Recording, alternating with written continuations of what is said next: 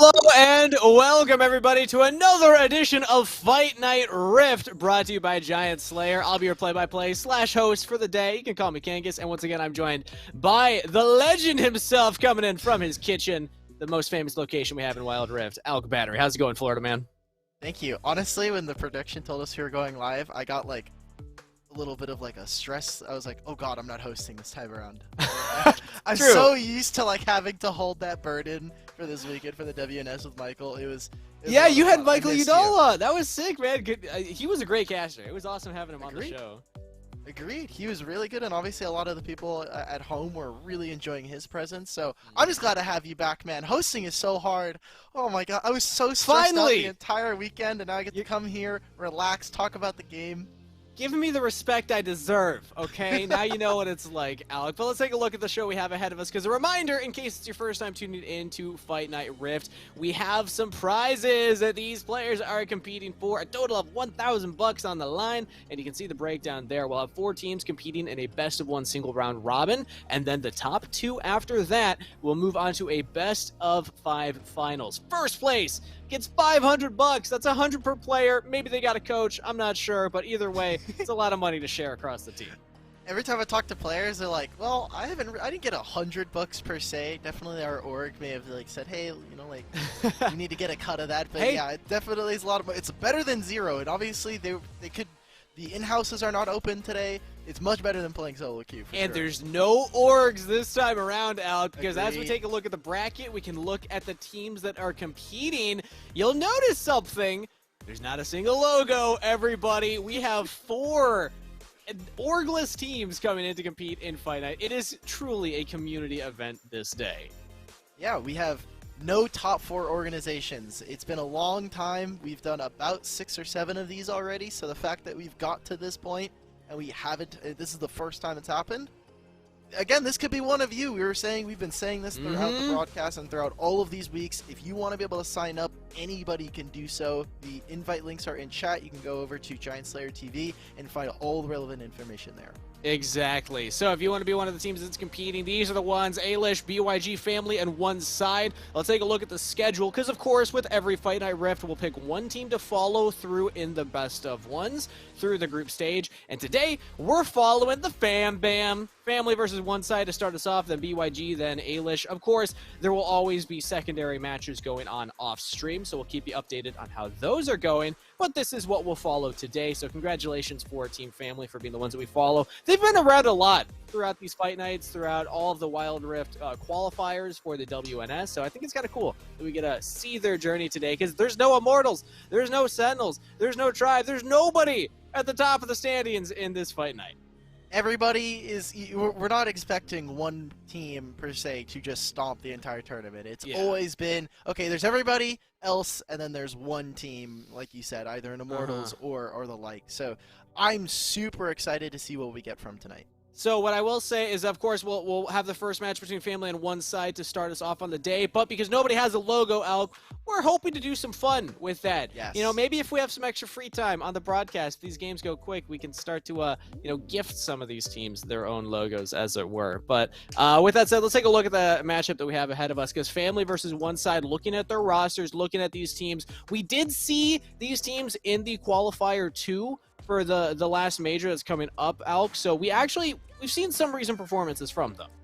Yeah, especially for Family, obviously swapping in 2 players, their mid laner and their dragon laner. Cosmic and Soji Rain have been kind of long-standing members of the Wild Rift community here in North America. Number 1 Kaisa in NA. Yes, he's been trying to dispel that. He doesn't want to be known as a one-trick. Is he still the number 1? Because that's all on his Twitter profile. But I don't know if it's actually true. I haven't been checking the standings. Probably isn't, but if no one checks it, then technically it's true. And that's really all that matters, right? That's how stats work. Yeah, nobody checked the statements of any of these players. I'm the number 1 Pantheon in NA, in the Baron lane, by the way. Yeah, just fun fact right there. Family, though, are on the blue side. One Side on the red side. That's going to be fun to say throughout the day. One Side, red side there. We got the Olaf pick early on, and according to TJ, the best picks are banned away already with Set, Camille, and Jace. What do you think about what we're seeing so far, Al? What happened to Yuumi? I thought Yuumi was one of the best picks. True. We haven't seen a lot of it in North America. It got 1 game during the qualifiers this weekend. It lost, Maybe other teams played it. We didn't get to see it on the broadcast throughout. Were we both playing on the days. live patch? I don't remember actually. We if were. The last major. We were. We were. Those People were buffs were banning it. insane. Yeah, that's what I was saying. We were like, this champion should be free, and look at that, family. There they it tend is. to agree. Yeah, I mean, the thing about the Yuumi, does more damage, does more healing, mana cost is less, mana regeneration is higher, like everything that you want as a Yuumi player got buffed here. And when you put it on something like an Olaf, like, good luck killing this guy. He's just going to run past CC, he's going to run past damage, and he will be a threat to your Vayne. The level 1 Yuumi is just so ridiculous. She already has access to her attach mechanic, and then after that, it's like, oh, here's like 150 to 200 HP. You can take a really bad trade on Dragon Lane, and it's just completely erased. I love it, and the thing that I'm now worried here for family is they need to pick up some more tanks. I'm okay with this. I think a Garen would fit really nicely. You do have to obviously worry about some of the scaling that we see from one side here with the Vayne, but if really Vayne's the only person you're worrying about, threat overload is super dangerous. Well, now I'm looking at the side of one side. I'm realizing that I do recognize this roster. As soon as Annie was locked in, I was like, oh, that's Mula vibes. Of course, this is the Annie player that we have throughout the qualifiers. They've gone by so many different names. I'm blanking right now with the different names that this roster has had, but it's cool to see them back here. The Annie is scary. Even though you have this Yuumi that can keep people alive throughout a long fight, there's enough burst damage between an Annie and then Vayne with her silver bolts. Maybe you die before the Yuumi can actually heal you up a couple times. And they're also banning away some of those assassins with the Fizz taken away, Caitlyn taken away. One side, they yet to lock in any of their top half of the map. Jungler and Baron Laner still open for them. So what we've been seeing, I think one side obviously do want some frontliners. I think Darius is really good at that, especially since you see family. Yes, the Yuumi healing is going to mitigate some of Darius's upfront damage, but once you get to the hemorrhage, the full stacks, that's where he becomes very, very dangerous. And the execute means so much for them. Ooh, and they're locking in a Lucian over on the side of family, so pretty mobile 80 carry, pretty short range 80 carry. If you don't have your ultimate available, the Culling is really like the best range that Lucian has. Otherwise, he will be close enough to Vayne for her to get damage down too, let alone the movement speed bonus of Nami. Interesting choice here. It feels like family want to scrap. They want to give this Yuumi multiple options to latch onto. Yeah, and taking advantage of really strong laning phases, we're looking at family having a lot of priority towards the objectives. They have early shove in the bot lane thanks to this Lucian and Yuumi. The mid lane should be something where we watch for Cosmic Soul to move out into the side lanes. And you have a very strong early game jungler here for them. So expect for the first couple Drakes to be kind of scrappy. One side, they've gone full scaling at this point. They're saying, come 15 minutes, if we haven't won the game already or we haven't lost, the game's ours. It can be difficult to fight for these early objectives with this kind of team comp, but they have two frontliners in the Darius and the Nunu. They have burst with the Annie, and they have, you know, this strong team fight 80 carry in the Vayne. If depending on Nika's positioning, of course, it is scary against a Charm, against the Yuumi ultimate, against the Renekton who's jumping on top of you. But yeah, you're right. Name of the game is scaling for one side. I expect them to give up a lot of those early objectives. Nunu usually good at taking them quickly, but if an Olaf and Renekton and Ahri are running at you, you might just run away. So probably contesting around that 3rd to 4th dragon. Give a couple of those early objectives to family. So talking about Nami, I think this is super cool for one-sided because there was a change to Annie a really long time ago, and they obviously brought it over to wildrift, where her shield is no longer just a self-shield. She can also apply it to allies. It gives a little bit of movement speed. So there is a world here where one side can put all of their eggs, not only into the Nika basket, but also into Glory. So watch for that. So talking about the front-to-back team fights that family are going to want to try and pull off, one side with Nami is really, really good at that. I mean, we also have Ghost on Nika as well. Interesting to see there. So yeah, Nika's going to have a lot of movement speed options, but they'll have to get to that point in the game. And as always, I like to look at that from the jungler's perspective. Where can an early game jungler like this Olaf look to exert pressure to make sure that this Vayne doesn't actually get to that state? So obviously we're looking kind of towards not only the bot lane, but you see where he's pathing already. Oh my god, Mula vibes. Yeah, he's going to die level 2? This is some abuse coming in here from Cosmic Soul, understanding the trading pattern of the Ahri into the Annie. Something that a lot of people struggle with, because you don't see a lot of Annie at the top level of play, but Cosmic Soul getting the better of this one. I wonder how much Ahri's also at top level of play, because we saw it this weekend, but before that, Ahri was kind of a a little bit of a mystery here in North Fringe America. meta, yeah. Yeah. I thought you said cringe meta, and honestly, agreed. I hated Ari. Basically the same thing. For so long. Yeah, I remember you and Smacks around the full Ari hate trade. I was indifferent about it, but regardless of the thing, like you were saying, it can get around the map. It can push a wave and then get out of there. And also, if you have a good read of the matchup, can win the 1v1 against something like the Annie here. So watching that mid lane, how it's going to impact these scuttle fights. But we actually don't see the general support roams with a Nami, with a Yuumi. Seems like it's just going to come down to junglers on their own in the early game. Thankfully, there's no Gragas in this game. There's no Thresh, which means the supports are going to have to stay in lane. Something to note here, you kind of touched upon it before, but because we've taken the Ghost on the Vayne, there's no Flash. I know I talked about this weekend, and I got a little bit of kickback from the community. I think you really don't need Flash on Vayne if you're good enough, so we'll have to see what happens. It's Glory, you need it on Flash, Darius, everything, though. Yeah, you would have died there. Oh, now Toki's looking for more. Hasn't aggro turret yet, and now on the wrong side of the map. Yeah, that's one of those moments where you regret it as soon as you do it. Yeah, Toki goes to get down. The Flash just went everywhere. There's fighting on multiple sides of the map. Charm goes wide from Cosmic Soul, but a kill is picked up bot lane, so 2 kills across the map for one side, and they're going for even more. Zine doesn't have an AD carry to jump to. It's just a Yuumi all alone. Oh, somebody call PETA. Nika picks up a kill. Oh my god. One side, in a kind of short amount of time, immediately just pick up 3 kills. They messed up the top dive, and they played it really well on the other side of one side. That was a really good roam coming out from Mula, who has opted for first item Proto Belt. Just getting the CD or the ability haze boots, getting the Proto Belt says, look, I am just going to be full crowd control bot. I don't actually need damage on Annie, which I disagree with, but as long as you're in range, I can crowd control you. This is what Mula Vibes does on this pick. It's been banned against Mula Vibes multiple times in previous qualifiers. I've actually been keeping track of this performance because he's really the only gamer that is piloting this champion. But this is what you do. You get out of lane as soon as you're level 5. And then you use that Proto Belt to go forward, set up the engages, and it's just that easy. I mean, it's really good CC. Even if Glory wasn't there to start that, you can still go for that play. Nicely done from one side. Wow, I mean, the fact is, Mula just traded a ton of distance.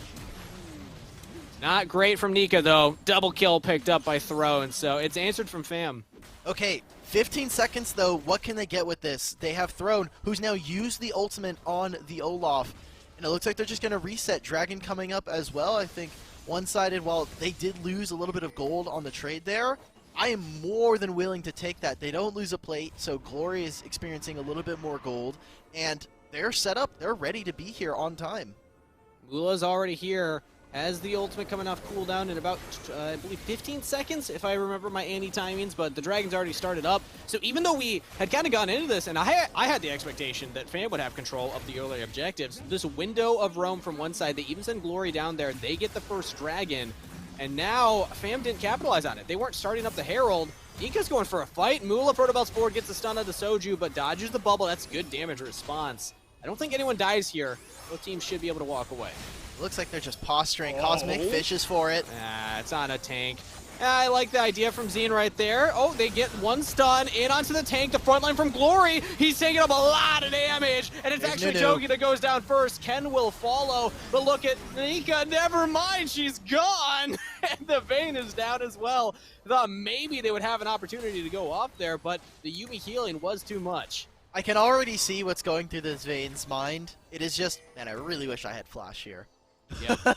Like, there's no ghost. The barrier was down just from that same play, so I think one side getting a little bit too greedy there. They already taken the Dragon, and while Cosmic was fishing for an engage, I love the use of the Ari ultimate. One side, they can very easily disengage. They have so many tanks, so many ways of kind of turning their nose away from a fight. And they're even starting up the Rift Herald, so I mean, Toki's not here. There's going to be a numbers disadvantage. Here's the Throne. Can you make the steal? This is a really good start. Even though they're behind in gold, I think that one side can walk away from this feeling really confident. They have the scaling, and they have gotten the first Dragon plus the Herald. Do they just go for a dive? Throne's here. Looks like it. They Cosmic just Soul. some of their Ken Herald charmed up under turret. Oh, no! He's alive! He's out! He's out! He's got the snowball in the air! Oh! Over the wall! And a rampage for Throne. Oh, and they trade turrets. Let's see what happens as Vayne and Ari are Annie. Annie just flashed forward. What are we doing? Going aggressive with the ghost, but top lane, Sui goes down. Glory slowed, but should be fine. If he doesn't get charmed. All right, or you just walk up into range of the Ari, and unstoppable for Throne now. And we're getting scrappy, Alk. Yeah, this is some Wild Rift gaming right now. We're not even... who needs objectives? Yeah, look, we've got the Rift Herald. We cashed it in immediately for a tier 1. And I don't know if you win this, maybe with the turret? The shield? Ultimate pop, the shield comes through! Throne! Under turret says IDGAF. Give me that extra kill. Nika exhausted as Z will run away on Throne. Wow. I love how he's like, I'm not going to even bother to dismount and like maybe get the shield from my passive. No, right. Exhaust, I'm leaving. Goodbye. I'm not dealing with this. Throne leaves, and this is just one of the many combos that you have when you have the Yuumi. It is a classic pair with Olaf and Yuumi. They're running the map, and this is what I love coming out from FAM. Zine so far has been a really big kind of show for their team so far, especially throughout the qualifiers last weekend. He played a ton of Engage, but showing off a little bit more Enchanters, I think definitely rounds out their profile. And we talked about how scary the Yuumi on top of the Olaf in particular is. You can't CC so Throne. 6-0-1, 2 items completed. Like, what do? Look for picks elsewhere. That's a good start right now. Look at Cosmic Soul. The Ari is in trouble here. As Mula Vibes and Glory are gonna... Oh, no!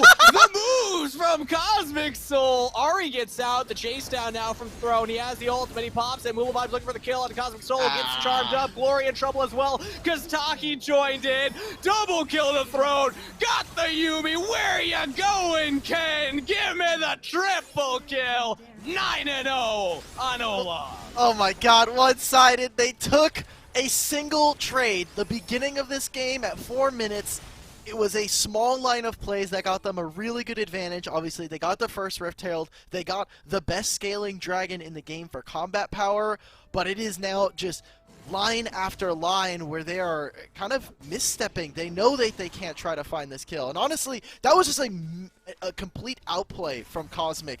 Utilizing Fog of War, staying out of vision, flashing over, and just wasting time before Zine and Throne got there. Playing around the Fog of War beautifully, and now with this lead, they're just going to take the fight before Dragon even spawns. They get one, maybe looking for a second. Throne is Stun's pretty there. low on health bar right now. Big stun from Mula Vibes, hitting the anti-tibbers onto multiple members. Charm lands on the Mula as well. Flashes up. Tachi's looking for it. Can't get the stun. Instead onto Ken, but Ken's the tank, so this is big news. But now Nika, Glory in trouble as everybody from FAM looks to the left side of the screen. Another Charm lands onto Ken. Even the tank will go down. Mula Vibes, unfortunately, collateral damage. And FAM just can do no wrong. They are winning every single fight. They have too much combat power. The Vayne that they were expecting to put gold in and get wins out is definitely with no resources here. Exhaust, Proto Belt. Nika, chase down. Yeah, it's dangerous to chase against an Ari with full mana. Charm's going to be off cooldown now, so Nika can't even get anything. Another situation where Flash, maybe? Flash question mark? No Flash? Happens.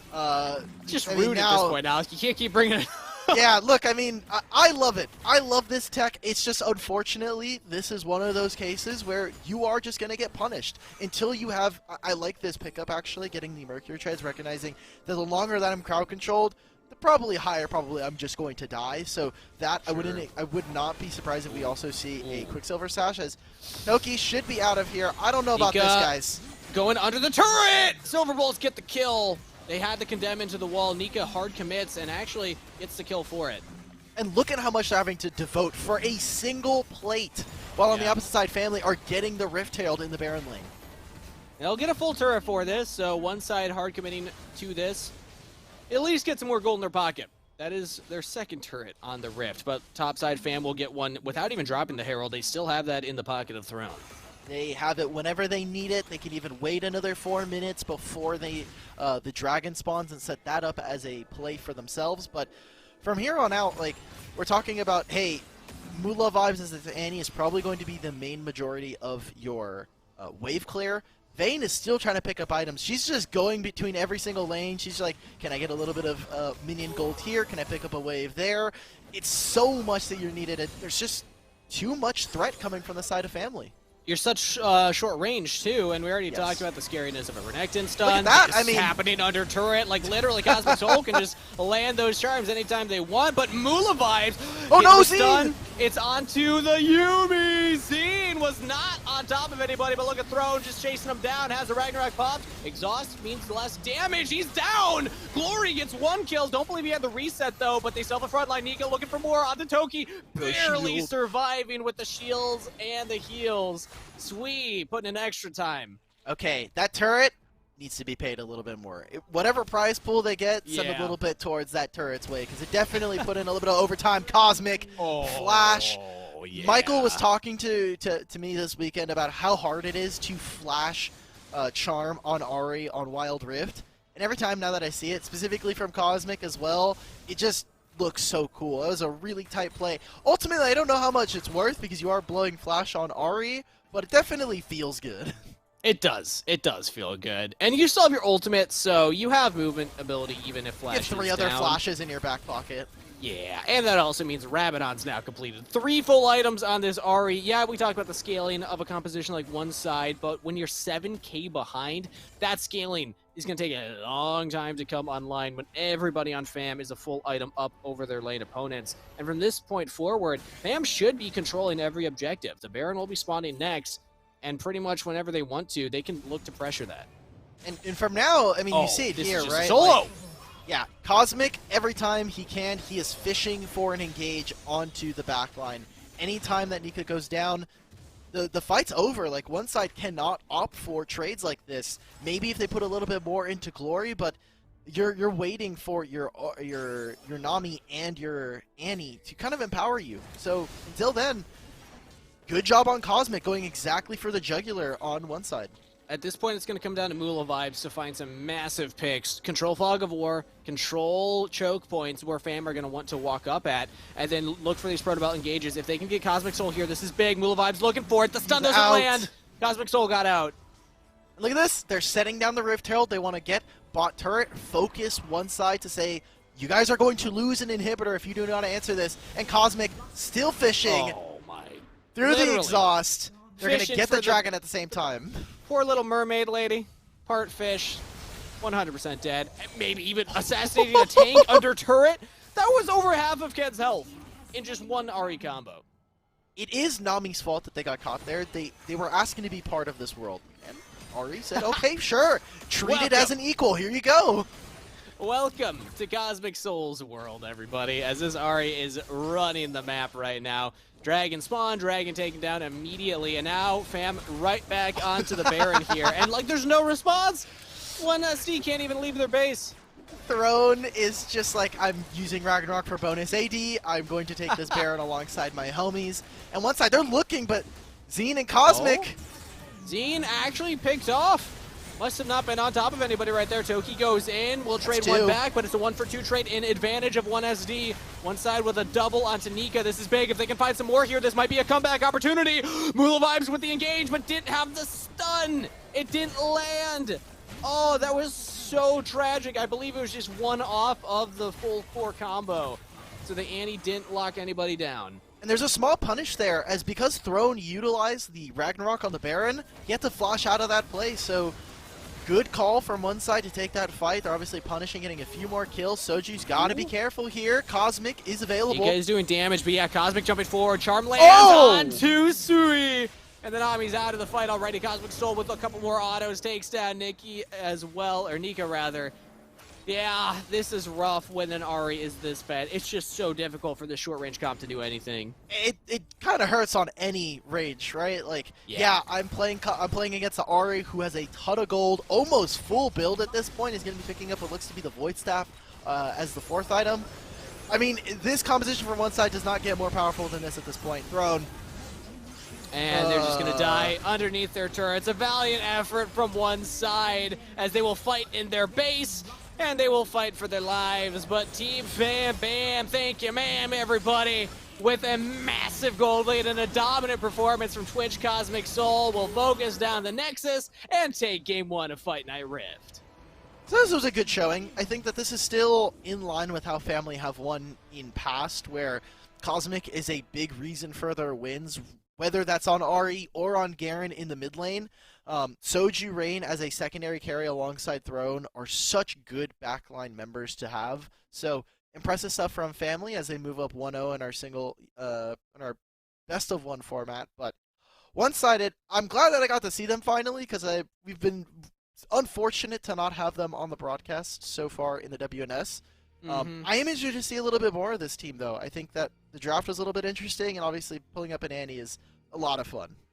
I love seeing Mula vibes on the Annie. We got to see the one play where it actually worked out in the Baron lane, getting the kill out of Toki, but unfortunately, the thing about a roaming Annie is you leave your lane opposition alone, and Twitch Cosmic Soul on the Ahri can also roam and look for plays, and look at that damage. Like, that is... I don't want to look. I'm a marksman player. That is the kind of stuff that, like, haunts me at night. I'm like, ugh, there's an Ahri in my face. I can't do anything. Honestly, props to Nika for getting 21k on the graph as well, because against the Ahri, like, that is hard to do. So the fact that Nika was able to put that together, pretty impressive. Fam, though, up 1-0. Looking at the teams that are competing, I would say the Fam are one of my favorites. They have been making fairly decent runs. They're the team that took down Cloud9 at the first major. That was the big story there. But didn't qualify for the second major as they were knocked out by, I believe it was Reflection in this last qualifier in the quarterfinals. So still cool that they can participate, but they won't be playing upset to any of the top orgs anytime soon. Instead, they can just play and show how good they are here against these teams. There's always Major 3, and qualifier, you know, the signups for qualifiers are live for that as well. So if you want to take part in that, you'll have 2 weeks to prepare, as we have Major 2 coming up this weekend. Kind of coming back to here at Fight Night Rift. You're talking about Family being one of the top teams. I'm looking at Ailish, who I don't know if there are second matches today. I would need to see the bracket, but Ailish were one of the teams to make it to semifinals. So excited to see what kind of comes from that side of the bracket. All right, well, we'll have to wait and see as we send it to a short break before we're back with game 2 of the day, so don't go anywhere. We'll be right back after this.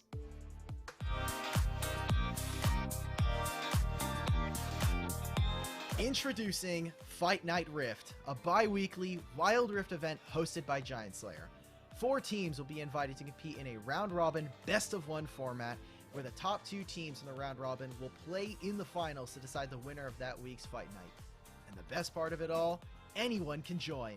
Head over to GiantSlayer.tv/WR to sign up and have a chance to be invited to compete in the next Fight Night.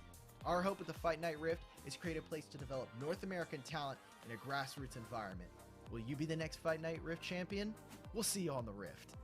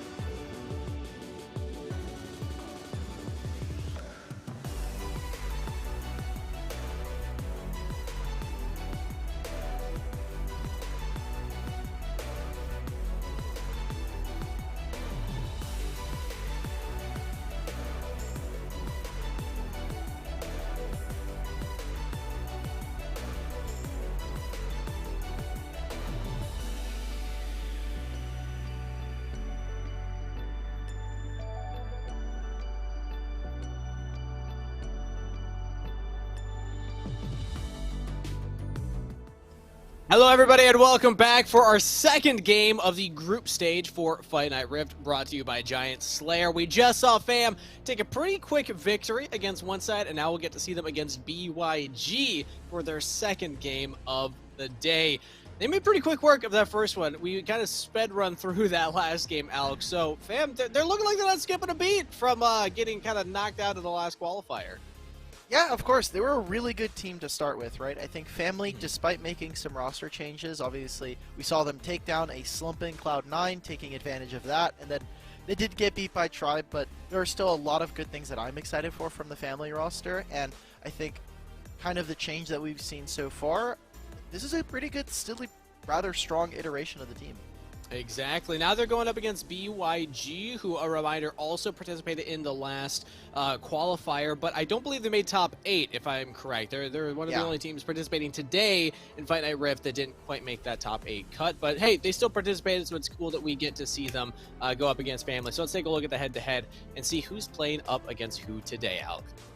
Yeah, we have a bunch of names that I think if you've been watching Summoners Heroes from last year, you may remember. I think Soltini is one that comes to mind for me, Cloud as well, but Family, like we just saw, all around the new player in the mid lane. Cosmic Soul versus Impact is the matchup that I want to watch, because we just got to see him versus Mula vibes, and the Andy didn't quite work, so maybe a return to tradition. Maybe Impact will come up with a different matchup against the Ahri for them to stand a chance.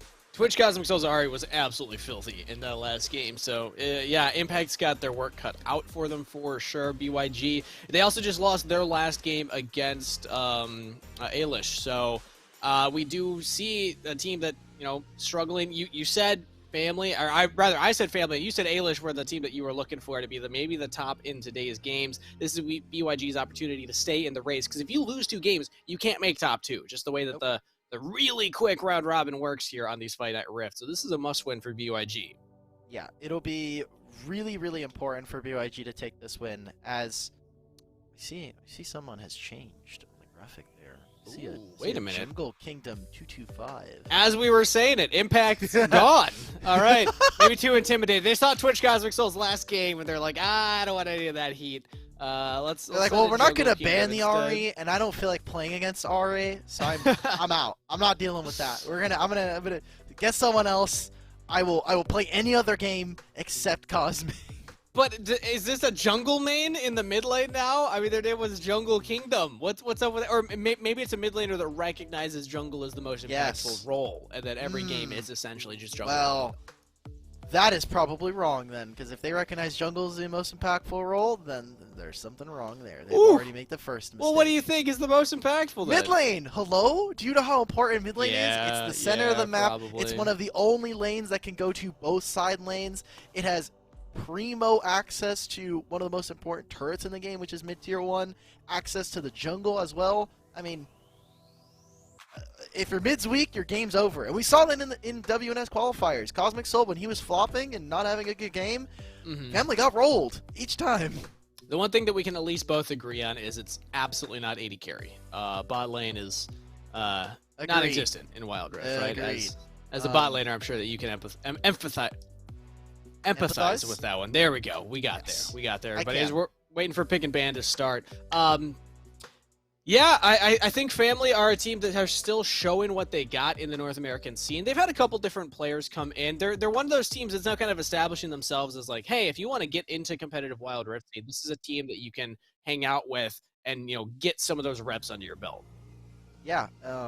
For BYG, what I'm looking for is to kind of establish really strong fundamentals, especially when we're talking about new teams or teams that have kind of been sticking around the bottom of North America. I really want to see them first establish a foundation for which they can build the rest of the team off. Because if you get too fancy and you're trying to like play all these different things, and you don't necessarily recognize like, this is how we should play early game, this is how we want to excel with our best player on the team, then you fall into this really weird pit where you don't really know how to do the basic things of competitive Wild Rift, and really good teams, and even some of the ones that are above you just a few standings wise, are going to take advantage of that. And I also like to look at teams like this and specifically pay attention to what they're choosing to draft. Are they going to comfort or are they going to meta? And specifically, have they turned meta into comfort? Because if you're trying to hang with the top in North America, you need to play things that can hang with what the top North American players are playing. And I don't know about you, Alk, but I was hesitant for a while. I was a Pantheon Baron Lane one trick, and that got me all the way up to Diamond. But now that I'm in Diamond, I am struggling there. So I've started to get into the TJ school of thought. It's just Hanks from this point Garens. on. I'm It's basically only a Garen from one this trick now because of how absolutely busted he is in lane. So it's picks like that. It's like, how many frontliners are they drafting? What does their comp want to do, and are they able to actually execute that? Sure. It depends on what you value as a player and as a team in a whole, right? Because typically, some teams would say, look, our comfort, as long as we know how to play our style, it's going to be much better or suited to defeat this other team. I think you see that a lot in card games where you have a non-rotating format, you have to think of different ways to beat certain strategies. And so you have to come up with what's your own. If you don't want to play the meta, you can play some funky stuff, and other teams are not going to have practice against that. And in a best of one, it's basically you don't have a side deck, everybody. There's no adaptation. You got to come in prepared for what the enemy team is going to play. BYG are prepared with an Alistar first pick. Not something that we see that often, but Set does make a lot more sense to me as one of the premier tanks currently available. You can flex it around. I love it in the support role more than the Baron role, but it can go into either position. Oh, wow, and Family immediately wanting to move over. This is a huge hover for the side of Soji wanting to take this Vayne. I don't know Really what's up with teams today. Teams today, I don't know if we're just like allergic to Thresh. I like that they banned Yuumi on red side. They recognize like this champion is busted. We're not dealing with it. But yeah, really weird that also Vayne is kind of the flavor of the month today. Maybe it's a takeaway from the Vayne plus Alistar combo. Alistar can set up Vayne to reposition, get that condemned into a wall fairly easily. But still, it's a very early lock-in, short range. There's a Yasuo! So BYG have a combo paired of Yasuo. I guess technically the Xin can also set up the Yasuo, kind of, but more I'm looking at that Alistar to find those big multi-champ pulverizes. And still kind of flexible. I don't think you want this Yasuo to go into that set, though. You want to avoid that set if possible. I don't want this Yasuo in my game at all. You don't like it? You remember the major. I was like the biggest Yasuo hater. I was like, get this champion off of my screen, and ended up winning a couple of games for Immortals, as you saw from that event. But Family, good response here. They won one game for Immortals, yeah. Or no, two. They did lock it in twice, actually. Yeah, because it was enemy, and then it got picked 2 times, and then it got banned in game 4. They ended up still winning the series and rolling them in that last 100% win rate, baby. 100% win rate at I don't want to think about it. I don't want to think about it. Family, I like this response. Getting rid of other champions that can provide knockups for Yasuo, because as soon as he's online and you get the last breath, then that backline is going to start to crumble. I'd like to see Diana. Diana, I do like that as well. Looks like they're just trying to protect their Dragon Lane because Varus would just outrange the Vayne. He also has a terrible time into Jax versus Set, so good luck to BYG Jungle Kingdom, or whoever's playing this. Thumbs up if you can win this game. So this is something that we actually talked about slightly in the major, is that in League of Legends PC at least, Yasuo can be flexed into the Dragon Lane, and I wouldn't hate it necessarily into a Vayne. It depends on if that set's going to go down there, because then you pair it with the Alistar. You're right next to each other from the very beginning. And Vayne's relatively short range anyway, so wrong. I actually like this pick a lot. This is really good as a frontline tank. Yeah, Braum is good into Alistar. Braum is also really good into the Yasuo. If Alistar goes in, you can immediately set up. You can jump away as well as the Braum. So I like this. Family setting themselves up with some really good scaling as well. They have some power in the laning phase thanks to someone like the Set and the Jack. So BYG, what is your response to picking up Corki, which still can be flexed? I have no idea where this Yasuo is going, and they still need a Baron laner. Well, they have to show. They're going to have to show one of their other laners, whether it's Corki mid or bot, Yasuo mid, bot, Baron lane. This last pick should give us a lot more information. And the thing is, Family's team right now, they have a lot of front line, but not a lot of range, because Vayne is still very short range. So if you just pick things that can poke, or something that just wants to go all in, we do have the Pantheon. I love Pantheon. Pantheon's, like, again, my main, so I love it, but into this comp, this is not a fun comp to play Pantheon into. I will be honest about that. Set, Jax, both really rough. I want to send big thumbs up over to Soji. Good luck if you try to live. Like, you're probably dying every time at the beginning of a fight, but Family, they're like, it's okay. we're sending Soju Rain out. He's like bait. We're throwing him in first, and then you're just like dropping the kid into the deep end. You're like, okay, the rest of us though, we can win the fight. This is literally either Soju Rain, nobody pays attention to him and he pops off, or everybody pays attention to him, and then it doesn't matter because the rest of family have enough damage between the Set, Jax, and Akali that they can actually just win the fights anyway. Really interesting composition from family. Again, super short range. They cannot siege very well. They're going to have to find picks and go for big fights where BYG will probably have to opt into it, but BYG have to opt into it. I mean, like this comp, other than the Corki, they can't really poke you out, so they have to commit to the fight too. So, post 5 minutes, what I'm looking for from BYG, obviously survive the early game, try not to go down a lot, because as soon as you lose a gold lead, it's going to feel pretty rough walking into team fights. How do they play around Cloud? I want to see them free up this Baron lane so that he can move into the jungle with Sultany, or even just kind of excuse the bot lane and say, look, I'm coming in, I'm going to help you guys kill this Vayne, and look for something. I think the solo lanes for BYG are super, super important here, so gonna need to see something. Why is this back animation from Alistar existing? What is going on? He's just spamming the emote. He's either the emote or the it isn't the back, so it is definitely the emote. I love this. Wait, what is the emote? I want to see the whole thing. I'm still confused. I was not given closure as to what that was going to turn into. Is that the back animation for the Lunar Beast Alistar skin? Because that's really aggressive. That's like the Kennen emote. If anybody's played League of Legends PC, you can spam the Kennen emote, and he like throws his shuriken into the sky repeatedly. It's really funny to look at. It's quite funny, but I don't think Scrooge is going to give us a deeper look at this, as we do get a look at what this laning phase will look like. Soju Rain, not going to have this major range matchup against a Yasuo. It is against Corki, who can try and poke it out, but might struggle in the early levels. I imagine that a Vayne would actually win this, but I'm not the resident Dragon laner, so what are your thoughts, Alk? Corki wins this. It's just hard for the 1v1s, as we see. Talking about that. Who wins this, though? Oh, the Ignitor down! And Jungle Kingdom goes down. The autos from the minions helping out Cosmic Soul a little bit, and yet again, leaving lane with a lead. Dude, what is this game? Like, 2 games in a row here for Cosmic, where minions are, like, actually the best 6-man you can have. It happened during WNS this weekend, where a single minion auto basically got him a free kill. Ooh, they're just going to top lane. Baron lane. Yeah, 2 kills over to Team Fam as Cloud, unfortunately. Like, this is the issue with the Pantheon. You can get ganked pretty easily with all this setup here of a Jax and a Set, and now, dive from BYG. This would be ambitious. Yeah, especially since they know Cosmic Soul is coming off of a reset. Could look for something in mid, potentially. As you see, that Throne was setting up for just taking the early scuttle, and I like BYG setting up for a potential dive, but then kind of pulling off and saying, we might actually end up dying a few more times than necessary, as Owo Nowo. That is a really good name. I'm so glad that that also exists. Right? You know, every time I get a cast Owo Nowo is a good day.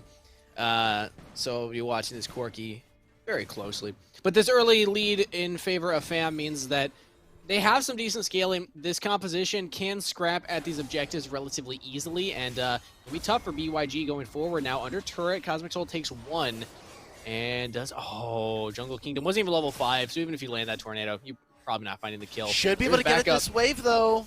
Can they do it? It? Flashes over the Winter's Bite, gets flashed out of Cosmic Soul. Zene's there as backup. That is a good play. Cosmic didn't have ultimate as well, because he just used it, so... I like that play. There's also an ult in Baron lane. Okay, Cloud's just getting solo killed.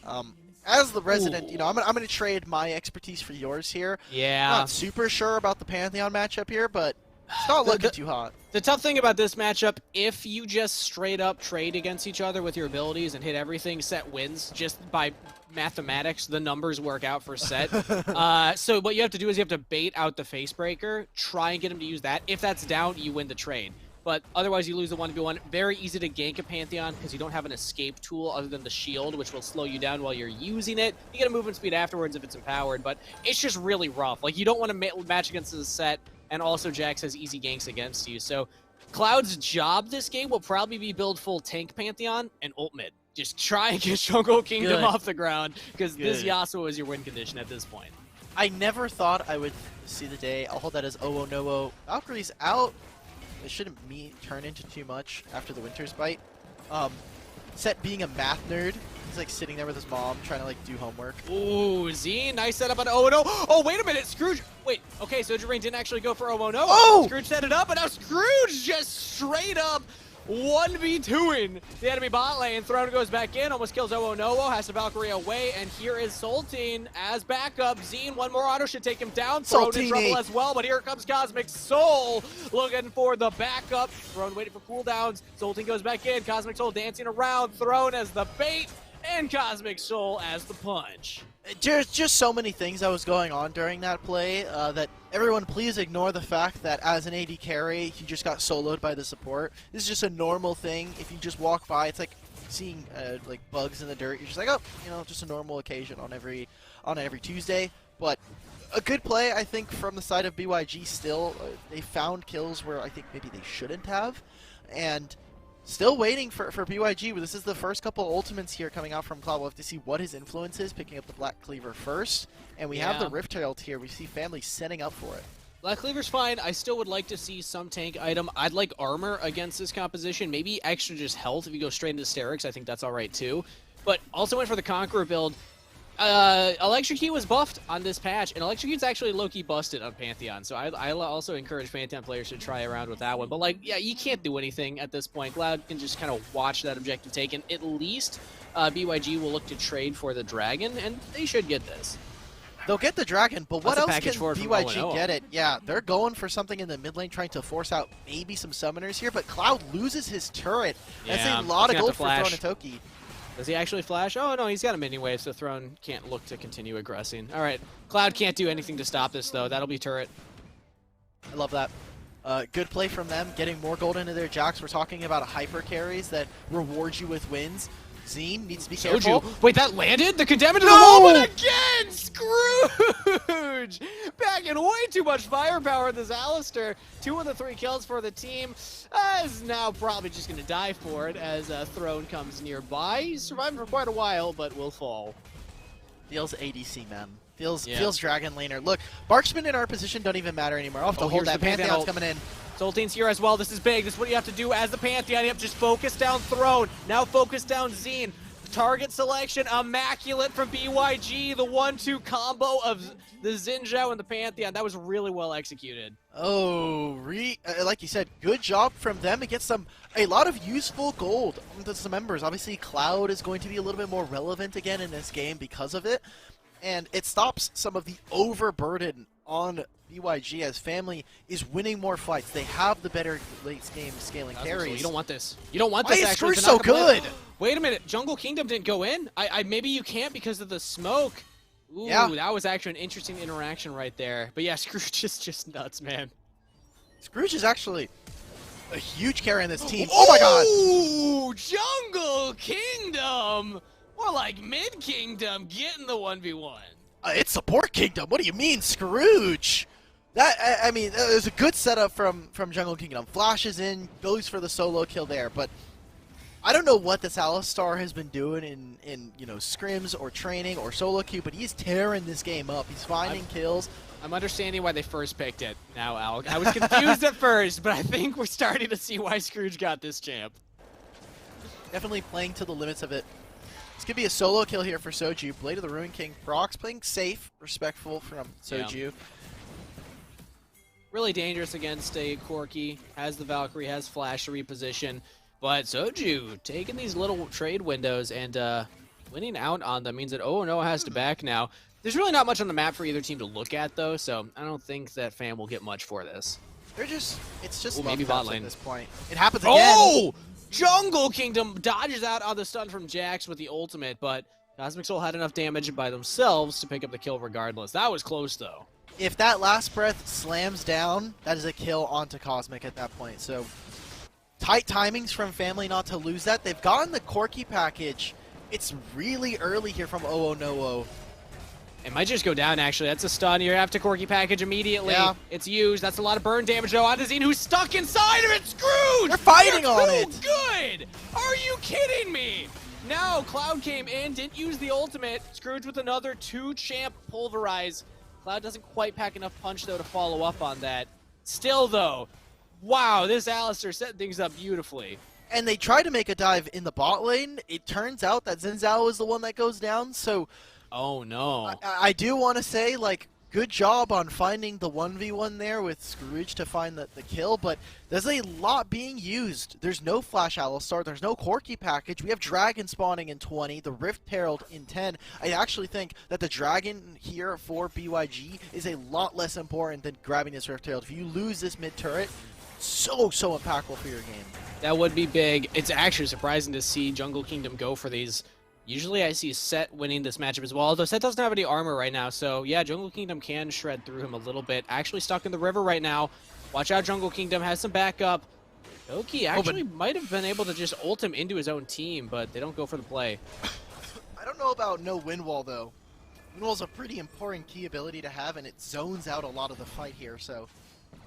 Dean jumping It's like forward. a Daisuke. Sultan, he's starting the dragon right here. Family, what are we doing? Are we contesting? Are we going for another objective? It looks like they want to fight. Toki reset. That means they can't go for it. I think they have to give this up now. Yeah, Toki took too much of a chunk, and now they've committed to the fight after the fact. Oh! Massive from Scrooge! Jungle King to follow it up with the last whisper for the double kill. Toki might turn it around, gets one. They still have Cosmic Soul as well, but the Akali with no shroud will fall down. Toki, the last member from FAM. Disaster for the team that won the early game. Multiple kills to BYG off the Wamo combo. And now, they're just going to get everything on the map. The dragon, the turret, go over to the Rift Herald with Corki coming off of the spawn platform. Fantastic stuff. An insanely good team fight as well. Scrooge finding the two-man knockup so that family just get eviscerated by the last prep. Sojirain on this vein hasn't really had a lot of impact so far in this game, so a lot of question marks here for family as they're losing more and more objectives, and BYG take control of the game. We talked about the short-range composition of FAM.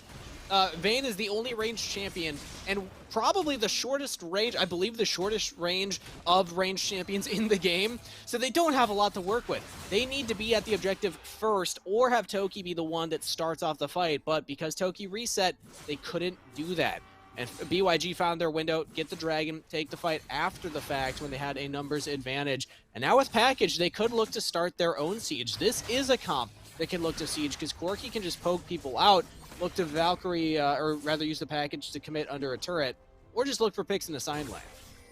Right now, for the side of BYG, they're more than comfortable of kind of just playing around Jungle Kingdom, because he is so pivotal to their composition, right? Like, this whole comp is built for Yasuo to land a last breath onto family, and everybody else is supplementary. The Corki, the Xin Zhao, these are all to help empower this Yasuo, and so putting him on a side lane is good, but it does allow for family to look for avenues to punish, specifically in the mid lane, if they catch out Owo Nowo. And Jax, now losing a lot of gold in the jungle, takes away another carry from family. Ooh, package used, thrown. Throws up the windmill, and a killing spree for Owo Nowo. The Corki pack's too big of a punch right now. Big pick. This is what I was looking for BYG. Commit to a side lane. They were kind of like flip-flopping between Baron lane, Dragon lane, but finding a pick like that, this is how you want this comp to work. So, during all that, I'll hold that Scrooge. Nicely done. Proto belting in, then finds the knockup, and another kill to Owo Nowo. Alistar's a tanky frontliner. He can tank up all this damage. Big double knockup though. Sojirain looking at Owo Nowo. Can't get the kill. Flashes forward. Sojirain playing hero. But look at your rest of the team. Toki will fall. Zine has to flash away. In the extended play, that's 4 members down for Team FAM as Throne just respawns. 25 seconds. You see it? They want to start the Baron. They can push in on this top tier 1 family. They're going to rely on a really, really insane steal coming out from Throne. And observers, you can see it on the mini-map. Scrooge is doing the thing that we saw at the beginning, just spamming the recall button. Yep. Zine's going to go down here as well. Oh, they find him on recall. Family are going to lose this game. They're down 7,000, and I think we haven't really crested the most powerful team fight. Family are just not playing the 5-on-5s how we want them to be. They're getting picked up. I mean, at this state, they had that one opportunity to get the 5v5, but again, with Toki's missed reset, now Toki alone in a 1v2 can't stop this turret from going down because of the Herald, and now they're getting picked off. Speaking of, again, Sojirain picked off. if you have Scrooge and Jungle Kingdom next to each other, they have so much damage onto a single target as long as they land the full combo. And now Throne under turret, like, Alistar can tank this for days. You're not going to survive this as Throne goes into the stasis. Alistar still taking up. Scrooge still not deterred from this. Cosmic Soul will fall down. Jungle Kingdom is answered. Toki falls as well. Zane with the triple knockup. Just ain't enough. And now they have the Infernal Drake. Junglers are down for the side of Family. A good fight, and probably the closest that it's going to get this game at this point. Especially now that they have the best scaling Drake in their back pocket. The Mountain Soul is kind of just like, or the Mountain Drake is just insult to injury, as, you know, it is a little bit of a shield that's going to mitigate some of that damage. Vayne is such an important part of this composition, and without her, she kind of just, this whole team just kind of falls apart. Cosmic is there to whittle down some HP bars or execute whatever Vayne has been hitting, and without Soju in the fight, there's not much doing for Cosmic or Throne. And we kind of talked about it going into the day, the fact that Soju number 1 Kaisa in NA, trying to expand that champ pool. I mean, I like it, using events like this as an opportunity to try out these different champs, but again, we got to look at what makes sense for the composition and how you play your composition. So far, Soju has not gotten off the ground, even built the Wit's End, just because of how much damage Oo No is doing, which means that still Jungle Kingdom, Sultine, and Cloud will just shred you. Baron started up right now. This is maybe another pick here as Throne's in trouble. Under the package, good use from Oo No, but repositions away from the team. Now Scrooge, everybody's very deep in here. Kingdom still has his ultimate. He hasn't used it yet. Used it at the very last second. In comes Pantheon from the sky. Dun, dun, dun, dun. Finally getting revenge for how the laning phase went. And they find 2 more kills. Throne still alive. Cosmic Soul still up as well. Double kill over to Cloud. Can Cosmic Soul get out here? The Rampage, the Justice for Cloud. Now this is a matchup the Pantheon can hard stop. Not much Nikali can do to stop you. Flashes forward, 3-point strike, misses. Saltini on the Rampage, and BYG. Massive comeback from how that early game was. They have a wave. They might push for the end. They've got it. Like you said, they've got a wave. Double cannon minions here. 20 seconds. 10 seconds here on Soju. That's the game. Nexus is down. BYG with the comeback victory. Massive performance from that. Congratulations, picking up the win. That was a fantastic job from them. I'm kind of just worried about what this looks like for the side of Family, as obviously putting a lot of eggs in the Soju basket, but I don't know, it just didn't quite work. I like the aggressive nature that we saw from Alistar, taking advantage of the fact that Zine didn't really have a huge impact in the early game. He wasn't finding roams, wasn't helping out Akali, and Scrooge was kind of just all over the place, all over the map. Scrooge was a terror on that Alistar, finding those picks, getting those setups for Sultini. Cloud played a really good job as a comeback Pantheon. Lane did not go well.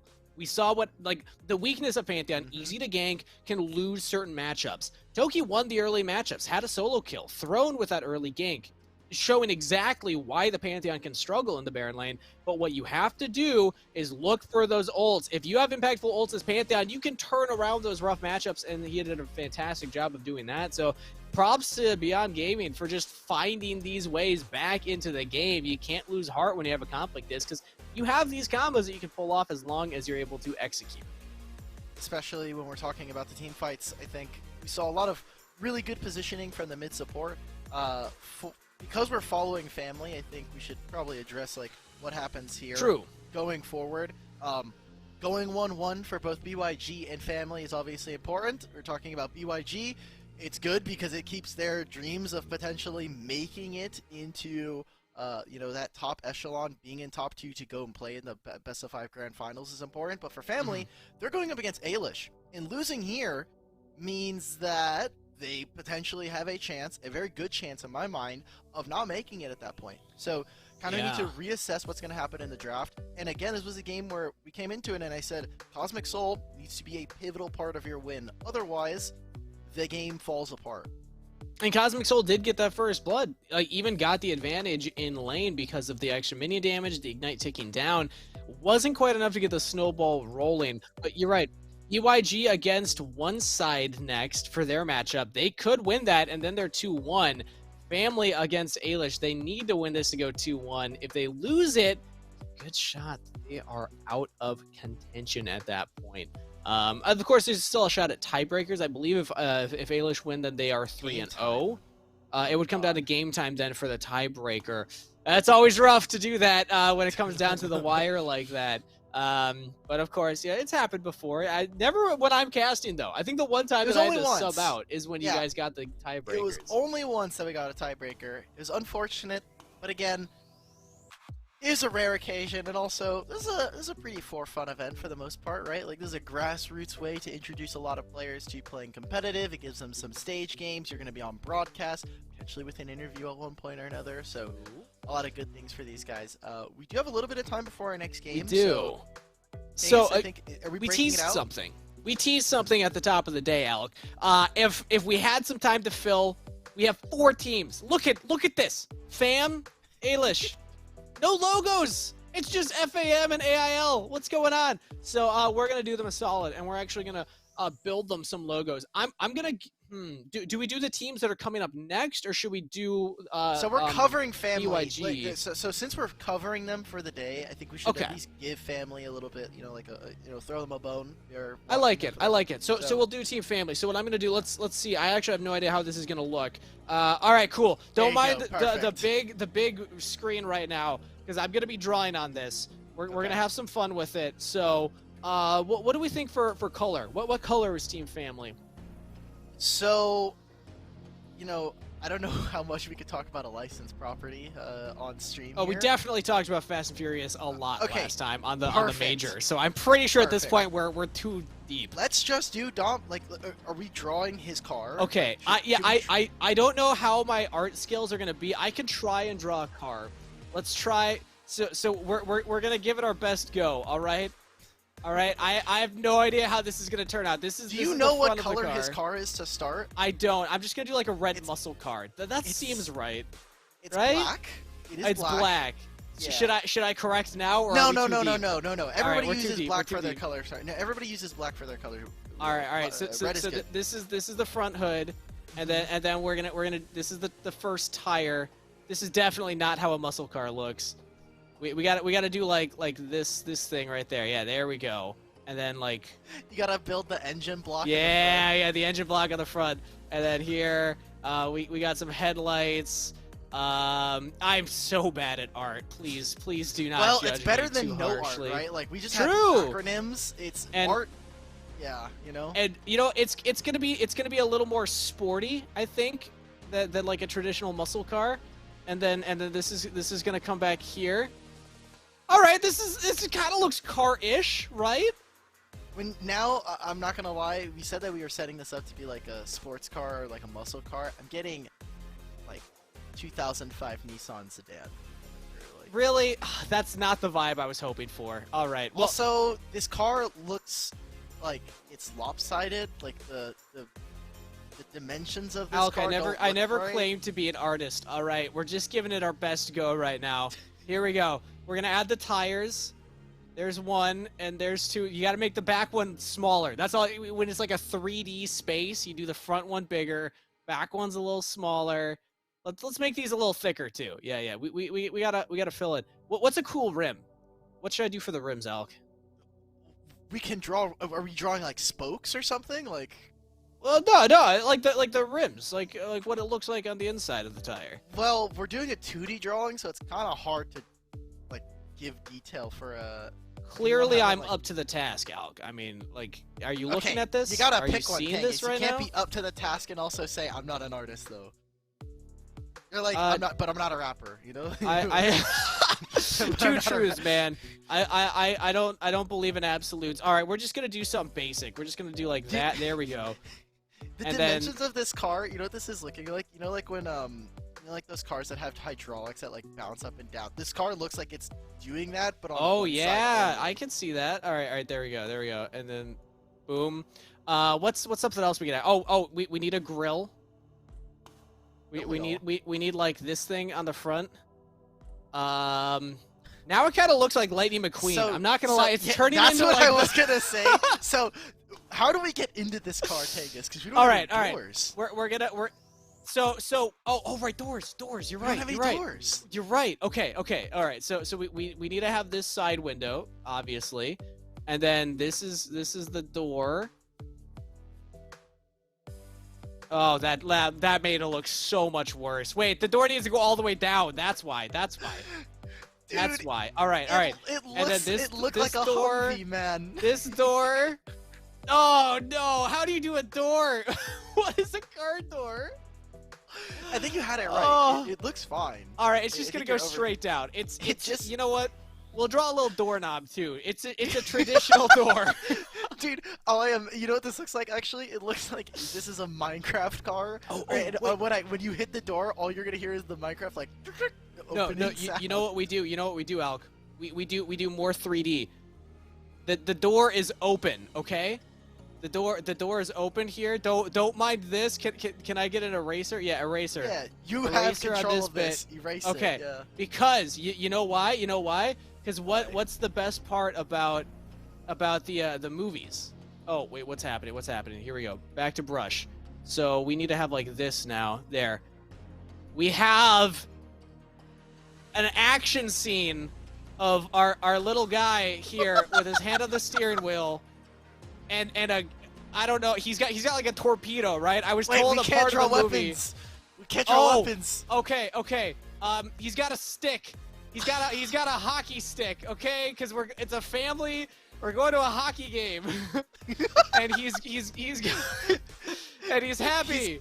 He's got the Yeah. sandwiches for all the. He's a hardworking father, and he's trying to support his kids at a hockey game. All right, Team Fam, you can commission me at any time. We're just gonna finish it. So we got the big team now. All right, here we go. If we were showing we that got he was fam like on a the family roof. man, yeah. If we were showing that he was a real family man, dude, wait a minute. He doesn't even have like a back window. He can't. There is no like rear view mirror. He can only drive forward at any point. There's no side windows either, so. Well, you you just- okay? All right. We'll get a little more realistic. There we go.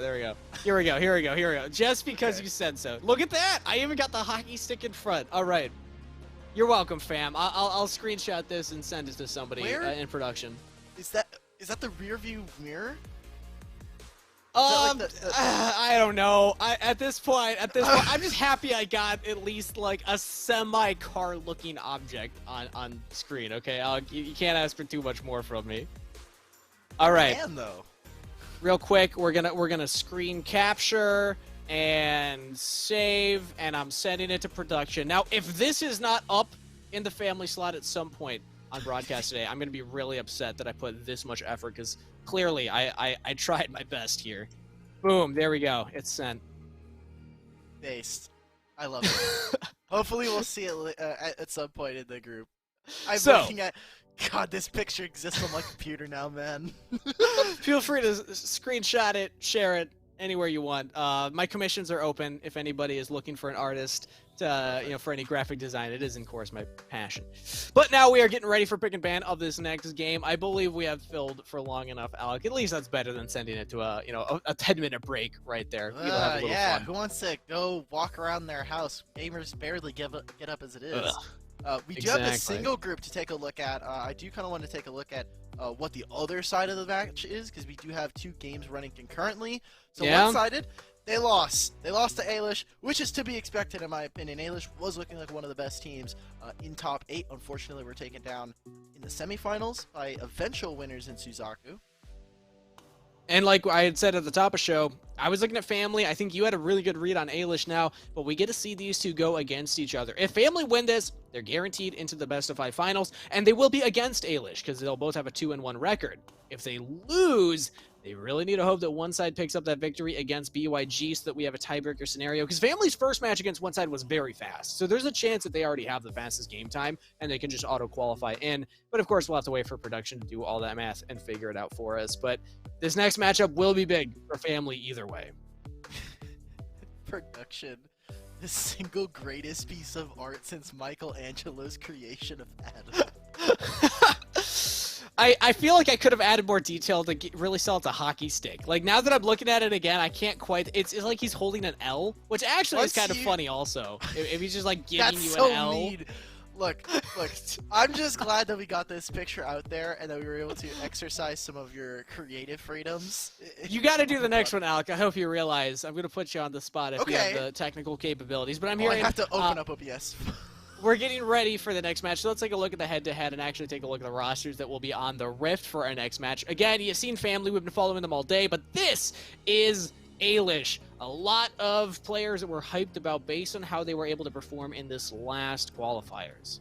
Now, obviously, people who don't know any other language other than English, you might be like, who is this Baron laner? Who is a jungler? Their name is Boom for jungle and Baby, if I'm correct, for the top lane. So, just so we can get that out of the way for the side of Ailish. Oh, sorry, it's Colt. His name should be Colt Brawl Stars. Baron lane is Baby.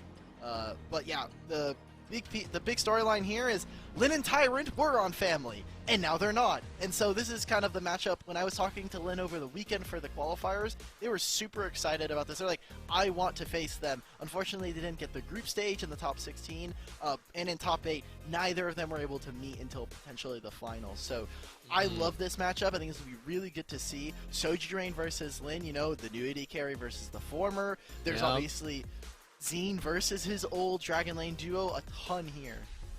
The big thing is anytime players get a chance to go up against their old team, it's always fun, right? It's just that extra little bit of spice. You know that it means more to the players because they want to show that, hey, we were the reason that our team had success before. Now that you got the Soju Rain, never heard of him. Kaisa, what? Did you see that Vayne performance? Lynn's gonna stomp all over this matchup. Because that game was over, I took a look on Wild Rift to like see who the top Kaisa player was. Definitely is not him. You gotta change the Twitter then, Soju. I think he still has it. Let me confirm as you catch us up on what's happening in Pick and Ban because we are finally ready for this next match. We've got Zed being banned, which makes me happy. Tyrant and a few other the mid laners during the WNS qualifier 2 were playing this champion to really great success. Yumi has made it through, however, so taking a look at just Mobile Gamer, what are they going to pull out? Zine has also shown a really good kind of high proclivity to just play engaged supports. We haven't seen it today, however, because of playing Braum and the Yumi. I'm looking forward to see if maybe we get that today. All right, I'm just going to show everybody. It's still there! Rank 1 Kaisa NA! Dude, there's already too many memes about him. There's one in the server that's like going around where it's like him over the last like 4 months asking for a team and like, I'm looking for a team. Oh, I might switch to streaming. Oh, I'm still. We can't keep bullying Soju. Dude. All right. That's the last bully. Then I'll throw Soju's way. As now Family locking into Jace as their first pick. Ailish going for the Set and the Diana. These are two. Already, the first 3 are very meta. Like, when we're talking about some of these different looks we've been seeing, I think this is a matchup between these two teams specifically where we expect more focus on what is dominating the current top play in Wild Rift. Yeah, and Jace getting through is also really interesting for Toki. This should just be for Baron lane. I don't think Cosmic has shown any looks on it, so I'm looking forward to what Ailish is as... Hearing that we had a slight delay with the pick and ban, so we're gonna have to reset that. I think there was a bug that happened. There's no time in between this and the draft being started again that I will be able to draw something. There's no way. I'd have to get. Are you OBS sure? Virtual Speed cam. run it, man. Come on, yeah, let's go. I'd have to. Let's see if I even have virtual cam installed right now because I'd have to like swap everything. There's gonna be a black screen for my picture. I mean, so I can't guess. I could start with another team, I guess. All right. While we wait for pick and ban to come back out. Wait, Alex now grayed out. Wait, what happened? I'm being. Oh, it's because I opened up OBS. It's exactly that. Okay. Well, while Alk disappears into the nether, I'll bring this back up. So we got Team Ailish as our next team that we're seeing on the Rift today. So I think that's who we got to draw next, right? So yes. First off, I got to delete this masterpiece. It is saved, of course, so I don't mind too much. Is there an easy way to do this? Can I just like select? Yeah. So you can also just go to the top of your paint tool and it'll say new. And okay. Just like. Oh right. Aha. Yep. There we go. Perfect. Thank you. Clearly, I have no idea how to work I've used technology paint for many a terrible idea. So. All right. So Ailish. Oh, so what team color should we do for them? So me and Michael were talking about this, and some of the other players agreed. I was getting like blue / like fuchsia vibes from these guys. Ooh. So okay. So like this kind of blue? A little bit darker. Or a little bit darker. All right. We got this. We got darker. this. I like that one. Ooh, I like dark, that one. darker. All right, or there's like the actual. Okay, like, that one I ocean like. blue. Okay, that one, yeah, ocean blue. That one. All right. We're doing that one. We're doing the darkest of the blues. Okay, so Ailish.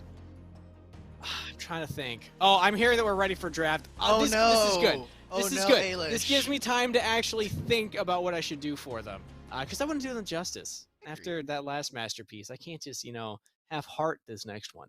But we have the same picks so far, so I believe that the bug has been resolved. And at least it wasn't any of the champs that were locked in. So we still will see the same first three. So Diana as a backline, she can also be frontline versus the side of family. I wonder if they're going to pick up Engage or focus more on some of the AD carry picks. Obviously, Soji's been playing more of a secondary DPS role. I would love a Varus here. I think Vayne is just not good. Ziggs works too. Ziggs as a poke backliner is fantastic. Take away some frontliners though. Get rid of that. Get rid of Engage. Some more assassins from Ailish is what they're going to be looking for to try and assassinate the backline. So this is where I would say lock in something like a Garen, even a Galio. Okay, works. I can get behind this as well. Something to frontline, something to stop the Set and the Diana as they're going in, because you have two poke champions right now. So the idea, you can poke people off objectives. You can set up at the objective first, poke them as they're walking through these choke points in the jungle, but you need something to stop the Set and the Diana from actually getting onto your backline. Galio is going to be something that can do that. Galio's really good. Garen, like you said, is another great fit there. And with Gragas gone as well, Thresh, you're missing some of those peel tools. You like this from Ailish, though. Picking up tools that will just bypass that front line. They're going to probably still need another assassin, so look for potentially champions like Riven, who have a very easy time of bypassing front line with her abilities, with just how much mobility she has. For the side of Ailish, still also needing a marksman, so Varus is typically the response we see versus Ziggs. Yeah, it has that extra range, but Family have an opportunity to ban some of those marksmen away. And Ailish, you're not convinced that that is a Dragon Lane Ziggs banning away the Senna. So that's even pinching their own pool a little bit more here. I think that Ailish, again, they have three very short-range champions. Family have pivoted away from that strategy, which did not find them success in that last game. But Ailish, as of right now, they need something that can actually be that range DPS, because otherwise they do run the danger of just getting hard poked out at these objectives. Yeah, so if you're Family, you have two different ways of identifying where you want to go from here. You can ban away the Varus from Lyn and say, like, this is what we want to do and get rid of it from there. Or they can try to target Lyn's champion pool. From what we've seen, Xayah is among them. You can also get rid of the Corki, we've seen a ton of. But it looks like they just want to try and get rid of the Xin Zhao. So stuff to worry about here for Ailish. What exactly is their jungle matchup going to be looking like? Because next down the list for Colt is probably going to be the Kha'Zix, and that is another assassin. Yeah, it is another assassin, but the thing is, set? Vander with the Xin Zhao takes away one of the frontliners for Fam that I would actually like to see them. And okay, Darius locked in. Could be... Okay, that's actually a good question. Yeah, it could be jungle set. It could be jungle Diana. Could be jungle Diana. Diana's or it could be really a dragon weak. laner, like, set with Rakan, something like that as well. That sounds terrible. That sounds like I'm not having any fun this game. But you know what can work into this is, again, more range. Family, the brand, he's not frontline. I want to see another frontliner. Nope. Ooh, this is... No frontlining. This is actually going to be really tough for Family to pull off. Now, if this was a frontliner, I would have been a lot happier, because they already have enough damage. They don't need anyone else to finish off members.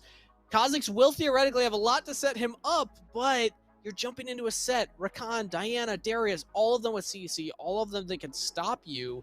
And who's going to stop them from getting on top of you other than the Galio, who's only got one, maybe two abilities that can actually slow them down? This will be tough for Family to pull off. So, Kangas, how much experience do you have with MMOs?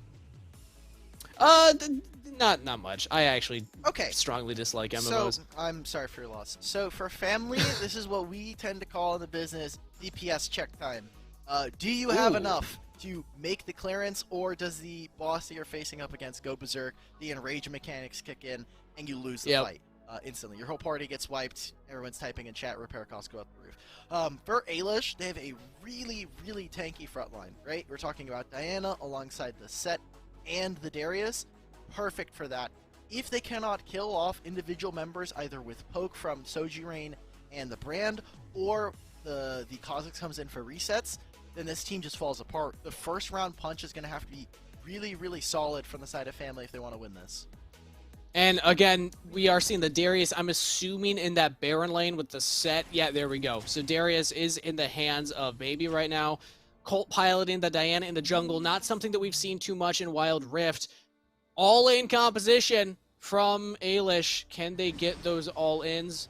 Or can Zine actually block them so they can get those DPS checks? Also, Brand in the mid lane into the set. This is going to be a rough matchup for set. This is a bad matchup for Set. I was wondering which one it was, just because we saw the graphic earlier. It was, especially now with the Facebreaker gone. Set thankfully has an abnormally high amount of HP regen alongside Garen, so as you see here, he's like, oh no, I took damage. I'm just gonna walk away, I do not care. He still even wins the 1v1. Like, you gotta be so careful on positioning as the Brand in this matchup.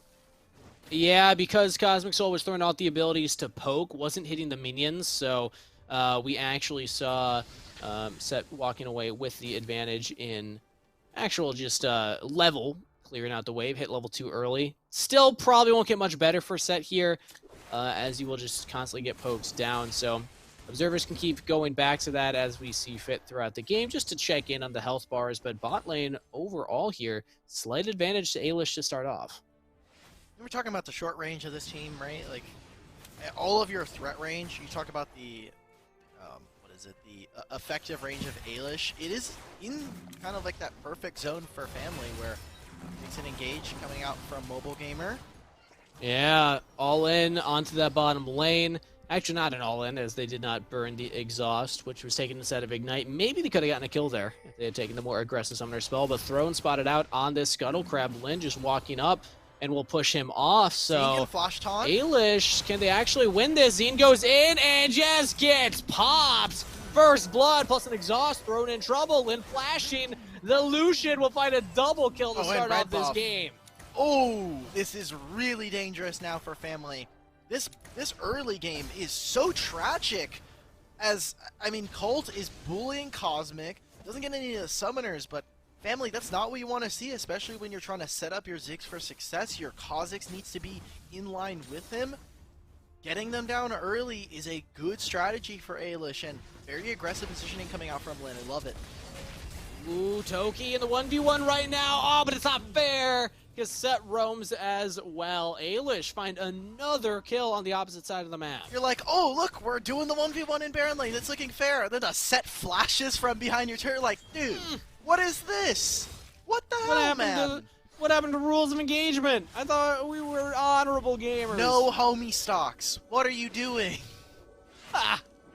Either way, Toki will go down, and this is not looking great for Fame's chances here, Alk. They're falling behind in the early game, down 2,500 gold at the 3-minute mark.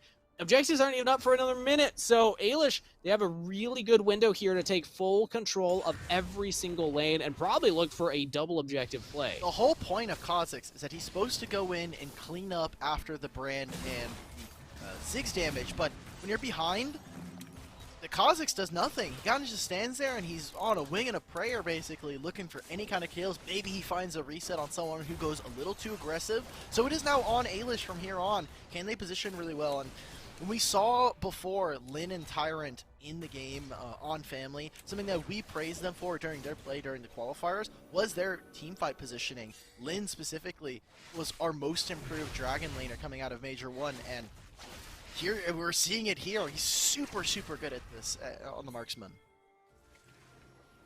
Objectives in 10 seconds, Alk. I'm looking at this setup as to how these teams want to go for it. Lin actually takes a lot of damage. Soju, ultimate might be enough. Lin doesn't have the culling for this next fight, and they're going to have to go for reset. Thrones even here as well. If they bait just Mobile Gamer and Lin to go aggressive, Soju can throw out the Mega Inferno Bomb. But patience from Ailish, and now, like sharks to blood in the water here, the rest of Ailish are coming into the bottom lane. They're also on the Herald, though, so looks like they're just going to stop Throne from looking at this dragon while they get the other objective. They're constantly canceling resets from both of the marksmen. Rakan does not need to look for a back here. Throne's in trouble.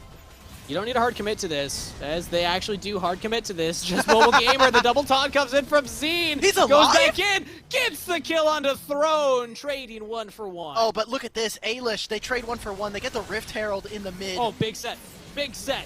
right there on Twitch, Cosmic Soul and Toki. They find a kill. Zine even knocking up the Darius, but Baby's looking for the damage. He doesn't have the bleed. Finally finds a kill. Bacon 2! Dodges out of the shock blast as Lin now comes in. Toki in trouble. Ailish pulling this one out of the hat. A magic trick. The dunks come through from Baby, and they walk away with the advantage. Oh, look at this. Dashes forward, tries to use the culling. They want this turret. They're going to get it after dropping the Rift Herald. So a lot of gold in Colt's back pocket as the Diana, forcing resets out from Family. They don't have any ultimates now from the blue side. So coming into this Dragon, I mean, you're walking into Diana, who still has her Moonfall. So losing out a ton of gold. Family winning this. Family had a really good start to that one, finding at least a kill, but at the end of the day, Ailish are the one that get back to the objective. So Dragon picked up, and Soju's in trouble. Yeah, just Mobile Gamer picking up that kill. Even the mid turret had fallen because of that Herald, so that's his multiple objectives now over to Ailish, meaning a 5,000 gold. And now with Soju down, there's going to be another turret being lost. Diana actually takes this really quickly because of her first item in the Nasher's Tooth, so has a ton more in terms of attack speed, the on-hit damage that she's going to be able to provide. They are losing a little bit of gold here, obviously. Cosmic getting to push in the mid-wave. They can look for something on the Baron lane, as I like how Tyrant understands his position. He's like, I'm not really going to be useful, especially if they dive me, so I'm just going to wait. He actually is going to survive this. Oh, the stun. A lot of damage, Brand past it, but the shield from Haymaker is enough. Even Powered Shock Blast does not kill this mid laner. Tyrant, oh no! Having a really good run of things. Oh no, yeah, Soju just walks up, doesn't respect the Death Brush. I mean, that's just lazy coming out from Soju, and good proactive looks from the side of Ailish. Proto Belt back in. Gonna die. Oh, too easy. Baby with the easy pickups right now. Cosmic Soul. Oh, he's juking. He's diving. That's Brand ultimate down. It's not going to bounce. And he doesn't even find the extra kill or the extra damage. Now the resets come through for Baby. This Darius B. Duncan double kill. All Duncan, 0 donuts for them. I mean, Ailish, good luck on this one. Lin is just hunting for people. Yeah, I love these looks from the Rakan. The flash over the wall. As an AD carry, there's no better feeling than walking up to an assassin and they're like, oh, there's a marksman. I gotta go. No, just Mobile Gamer, he started backing. He baits out Throne. Throne was like, oh, we're memeing right now. He's just backing. I'm just backing. We're having fun. Lin says, no fun. I'm coming in. Toki says, no fun. I want justice for what had happened before, and I will find it. The bleed should not take him down. Toki finds a kill. But they hear slam. Yeah, Lin and Just Mobile Gamer come in, but maybe there's backup. Maybe Zine can turn this one around, but also look at Colt, the Diana here, popping off. Everyone's dying on the Team Fam side, and Ailish walking away with a massive lead. Well, I'm glad that we gave them at least a picture for their team. We gave them a team icon, because this game is not looking much better. It's probably the nicest thing we've done for them this game. We haven't talked a lot of what they could do just because this game is all Ailish. They've set up for objectives. They've gotten almost everything. And if it wasn't for the kills, I think you would think that this is almost a perfect game from them. Insane stuff. It's 8 minutes. We got a 10,000 gold lead. It's rare that we see these kinds of performances. But yeah, good on Ailish for actually finding this one. Now it's an insanely uphill battle for Fam to try and come back, and like, yeah, you just got to fight for your own camps at this point. There's really not much else you can do. You're not going to contested objectives. Maybe you can find champion advantages around the map as they're trying to do here, but really well played from Baby right there, walking away as the Darius. I don't know about this one, slowed. Gamer. Lin's here. Zine just can't be a frontliner, and he's trying, but here comes the set. And he just uses your frontliner as the engage tool. Zine in trouble, walks right into Darius. Baby had the flank the whole time. Gets another double kill with the dog. Even flashes forward. The reset. Making a triple. Can he go for the quadra under the turret? Doesn't get the reset, but sets up win for the ace. Yep, that's it. I mean, they already got the Rift Herald. They could have set up for a Dragon as well. I mean, they had such good timers here. Up in 5 seconds. I don't know if they'll be able to end the Rift Herald. Will definitely help them with getting this inhibitor, but they can just go ahead, get back to base, set up for Infernal Drake. What is this engage? It looked nice. It was a spicy one. It looked really cool. Oh, Zine with the flash. He doesn't want them to get away. This is a small window where Fam can maybe do something. Zine will die for it, but maybe not. Maybe he lives. How is Rakan Goes alive? back in for the heroic entrance, but they even lose Toki. Can they kill anyone? Finally, they take down the Diana, as now Darius has joined in on the fight. Just Mobile Gamer still alive with a fraction of a health bar. Even goes back in. The Brandle will get the kill. Okay. Why was Rakan allowed to live for that long? Mobile Gamer, That was ridiculous. that was fancy feet at that point. He was like, oh, look at me, I'm coming in and out, and then the Brandle, obviously. Or like, oh, he's like, man, I guess I have to die here. It's unfortunate, but at this point, Ailish, they're just playing with their food, right? They're like, how fancy can we get with this game? All right, so Jurain, steal this dragon. Impossible challenge. Let's see if he can do it. And he gets pushed away by Lin. 1v2ing right now. The Colin should be enough to kill Zine. Throne's nearby. Lin jumps away. Should be fine over the wall if he can make it. Now, Throne goes in, but he's CC'd immediately and just popped. This should be the end of the game. Easy team fight win for Ailish after a very strong performance throughout the whole game. They definitely earned this one in a really impressive performance from every single lane. You see, Fam, they're trying their best to fight back. The face breaker setup! Are you kidding me?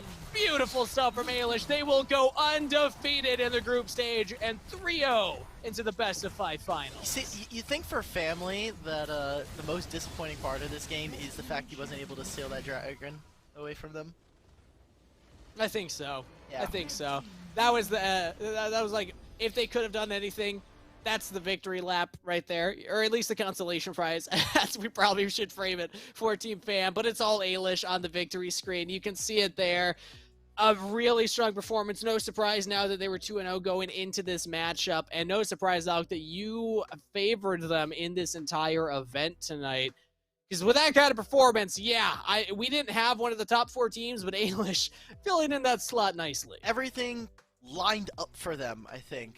Obviously, the Dragon Lane duo just smashed this game. Another game, 2 games in a row now, where the supports look fantastic. It was Scrooge for BYG, but Just Mobile Gamer had such a big impact on this. Just constantly finding engages, baiting out, looking for stuff, and it comes down to positioning, right? Like, Lin always trying to maximize damage while staying at a really good distance, utilizing the relentless pursuit. Well, Soju and Cosmic were just getting caught out by Rakan. They're not resistant enough to crowd control like this, so Family, they failed the DPS check. And again, yeah, the DPS check, and without enough frontliners to stop, this is exactly what we expected based on the comp going in. Ailish, fairly meta composition. I mean, the Diana jungle's interesting. Lucian, typically you'd replace that with something like a Varus, which was on the table. But, I mean, in general, I understand what this comp's trying to do. They were able to execute it very well. And now, 3-0 going into the finals. Alk, we could get another sweep here. I believe last week was our first time that we had a sweep, or 2 weeks ago, if I remember correctly. Yeah. It's kind of difficult because we had a long streak there where, like, we never saw a 3-0 in the finals. But Ailish, this is looking like a Every scary team to time beat. we come into the best of 5, we're like, we could have a sweep. We could have a sweep. And almost Did I never just comes jinx us? true. Yeah, it's always You game guys just 1. jinxed us already. The team Yeah. that's like ahead just loses for some reason, whether by like really good outplay or just throwing a game from like an advantageous position. So we'll have to see. I'm gonna hold my tongue because this weekend I got absolutely destroyed on predictions. I got 1 right out of like 4 games.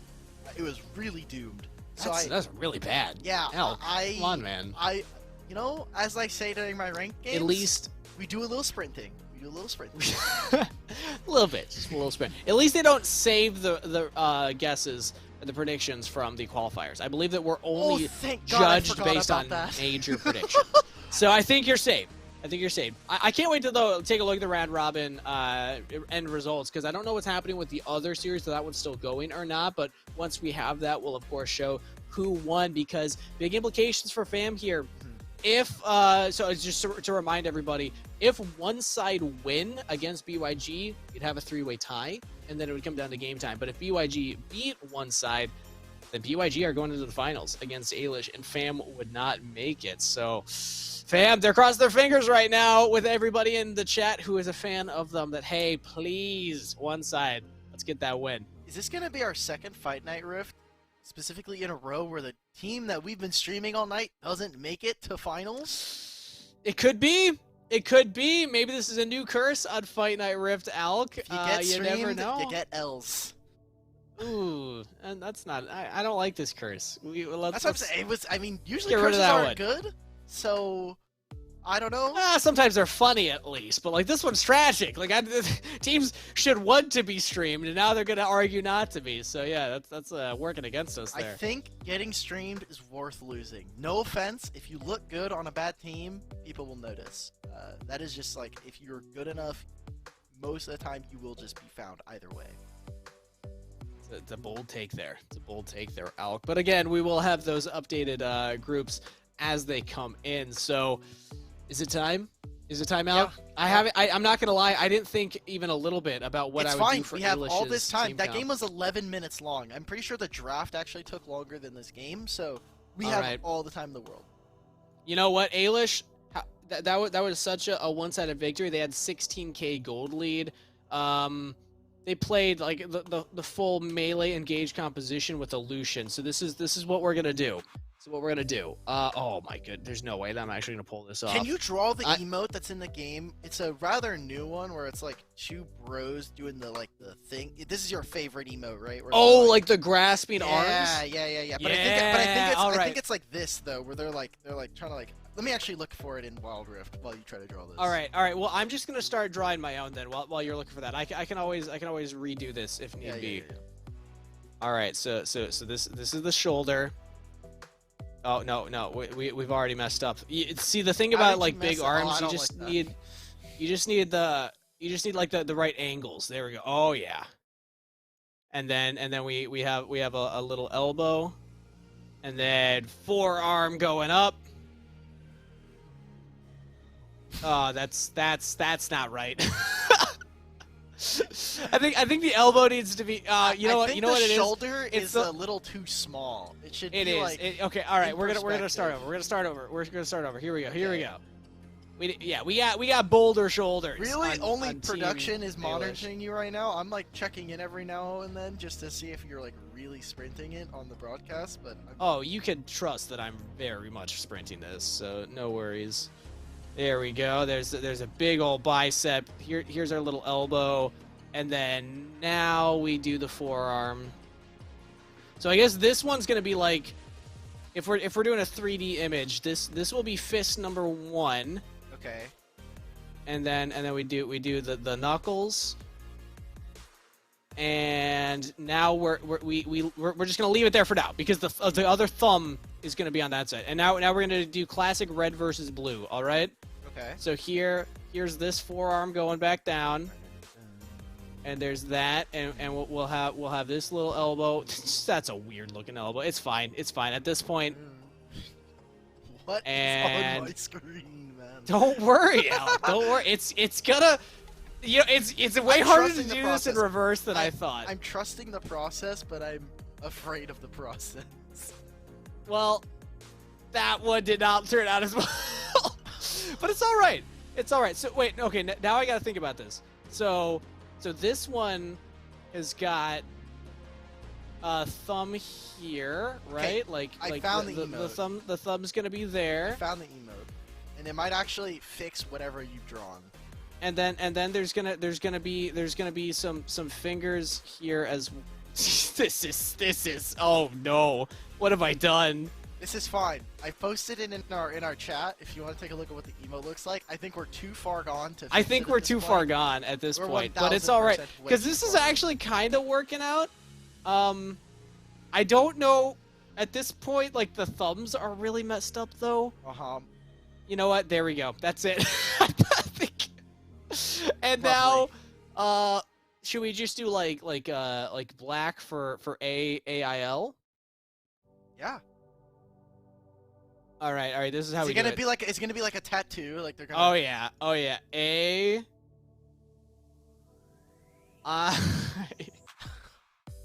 L. There we go. This one's a little big. I don't know if this will fit in a circle. That's the problem. I did way too wide. I like how one guy has. So if we're looking at this like from straight on, one guy's right arm has an A and he has an I on it, right? Yeah, exactly. And then the other guy just doesn't have another tattoo, and it's just like on the inside of his bicep. It's Well, just... I am hearing, Alk, that we're getting ready for the grand finals. So I believe if we can take a look at the updated graphic, then we can see how everybody performed. But otherwise, might be just be hopping right into it. Oh, here we go. Awesome.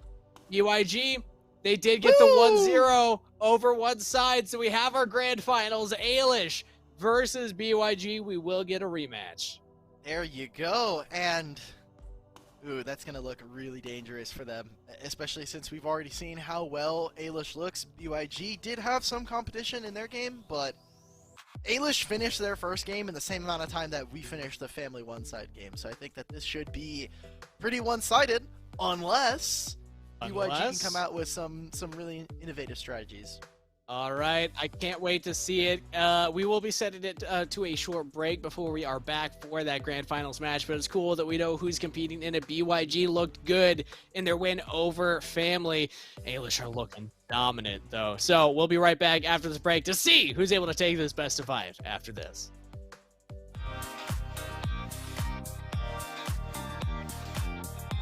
Introducing Fight Night Rift, a bi-weekly Wild Rift event hosted by GiantSlayer. 4 teams will be invited to compete in a round-robin, best-of-1 format, where the top 2 teams in the round-robin will play in the finals to decide the winner of that week's Fight Night. And the best part of it all, anyone can join. Head over to GiantSlayer.tv/WR to sign up and have a chance to be invited to compete in the next Fight Night. Our hope with the Fight Night Rift is to create a place to develop North American talent in a grassroots environment. Will you be the next Fight Night Rift champion?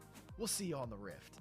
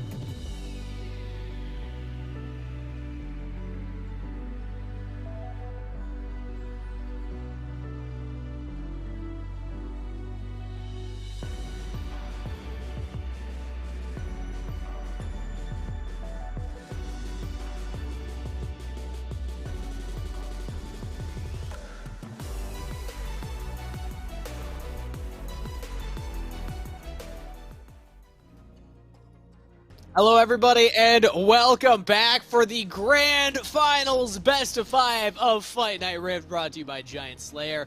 We have the undefeated Team Ailish going up against Beyond Gaming, aka BYG. Can we just start calling them Big? Kind of like Big as an abbreviation for them. It's close enough, right? I mean, yeah, I guess. I'll check with the team. I'll check with the team and get their confirmation first before I start doing that. But either way, BYG are their challengers in the Grand Finals. They lost some in the group stage, but these did look like the two best teams that we got a chance to watch so far. So I'm excited for this one because, of course, we have had one sweep in the Grand Finals, but I don't think that it's likely today, Alec, because most of the time, at least one game is dropped. Let's take a look at the head-to-head to see who's facing off against who in the lane by lane. What's the most exciting one that you're looking at here? Ooh, I mean, honestly, again, I love any matchup that Lin has. And the matchup that we even saw for Family, Jungle Kingdom versus Tyrant, a last-minute substitution from our standpoint. This was kind of the one that got away from Family, where Jungle Kingdom on the Ospo took control of the entire rift with Scrooge, and they just ran the map. They ran the table. They're kind of just like, oh, we're going to bet up against the house, and we're going to come up victors. So I'm looking forward to how the bot lane will match up, and whether or not they can have that same influence, and whether or not we'll have the same draft, because they picked Yasuo blind for the most part. They did. And the one I'm looking at, Scrooge versus Just Mobile Gamer. Scrooge had an insane performance on the Alistar. Just Mobile Gamer on the Rakan did what an Alistar wants to do, which is engage and then survive the fight, absorb damage. But he was doing it on Rakan, which was absolutely insane. So I think that these are honestly the two players that I think impressed me the most from each of their respective teams. Everybody, of course, performed, but it's difficult to really stand out as a support. And I think that both of them definitely making arguments for themselves. Especially when you're looking at who their laners are, right? As we get into the draft here, Owo did have some positional missteps in that game on Corki. Some of the packages were not super fine, so I'm looking for what they can get out of this, because Lin will punish those, especially when we're talking about two kill-hungry, aggressive supports. Exactly what I want to see.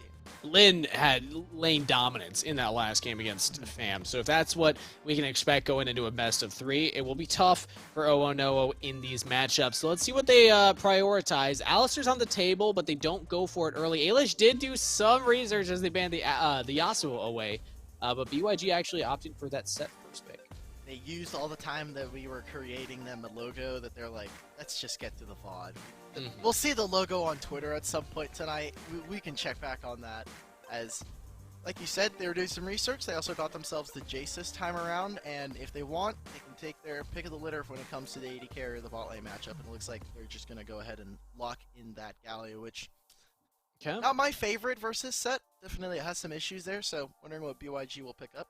I like the Galio when you have, as kind of this frontline tank, if you have the combo, but Camille's already taken off the table. Maybe they go for a J4 if they want to pair it, but Galio on his own, I oftentimes am not the most impressed by. BYG with more frontline as they lock in the Wukong. I do like to see this as we get into the finals, is having a lot of forms of engage, a lot of frontline that can soak up damage so that your carries can survive long enough, and they're opting for no carries right now.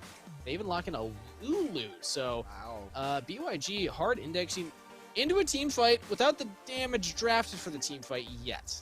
Something we've been seeing a lot of globally is supports mid, which is, depending on how you feel about the mid lane matchup, that is can be very dangerous. And if we're giving it to Wukong, Wukong's not the champion that I would kind of assume is the biggest carry. So either they're going to set up for a Vayne themselves, which Ailish immediately try to target, or they're setting up for a ton of melee bruiser kind of champions that are going to be set up really, really well to walk in. Renekton, I think, comes to mind. Diana is actually already banned, so a lot of tools here for BYG that they can go for. BYG, they could go for something poke style, like a Ziggs or a Varus. It doesn't pair the best with the Lulu, but Lulu can also just say, I'm going to focus on the set and the Wukong instead of a traditional AD carry that will, benefit from the extra attack speed and shielding. But Ailish, they're taking away those champions that would pair with that Lulu, like the Vayne, like the Lucian. So maybe like Xayah would be that next one if you really want to index into something that could pair with that Lulu. But I think BYG, they still have some flexibility. And also with one more ban in their pocket, they're actually taking away the range. So there's a lot of focus on this Dragon Lane now. Varus, come on, Lin, Yeah, pull it that's up. the one. If you want to go for it, Lin is that's one champion. Wukong can be very disruptive against this kind of composition with a Varus, and like you said, we were like, we don't really like Galio in this position. I think the problem for me with Galio is he is never primary engaged. He's always secondary. He's almost better as a follow-up to something else. And Kha'Zix definitely can be that. You jump in, and if he needs a bailout system, he presses the ult button, and he gets the Galio ult on top.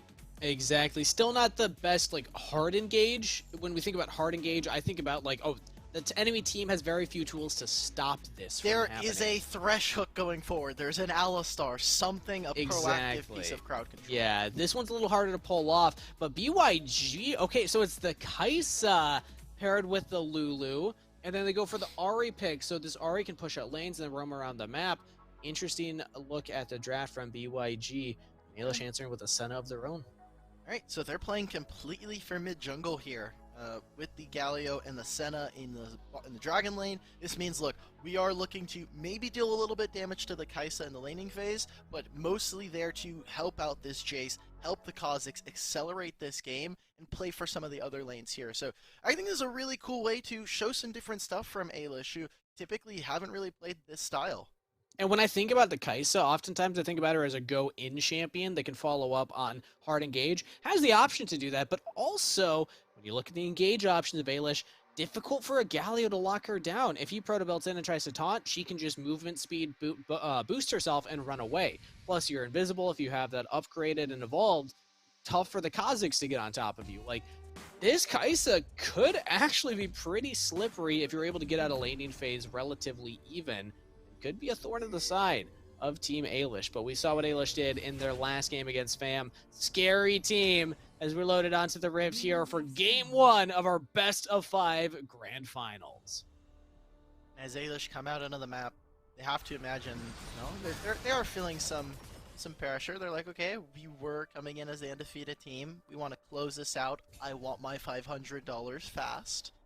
We'll have to see how BYG can handle it, because it was down to some pretty messy early game versus Family to start, and then they kind of climbed back into the game. They found multiple team fights around their mid and support. So from the side of Ailish, can they withstand that? Can they keep Scrooge in lane? Because he is playing Lulu, but we've also seen that Lulu can just leave this lane versus Kai'Sa. They're under no threat of getting solo killed, so why not just help out across the lane? Very hard. Very hard for the Senna plus the Galio to actually find that kill in lane. And we know Scrooge is somebody that likes to get around the map. This will be a very different look from that Alistar that we saw in the last game of BYG on stream. So maybe flexing the champ pool a little bit. Cool to see as junglers starting on opposite sides of the Rift. Already though, Cloud struggling a little bit in this matchup. I think he also thought that Baby was going to flash into turret to kill him, so that's why we saw the Ignite come out, but I mean, Baby's taking full advantage of this. He has double summoners, he's ready to brawl, scrap it out versus Set. His jungler's even up here, and they've already gotten vision thanks to some early wards in bot side. Ooh, he might just win it now though.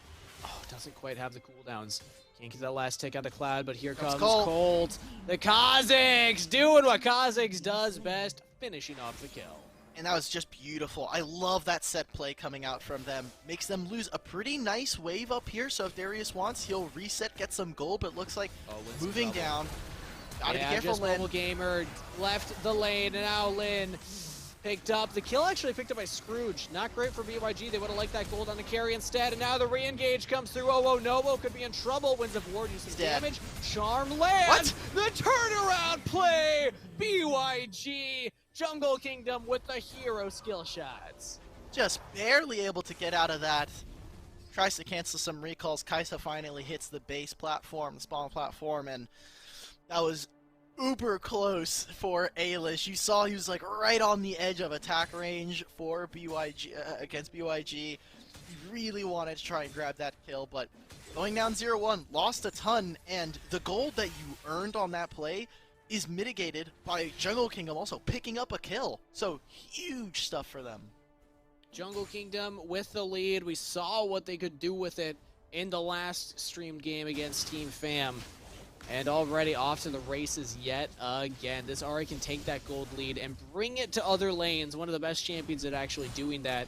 As the objectives will be spawning in a minute's time, you know that those charms will be dangerous in those fog of war situations. Oh, wait. Baron lane, though. Here it comes. All right, Cloud. Oh, nice ultimate. And actually bringing back, baby. Soltini comes in. Can Cloud survive? He's got the heal! Soltini with the extra ultimate. Picks up the kill in the 1v2. And now it's going to be Cloud getting another one. Colt with the follow-up. A 2v2 in the extended play. 2 for 2 there, and while it does help out Colt, the fact that they lost this and that it means that Ahri gets to slam another wave under this turret. She didn't find anything on the roam, but it's got to be feeling really nice for BYG if they're saying, look, we're going even on the play. Yes, Colt is picking up some kills, but Ahri has been really influential tonight and definitely still has room to go if they want to make a kind of a play towards the bot lane. Dragon is spawning in the next 5 seconds alongside Rift Herald, and with Ailish's Dragon lane resetting, looks like they're going to try to set up for Rift Herald. Resets coming a little late from BYG. Ailish are earlier on the reset, so they can decide which objective they want to go to. With Colt up here at the Rift Herald, seems like they're starting this one up. Actually, Colt running straight to the Dragon, so they're not going to hard commit onto either one as of right now. They're just trying to make sure that BYG can't get this. There's even fighting in Baron lane. Cloud alongside Baby. Colt gets the ult out of Owonowo. And now here goes, okay, that was just Mobile Gamer that went forward, as the solo kill does come through there for Baby in the Baron lane. Cloud falling down to Darius. And now Charlance here from Jungle Kingdom, but all alone on the Ahri! Killing spree to Colt. Something that we didn't get to talk too much about just because of what's happened. I'll hold that. Soltini's looking for it. He wants it. Ult is coming up soon.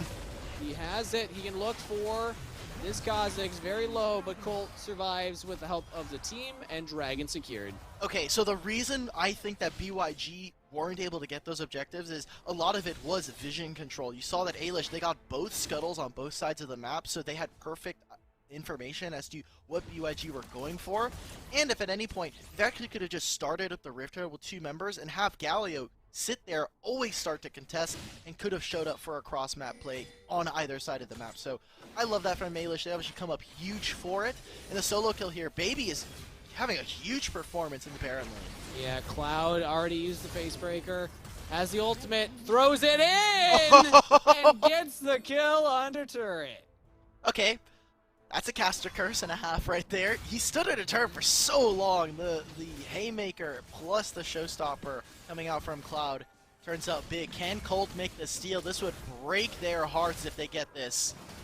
Lynn's up there though, with the shadow. Colt over the wall, looks for steal, does not succeed. Has to flash the wall as well just to survive. Now Lynn might be too far forward, the face breaker pulls him back.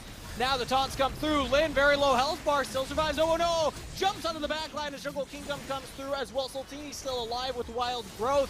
Oh no, isolated. Rampage for Colt as now here comes Baby. Double kill over to Tyrant as well under the turret. Jungle Kingdom will fall. And a triple kill to Tyrant and an ace to Ailish. That is everything given over to Ailish. They didn't get the Rift Herald, but I'll take 5 kills and the mid-tier 1 for it. Baby is still incredibly strong despite the slip-up there. And it is so difficult to kill them, especially when you're trying to set up for can Kai'Sa find the burst with her passive. Senna's healing the entire time. You have to deal with a Jace in front of you alongside a Galio. So difficult for the side of BYG constantly. Yeah, so you does not win this. Are dead, buddy. That's an ultimate on Darius. Oh, he used it a little early. The bleed. No, he's enough. dead. He gets it. Oh man, Darius is looking so strong, constantly finding kills, and really you just either have to outrange the Darius or just burst him. So yeah, I mean Wukong does neither of those things. What are those stat check moments where you just don't realize how fed the Darius is? Like if that Darius doesn't have this many kills, you can survive that. You're not getting the kill, but you're just shocked. Like oh, he does that much. All right, well I'm dead. That's always like a Baron laner moment. You're like, oh, yeah, I felt that against Darius often. You see the ult execute, you're like, wait, that wasn't. I did the although, math, but my math is wrong. Fun fact, Pantheon, one of the best laners into Darius, in my opinion. You can counter his first ability with your second ability, and then also your shield can just block all of his ult damage. But there's not much the set can do about this. Actually, a lot of damage responded. Scrooge is still here. Wild Growth used. Cloud lives. And now, oh no, we take it. Take it! That's probably not the best idea. Doesn't walk forward until Kenny's here. Now, though. This is a really big engage. Even they canceled the it. Galio ultimate. Lin goes down. Oh no! Jumps in as Tyrant taking down to the burn. Double killed. Oh no! Flashing forward once more onto Just Mobile Gamer and the Prey Seeker downtown. Triple killed. Oh no! And I don't know, they don't lose the top tier one at all, so a big swing for BYG as Ailish go way too far to try and pick up this set. They lose out on a mid wave, they're going to lose out on this Baron wave. And I wonder, coming out from BYG, I'd actually like them to just immediately move down to the Drake. They know that Ailish cannot set up for this fight immediately, and their bot lane has already reset, so they're going to be first here. I don't think this is worth at all. I think this is a pretty big loss. The gold that you'll get from this turret is not worth giving up the combat stats of the Drake. Jungle Kingdom's here. Charm used early, though, and does not have ultimate. Flashes up. That's the only mobility that Ari's packing right now. Baby can just be the front line. Yeah, you don't need to be in the pit. Look at Soltini. Oh, he doesn't get they the miss steal. smites. He smited a little bit early, but now Cloud stuck in there. They have to commit to the fight, and that's a double kill to Tyrant. Colt over the wall. Look at Scrooge. Jungle Kingdom in trouble because Tyrant's there as well. Rampage for Oh no! Wild Growth up. What can the Kaisa do? Reposition back under the turret. That's over the wall. The shock blast gets another one. Now Oh no! Locked down. Taunted up. Ults away, but that's a double regardless to Tyrant, who will chase for more. Scrooge, you gotta dodge this, and he does. I love him for doing that. Tyrant, that was a lot of fun that we got to see that. Noah playing on the absolute limits, trying to save this game for his team, but it might not be enough. Riftail being auto-summoned here by BYG. Timer runs out, and second Riftail's on the map. Ailish looking to redeploy back on and grab it. I mean, 83 HP. By the time this Riftail is anywhere near a structure, Ailish will more than likely have already taken it down. They're doing so much damage across the map. Lin is, again, having to just play second fiddle to his entire team. He's like, okay, well, I'm shielding, I'm healing, and hopefully Colt and Jace can just do enough. This is one of those games, Alk, where I have to remind myself we're only 10 minutes in. This is a Herald on the map right now. 25 kills have happened. We're only 10 minutes on the clock as that second Herald will be picked up by Ailish. I haven't sent anyone to stop this top Herald as Baby will head up there. And now, maybe a pick. Soltini has to use the clone to jump away, and Ailish will not find that kill. And look at this, they can just collapse. I think no, and Scrooge, you're a little too far up. They recognize this as well. Engage coming in, gets the flash out of the Lulu, but they should not be there. Jungle Even Kingdom. Colt. Isolated damage. Colt does a lot right here, but Jungle Kingdom uses the ultimate to get under turret. He's even feeling his namesake on the Ahri. He's like, well, there's a lot of jungle damage coming out right now. I'm a bit afraid. Has Soltini here. Could be the bait. He misses the charm, but the knockup comes through. Colt jumps away. No flash available. He's slowed. He's knocked up twice, but the living shield from Galio keeps him alive, and now the double talk comes through, and that's two picked up for Ailish. Okay, but Noah did just pick up a kill. Maybe he goes in here with the ult. Darius is on the... do something big. Do something big. Oh, flashes away as Wild Growth comes through. Bit of miscommunication between Scrooge and Noah. Where they going out, where they going in. Look at Baby here. They're trapped. Oh no, is stuck here, but he's got damage over the wall. Taunted, pulled in from this Darius. Wait a minute. Oh no! Beautiful play there, and the team fight might tick down to the bleed, but life stealing off the minions. He's gonna live as now Cloud chasing forward. Landon just mobile. They got away. They should be fine, but that performance from Kaisa was a thing of beauty. Why was Noah on Corki before? This Kaisa performance is so good. I mean, he's just playing everything to perfection. He's utilizing the invisibility so that Darius doesn't know which way he's going. The Lulu as well. Scrooge's target selection has been really excellent, even despite some hiccups when it came to which target are we going for. I've loved the play of Noah so far in this game, and he is for sure keeping them in this as, yeah, Senna can't really match the gold, and they're funneling a ton of resources into him. BYG not quite out of this game. It's 5,000 gold, but Kaisa's 3 items at this point. He could definitely carry a team fight with the Runons. Whenever 010 shows up, it doesn't feel like there's a 5,000 gold differential. No. the Kaisa damage is palpable. 3 items completed with the Runan's Hurricane. Now 010 is poised to take over this game. And I think that Ailish, they're starting to sweat here, thinking, all right, where did things go wrong? How do we shut down this Kaisa? Don't get picked off. That's rule number 1. Tyrant, be alone here. Actually has some backup now as BYG were the ones trying to set up the trap.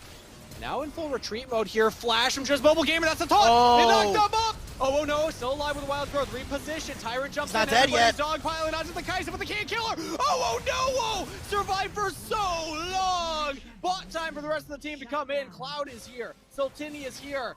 And Ailish have lost 3. They got to get out now. It's a 4v2 right now. The charm goes a little wide from Jungle Kingdom, but I think the damage is done. This should be Dragon to BYG.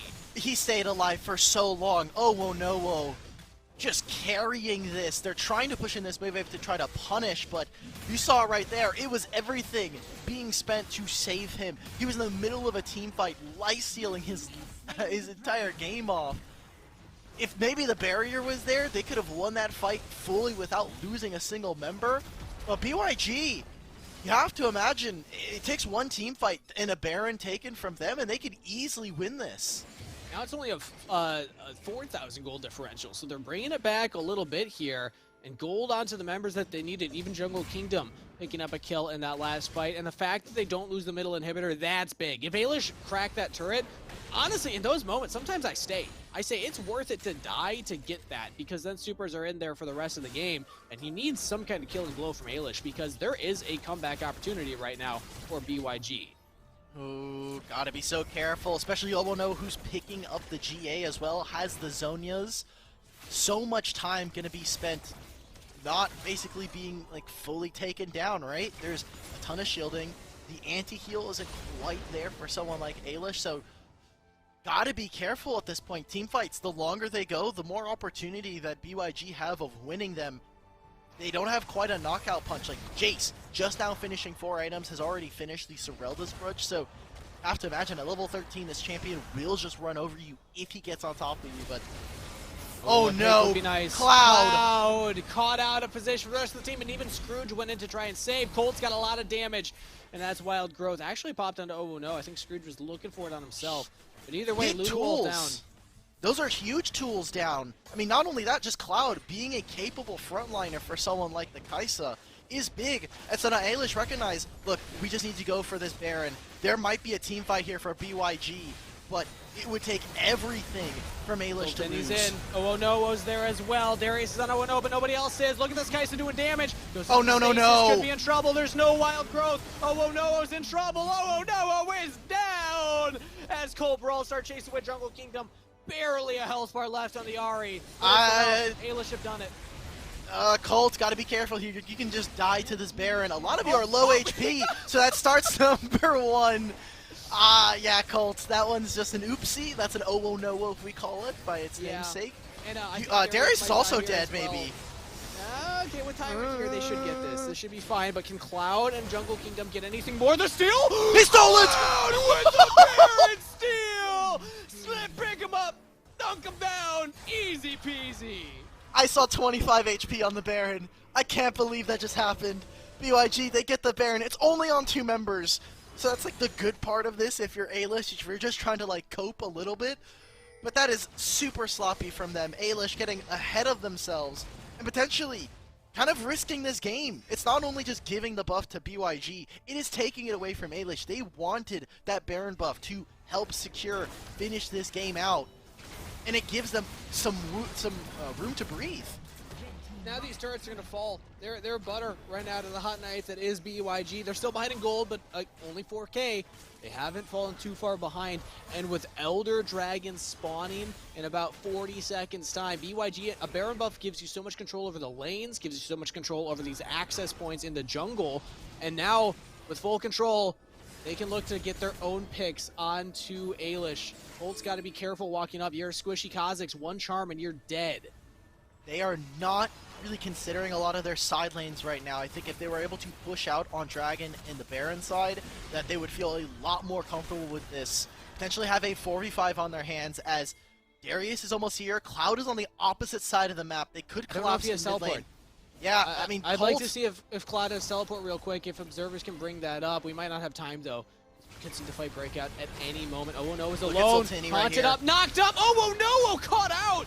Has to use the stasis. Guardian Angel available as well, but ults to safety. Now the front line's there. Now watch the Kai'Sa do Kai'Sa things.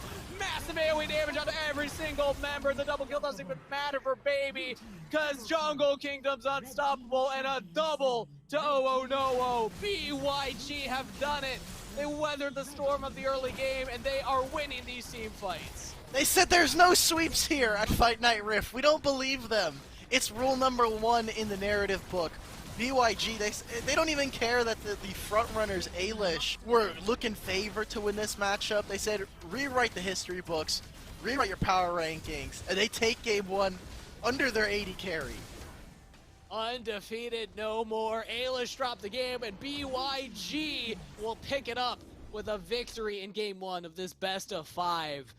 Call them comeback kids at this point. Cloud having rough times in the Baron lane, but consistently showing up in the mid to late game, holding off a 5,000 gold differential at the 8-minute mark, and then coming back in these big team fight moments. That's where it matters. It doesn't matter if there's a gold lead. If you press your buttons better than the enemy team, if you position better than the enemy team, you can still win games. And this is proof of that. BYG not giving up heart and bringing it back from the brink. The only reason that the gold ends up being in their favor at the end of the game is the gold that you get from killing the Nexus. They were behind even as they were winning the game. Look at the Kai'Sa damage, man. Like, wow. ugh. This is what this composition is kind of meant to do for Alish, right? Like, your Dragon Lane, you're saying, look, you are on the back burner for this. It is all eyes on our top side of the map. And while Darius definitely took control of his end of the deal, I think that the Tyrant in this mid lane kind of fell short. Definitely felt a little silent as the game went on. Yes, we saw some great picks around the 8-minute mark, but afterwards, Tyrant's name kind of left our mouths. He wasn't in there for the most part. He wasn't doing a lot. There's a moment where Tyrant was like 5,000 gold ahead of Jungle Kingdom, but when the Jace can't capitalize on that and can't land that damage after that moment, it, like you said, it doesn't matter. And going into pick and ban, I was highlighting the fact that Kai'Sa, in a way, if you can get out of laning phase, if you can get to a point in the game where you have some items, you're very slippery as a champion. It's hard for the likes of a Darius, Kha'Zix, Jace, Senna, Galio to get on you. Where's the hard engage? Where's the Alistair? Where's the Diana? Somebody that's just going to jump in and say, it's fight starting right now, you're not going to move. Everything's just conditional CC or easy enough for Kai'Sa to just hold away from it. You know, movement speed, run away from it, reposition, and then output the damage, and that's exactly what happened at the end. Even being the bait, like, had the stasis and the Guardian Angel, and everybody dogpiles in. The fact that Oh No survived for so long is what got BYG that last team fight win. Kai'Sa just has so many tools to survive. I think the big point is the invisibility makes it so hard to track her. Yeah. She goes invisible for a little bit, and she obviously has an attack speed steroid at that point. Like you said, she has the killer instinct to help reposition. The Zhonya's buying so much time. They'd put so many tools forward. They got the heroic entrance out from Galio as well. Darius is like, okay, well, now that I'm forward, I kind of have to play back. I have to wait for my first ability to come back up. Jace had already spent accelerated shock blast. There's nothing for them to do at that point. They need to wait for some of their cooldowns to come off, and then look for another attempt. And at that point, Sultani's in your backline. He's cycloning everybody. And then Kai'Sa's just unloading a Cathian Rain. It's like 1 in 7 Wukong. Oh, I'm not afraid of him. Well, Do you not should care. probably be afraid when your whole team is CC'd and then a Kai'Sa's just free firing on you. Yeah, impressive stuff for BYG overall. Because Alish looked so dominant. Even in that early game, I was like, all right, this is just a classic Alish game. They're just going to take this gold lead, then play through side lanes and win with this Jace uncontested. But clearly, BYG had other plans. Fantastic stuff from them. And now, Kangas, we get to sit in the hot seat. Are Alish actually going to win this? Are they the ones that will now just take 3 games in a row, and we'll be looking stupid? We'll get like one more close game, and then the rest will be stomps. Or is this the beginning of BYG coming in? You said no more sweeps. There is still a chance that BYG could This sweep could be a one BYG out. sweep. That is true. You never know. You never know after that performance. I think Ailish will definitely come into this next one and just ban away the Kaisa. Once a player has that level of performance, first of all, you're probably tilted playing against that. So do it for your own mental, if anything. But also do it to take away the player or the champion that they're feeling hot on in the moment. I'm all for that in these best ofs. Definitely. And talking about in-series meta, right? Like, what else could we see banned? I think if we're talking about wanting to get proactive tools for crowd control, Set kind of sits there as potentially taking someone off of a fight. A lot of the pros so far have kind of considered Set as, I'm going to remove this one champion from the fight, and hopefully my team can win while I'm keeping them preoccupied with my showstopper and my facebreaker. And in that meantime, hopefully someone like Lin or Tyrant can do something and make this a much more even game for us. Especially after the Showmaker Baron steal. I think Ailish will want to get that away from Cloud. That was so close, man. If Kazik just hadn't gotten so greedy. Like, literally, if he just waited. As he died, Senna first ability was in animation. So that would have healed you. You would have been fine. But just playing on the edge there, sometimes that Baron aggroes you. Baron does a lot of damage in Wild Rift, everybody. You got to remember that. So it's those little moments that Ailish are going to be kicking themselves for, because that was such a close game, and it was theirs to lose. So I still think going into this next one, I'm going to favor Ailish. Like, BYG haven't done enough to say that now they're like the top team in the event. I still think that Ailish need to be given respect for their round robin performance, and even in that first game. But I think that they just realized, they just learned they cannot sleep on BYG. So I'm hearing that we're getting ready for game number 2, Alk. We won't have to wait too much longer, as we are now into pick and ban. Yeah, remember, both games from BYG that we've seen on stream so far, they have lost early game. They have lost some amount of the first portion of the game. Obviously, in this last one, Ailish was winning for a much longer majority of it than Family were, but there was a period of time where they were obviously behind in gold. So Ailish have a really strong core of what they want to do in the early game, whereas BYG, I think, don't necessarily have the same kind of grasp of ideas. I like this right now from BYG. They just stick to the set. They're still on the blue side for game number 2 here. So, I mean, Cloud, even though he lost the lane last time around, he still got a solo kill under turret, so that was pretty neat. And then also that Baron sale at the end, the team fight position, it's great. But Camille's up this time around. Ailish did not ban it. They banned the Lulu instead. So they will lock in the Camille for themselves. A lot of interesting stuff here. Kai'Sa's not even banned. Are we just like gonna blind this from BYG? You got Lulu still available, or Lulu was taken away. They can play another enchanter. Yumi solo. Yeah. Yumi's up.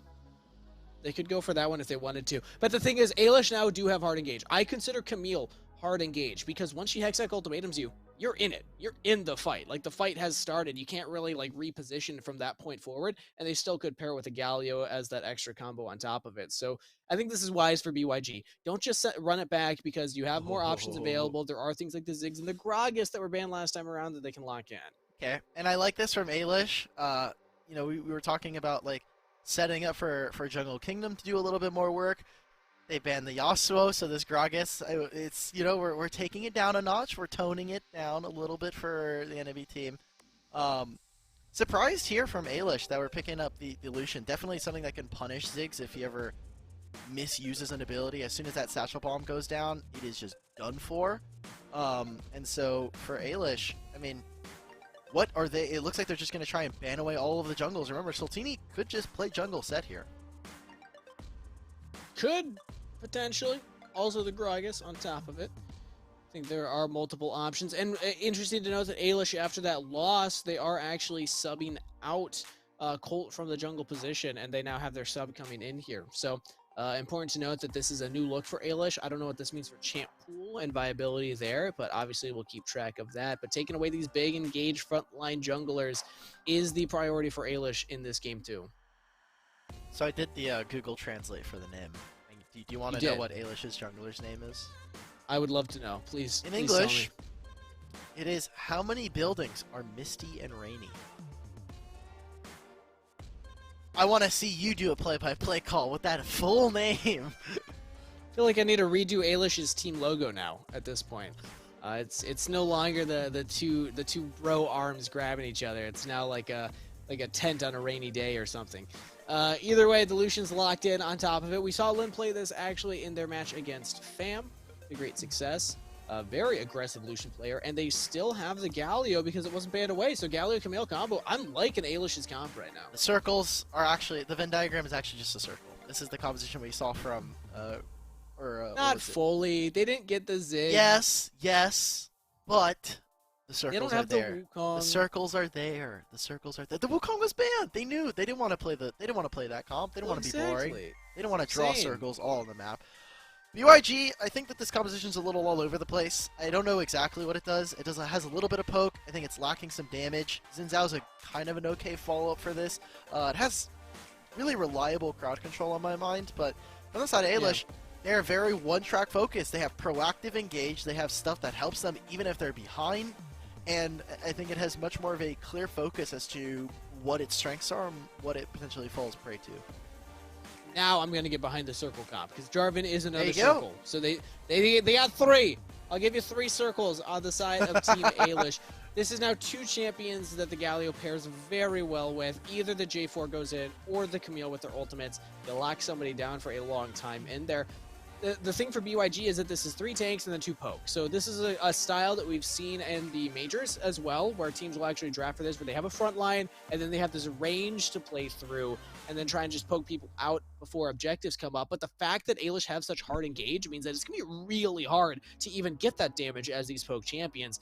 Because like Camille or J4, they can engage on you from further than your poke range. So I don't even know how much that's going to work. It's all about what your effective range is, right? Because, you know, you have maybe this, like, let's say Lucian range is your effective range, or Accelerated Shock Blast. Well, at that point, what other champions fit? I think the phrase is Alpha Strike. So what is your first, like, ability? So if we're playing all the similar range, it's typically a good idea. If you have people who are a little bit longer or go a little bit further than the other, then it's definitely problematic.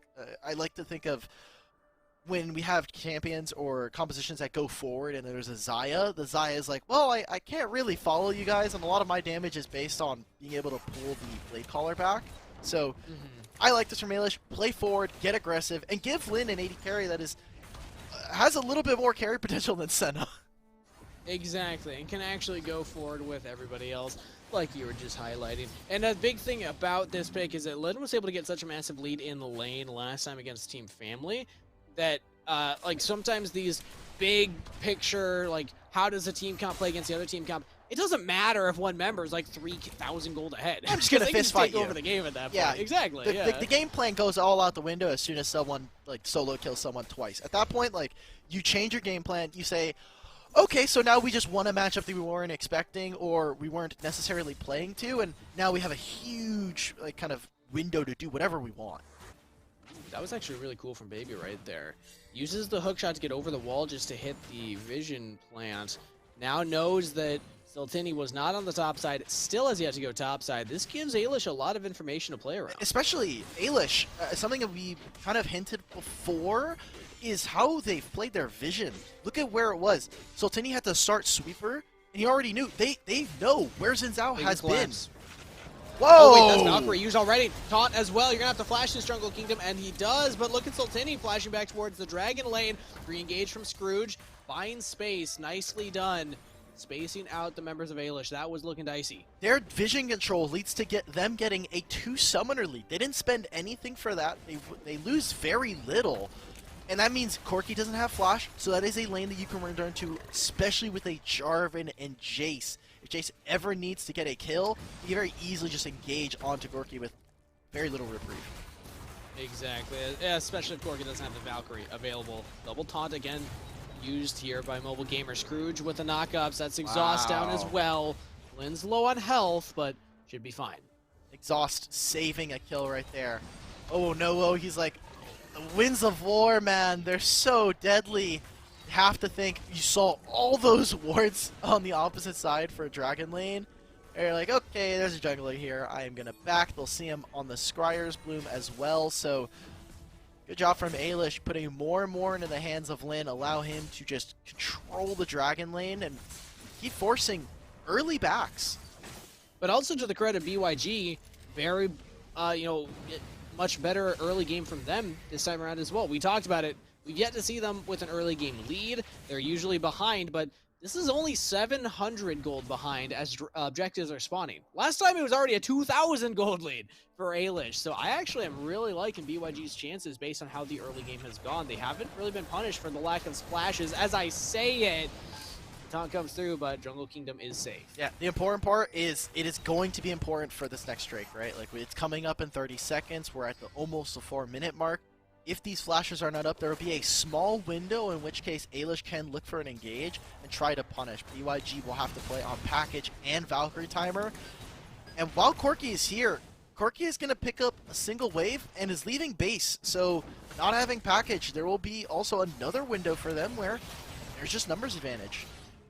Exactly. Wants the wave instead. Little mistimed on that one, but can catch the wave at least. And now if you're BYG, you're going to either have to fight without the package or just give this up and look at the Herald. It's going to be tough either way. And right now it looks like they're just fighting for mid control currently. You see this, Sultani walking over a ward. They know exactly what's happening here.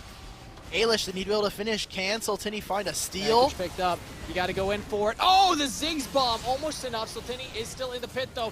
Looking at the jungler. J4 flashes out.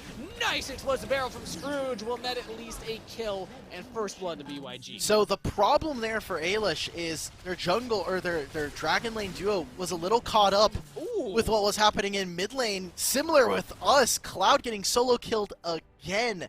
Baby, 2 matchups in a row, 2 different champions now taking advantage of the Baron laner. Yeah, I think we're learning Cloud's strengths. They're not necessarily in the 1v1 in lane. It is going to come down to the late game team fight performances where this player has been impressing me so far on the day. But again, with that kill, Alish also spot out the Herald. They can push them away. Now go for another objective. They got that dragon secured. They should get this Herald no contest. And so they went 1-for-1 overall in the dragon play, getting the Infernal Drake and now getting the Rift Herald. BYG, I guess our diagnosis of the team is early game inactivity, while Alish are more than willing to set up for objectives. BYG, I don't know if maybe they're not feeling particularly confident in what's happening, but they're just not setting up for plays in advance. Old Gamer looking for some picks here. Scrooge actually goes in aggressively and will take some of that health bar, but they're just clearing out the wave so that there's no Herald drop used from Alish. Still, again, even though they have these objectives, they have yet to get a big gold lead. So we're going to see a new look from Alish here, Alk. We're going to see Alish, how they play the map when they don't have just pure dominance in multiple lanes.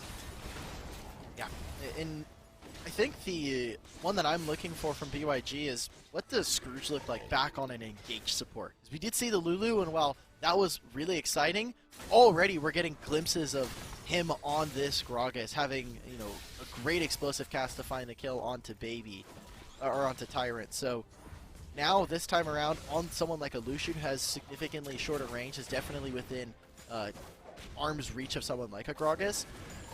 Good look for more aggressive looks and, maybe compound the lead that they're looking for later on. I'm still just so happy that a lot of the series is turning into the support matchup.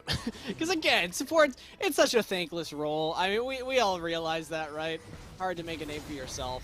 But actually, first turret, it's picked up by BYG. Despite the fact that Herald was grabbed by Alish, they actually are later to the play. They will equalize, but this is really good news for BYG. The fact that they're able to out-tempo on the map, despite the fact that Alish historically have been doing such a good job of just that. Great punish from BYG. Alish may have just been one step behind. And it was obviously they got them a lot of gold. It put the gold in the back pocket of someone like the Corki. And alright, well, speaking of which, there's one of the Yordles going down. Yeah. I don't know if they'll be able to get anything off of this, right? Like, they got the heal off from 010, but he still has flash. They still have members who can clear out the mid wave, so more than likely, it's just a kill. It's just a little bit of gold in their back pocket. I don't think it's anything meaningful. Yeah, it should be up before that dragon. 40 seconds for that, and already 0-0 is back up. But the package doesn't find anything for Jungle Kingdom, so that means that they will not have that cooldown for the next dragon fight either. That's actually pretty big. So you know, we're unrelated to this before we start up. Do we want to call Ailish's jungler Misty Rain? Some of our producers and some of the admins are giving us some background behind the name of Ailish's jungler. I like Misty Rain. It's part of a poem. Countless pavilions now washed in Misty Rain. Hey, that's kind of hard as a name. I like it. Yeah, I can vibe with that. Of course, we'll check with the player to make sure that they for the time being as well. For the time being, I can jive. Dragon's on the Rift right now. Not a misty one. That is the Mountain Dragon. As Jungle Kingdom poking out here onto Tyrant, winning that war for right now. It's all about the chunk from both of these teams. They have range to play with. They have poke tools to try and get a health lead before the fight starts, and it's actually BYG winning it right now. Oh, never mind. They're going right for it. Here we Rain. go. Right in for the engage. Nowo in trouble, and now everybody from Ailish, they're dogpiling on top of them. The hard engage tools coming in big for Ailish as they'll pick up 2 kills, make it 3. The stasis for Jungle Kingdom will only delay the inevitable. Cloud might trade one back. He does get one under the turret. Could probably survive this. Yeah, he will. They just said, nope, we're not going to go for that dive anymore. We're just going to go ahead and pick up the Drake here. Mountain for them in their back pocket. So it's 2 now in their favor. Ocean Drake is the next one. So I thought it looked good for BYG. I mean, Ziggs did get engaged upon, but was able to free fire for a little bit of time. But I mean, BYG, they split up. Set was not there. Numbers advantage for Ailish. And now getting back onto the map, they're going to be missing some tools if they want to try and contest for this Rift Herald. Ailish ready to fight.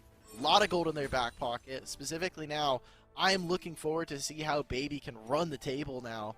He can always lock up individual members. He has a ton of individual kill threat, being level 11 already.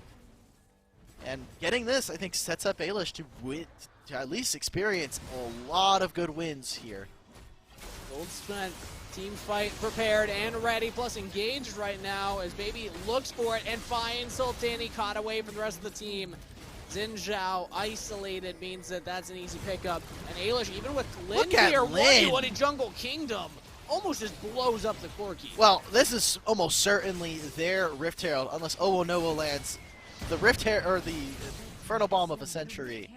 Doesn't do so. Camille gets it, so Camille now has infinite split push threat. If at any point she's left alone on a side lane, the turret is going to go down with her Triforce finished already. So Ailish getting more and more wins. It's similar to last game, getting good team fight victories, focusing on objectives, which BYG do not seem to be prioritizing. And I'm afraid here, Kangas, like, they don't have the same amount of scaling damage that they did last game. Like, there's no Kai'Sa, and I think that is the biggest change for me. Exactly. They're going to rely on their poke instead of their team fight. I don't think about Ziggs as, like, this primary hyper carry in a team fight. I think about it as somebody that wants to throw out range. Does do decent DPS, but it's more about the initial burst before the fight starts and then clean up afterwards. As, speaking of these side lanes, yeah, Baby definitely winning against Cloud now. And it's going to be hard for BYG to mount the comeback this time around here. It seems like it's back to farming, back to just sending people to these side lanes to answer their lane opponents, but this is still advantageous for Ailish. Yep. When we talk about players and champions in specific compositions, we're always like assigning responsibility to each champion. Owonowo needs to be able to play at range and whittle away at HP bars, and a lot of those skill shots are just not landing in time. Oh, he's gone. Nicely done. Easy peasy as he engaged. Now further under the turret, Cataclysm popped as well. They just don't care. The turret's not doing nearly enough damage. Cloud you say that. Maybe I spoke too soon. Jungle's here. Double kill picked up. Looking for more as 3 died from Ailish. I thought they had it, but clearly the turret did enough. Oh, this mobile gamer. Used perfectly. Can they get enough damage? The burst comes through. Jungle Kingdom goes down. Calculated from just Mobile Gamer and Tyrant. Perfect calcs right there. They recognize, oh, there might be someone coming over. They saw the set. They don't know exactly where he was going, but potential trade into mid tower. See the HP regen of someone like this Xin Zhao and the Galio. Do they find that skill until Sultani flashes out? Okay, good. Dragon coming up in 30 seconds. BYG need to make a stand here. If they lose the Dragon, they're going to probably lose a team fight afterwards. And then there's Baron on the table for the side of Ailish. So Gotta be incredibly worried there. Yeah, it wasn't enough that they got a couple kills. They haven't established vision control or lane control anywhere else. Bot lane's slightly pushing in their favor, so I guess that's something for them. But Ailish can walk away from that one relatively unpunished for the over-aggression under turret, and now reset up for this next objective. Setting up for it. I mean, again, look, Ziggs is getting relevant poke down now, so this is exactly what I want to see. And they need to be able to stop Jarvan and Camille from getting right into the back line. Ooh, it's those guys from Scrooge pushing Lynn away. Maybe in trouble, taking a lot of poke, but now calling over the wall. Nice combo! Oh! Cloud with the ultimate pulling into the Ziggs bomb. That was beautiful. Good job, but look at them. They're pulling away from the dragon. I mean, Cloud immediately invested to try and push out this Baron lane. I don't know if I like this. Actually, I'm just going to say it. I don't. Sultani try to make the steal here. No Valkyrie here for Jungle's Kingdom. And now they have 3 dragons in their back pocket. Maybe you get this top tier 1. You get a little bit gold global for your team. But I don't know. Ailish now have 3 really powerful dragons to use. Very confident from Ailish to realize, hey, yeah, we're down a member, but we can still push in and take the objective because we take it so darn fast. BYG will get a turret in that top side from the wave shoved in from Cloud, but it is still a gold lead for Ailish.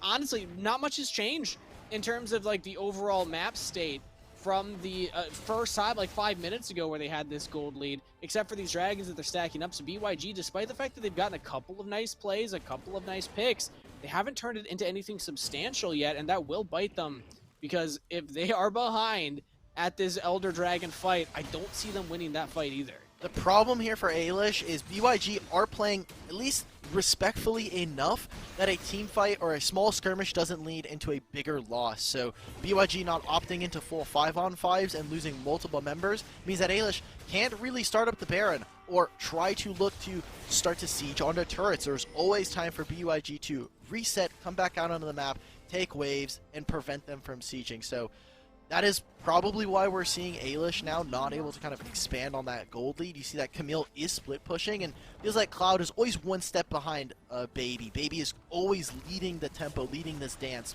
between the 2 Baron leaders.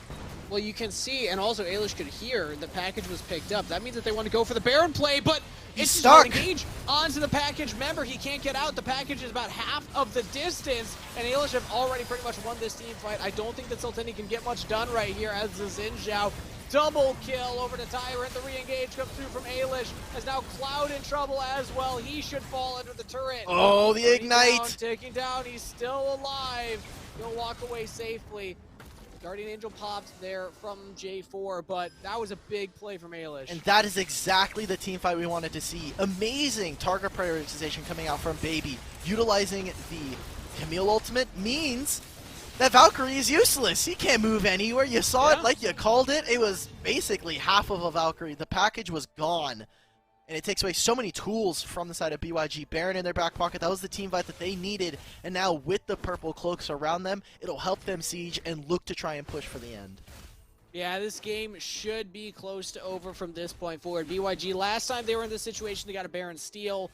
They could not get that same angle this time around. And a lot of it comes down to the quirky package timings. They haven't quite gotten the right quirky package pickup or execution. The reason they picked it up made me think, okay, they're going to fight for the Baron. They want to go for the fight before Elder Dragon's up. They're not interested in that one. But the fact that Ailish were able to collapse on that, big news. Maybe Lynn here could be a starts with a comeback. He's dead. Running down. He should fall. Oh, the Ziggs bomb's definitely enough. Kill picked up by BYG. All right, that's something in their pocket. Okay, but he's not going to be alive in time for the Dragon. You were talking about setting up for Elder. Well, guess what? 45 seconds on that, so he will spawn potentially right as it's up. Lynn playing way too aggressive. He doesn't have flash. He can't get over the wall at that point. So waiting for his relentless pursuit. What is Ailish doing? This is big. This is big. If they can find Tyrant here, they do. Nicely done from BYG. I was just going to say, they're down a couple of ultimates for the Dragon fight, so maybe it's not worth it. But hey, now it's worth it, because they have a 5v3 for the Elder Dragon, at least for the start of the fight. Ailish! And what are they doing? Kind of throwing it. They're just dying on side lanes. You don't have enough damage. They get the flash out of Scrooge, which is massive in my opinion, but I don't know if it'll matter. Cloud can sit here, and at any point, he can take Misty Rain out of fights. Ailish, how do you get in? He didn't take the teleport, though. Lynn's going to have to join in. Oh, in trouble! Baby finds the pick onto the Ziggs. Now onto the backline. Scrooge is going to die as well. This is big. The double kill. BYG had a short window where they could actually win this one, but now Lynn's joined in, so there's no hope for BYG. Ailish, despite losing a couple members before the objective, they will win the fight, teleport into the top lane immediately, push in the mid lane immediately. I think they're going for the killing blow right here. Baby said I'm not losing another game after winning my lane. No way, man. There's just no shot. I'm going to carry this from hook or crook. They're using the mid lane turret. They've got the wave. Lyn is tanking it, saving his minions. They did it. They close it out. It got sloppy there for Ailish. BYG taken down in game 2. GG to Ailish. It was a rough position. They were down a couple of members, but because of Baby in the team fight on the Camille, they find a couple of members, a couple of key picks, and then the team fight went afterward because Lyn can join in. A well-earned win. A tense moment, yeah. But they kept their heads straight and clutched it out. Nicely done. Good job from BYG to punish there. There's 2 different kills where I think if they were maybe a little less confident in their play, Lyn just gets that red buff and leaves, and there's no one punishing him. You saw that immediately. They were trying to predict it. The Gragas barrel was trying to see if maybe he would go over the wall and land him in front of Cloud, but Ailish, their mid game their late game does look a little sloppy. We're talking about comeback kids. Ailish, their early game is solid. They're constantly finding some leads, even if they're not the biggest. But it's just like 2 games in a row where their late game gets a little suspect.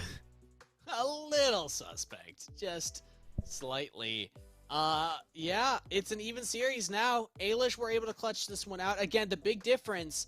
Well, actually, 2 big differences. One, Ailish showed that they can still win in the late game, even if they don't have a massive gold lead early on. So that's good. It's a good look for Ailish. Number 2, they didn't give over a Baron steal to BYG this time around. Those were the 2 biggest differences from first game to second one in my mind, and I think that Ailish are showing that, yeah, they are still the team to beat here in this tournament. But wow, as I say that, look at Jungle Kingdom's damage. Corki almost was able to bring that one in. Corki was putting out a ton, I think, despite what was happening. Cloud still had some really good impacts with his ultimate, despite the laning phase.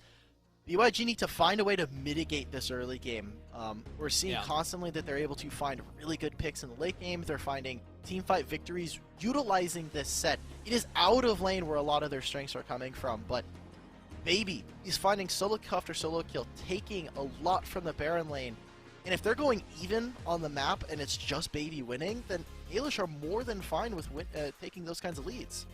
And we're going to add a third thing that's different from Game 1 to Game 2. This time around, Ailish had a lot of hard engage. They could decide when fights would start, and they could force the side of BYG into those fights. You can't really get away from a Hextech Ultimatum, so maybe the answer for BYG now, look to ban that Camille for yourself. Because Ailish banned it in Game number 1. They did not want to leave that up as a blue 1 option. If BYG is not willing to blue 1 that themselves, if that's not in the champ pool of Cloud, or, I mean, I guess they could also play it in the jungle, so I suppose if it's not in the champ pool of Sultania as well, then I think you have to ban that on the blue side, because that was terrifying from Baby's side. Like, he is pretty much the reason that Ailish won that game. But we actually do have sides swapped, I believe, now, as the card under us, I believe, should indicate. So, yeah, sides are swapped. Ailish will now be on the blue side. I think BYG definitely need to ban the Camille now. They are on red side, so there was a couple champions just stick on the red side. We also didn't see Yuumi ban this game, so I'm assuming Yuumi is just going to drop off in terms of priority for both of these guys. Someone that we set up a little bit during that game was Scrooge, coming off of a really good win versus Family. Had a little bit more of a silent game this time around. I do want to see them on some more engaged. There was some good looks from Gragas. What happened to the Alistar? Yeah, I mean, it was blue 1 early. I guess Yasuo has been banned against them. So sure, but Alistar works that. independent of Yasuo. Like, if there's an Alistar on my team, I'm okay with that. If there's a Alistar with no Yasuo, I'm cool. If there's Yasuo with no Alistar, little more rough, rough. Yes. But yeah, they blue won it in their round robin game against Family. Yet to grab it here, it has been banned against them, so I feel like they could just go back to that one. That seemed like Scrooge's most comfortable champion by far. The Lulu and the Gragas were still good. Like, I don't want to take that away from Scrooge, but that Alistair performance was something different. So maybe it's a return to more comfort there. As oh my goodness, Alk, you got your puppy. I have to, man. Do this She's to me, tearing man. shit up, man. Like it's ridiculous. She just got a haircut, so I don't know if she's gonna take a look at the Oh, let's see camera it. or- Let's see the dog. Oh, there. What's the dog's name again? Grace. No, Do Grace. not say my dog's name wrong, Kangas. I'm gonna be. Oh, hi, Grace. Here we go. Oh, my heart. Oh, look at her little eyes. Yes, I know. All right. Come on, mama. Adorable. She got like matching brown spots on her ears as well. That's so Yes. cute. She was a symmetrical. lot more like caramel color when she was younger, and my mom was like, she looks like a teddy bear, like, you know, nice soft brown. And then as she grew up, she's got like this white fur. My mom's like, this is not the dog I signed up for. Yeah. This is. I feel like I got. I've never known dogs to have their hair turn white with old age. So That's it's actually really similar funny. with like human babies. Human babies sometimes their hair color changes as like from True. infancy to like adult. Yeah, I know you would have known a lot about that, seeing as you're kind of bald. I had hair at one point, Alk. Okay. You know what? I understand. My sister actually had the closest- same thing. She was born blonde. The closest to like hair you had was when you were born. You had like that little like, you know, like like how babies have like toupees, basically.